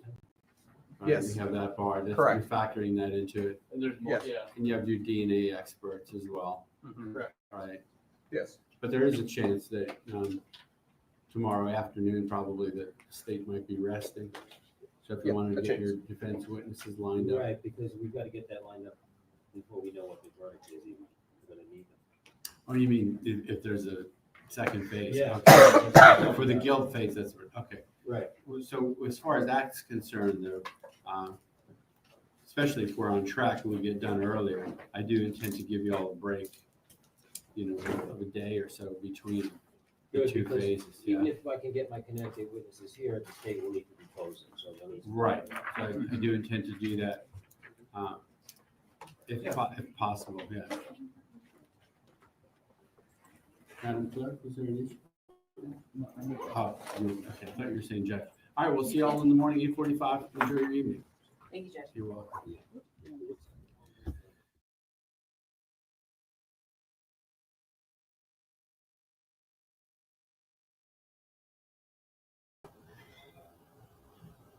Okay, well, where did I go? There I am.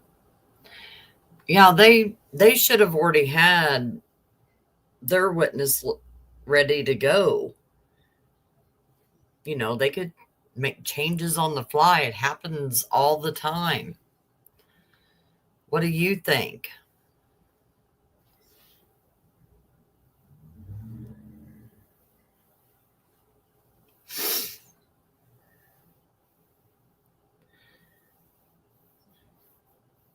Mm, between 8:45 and 9. We'll see how it goes. From what I read, this could last a few weeks, but we'll see how it goes.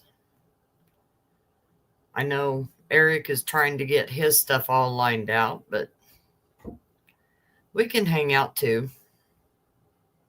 We can all bounce around.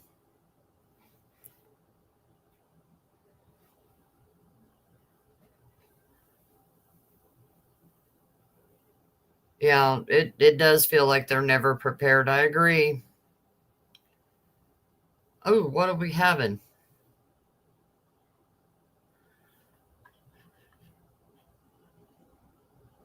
Oh, chicken nuggets and corn. I'll take the corn, please. Hold the nuggets. Well, you're welcome. Yeah, I'll set one up for tomorrow and we'll see how it goes.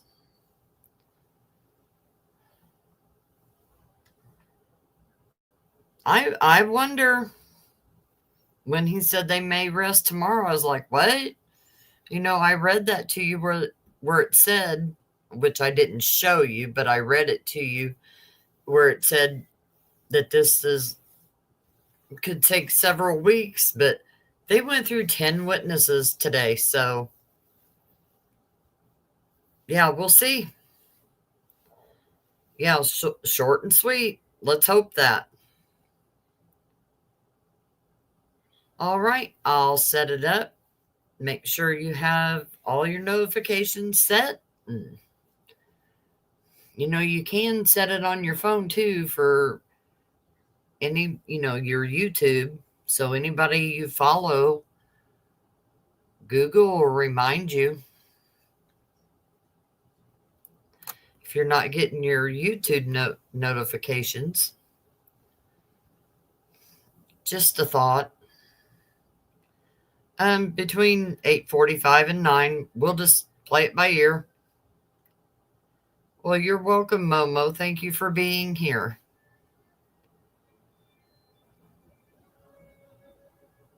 Yeah, unorganized.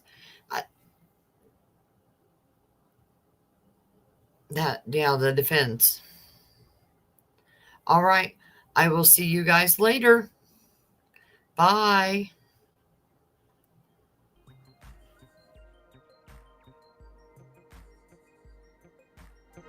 Thank you.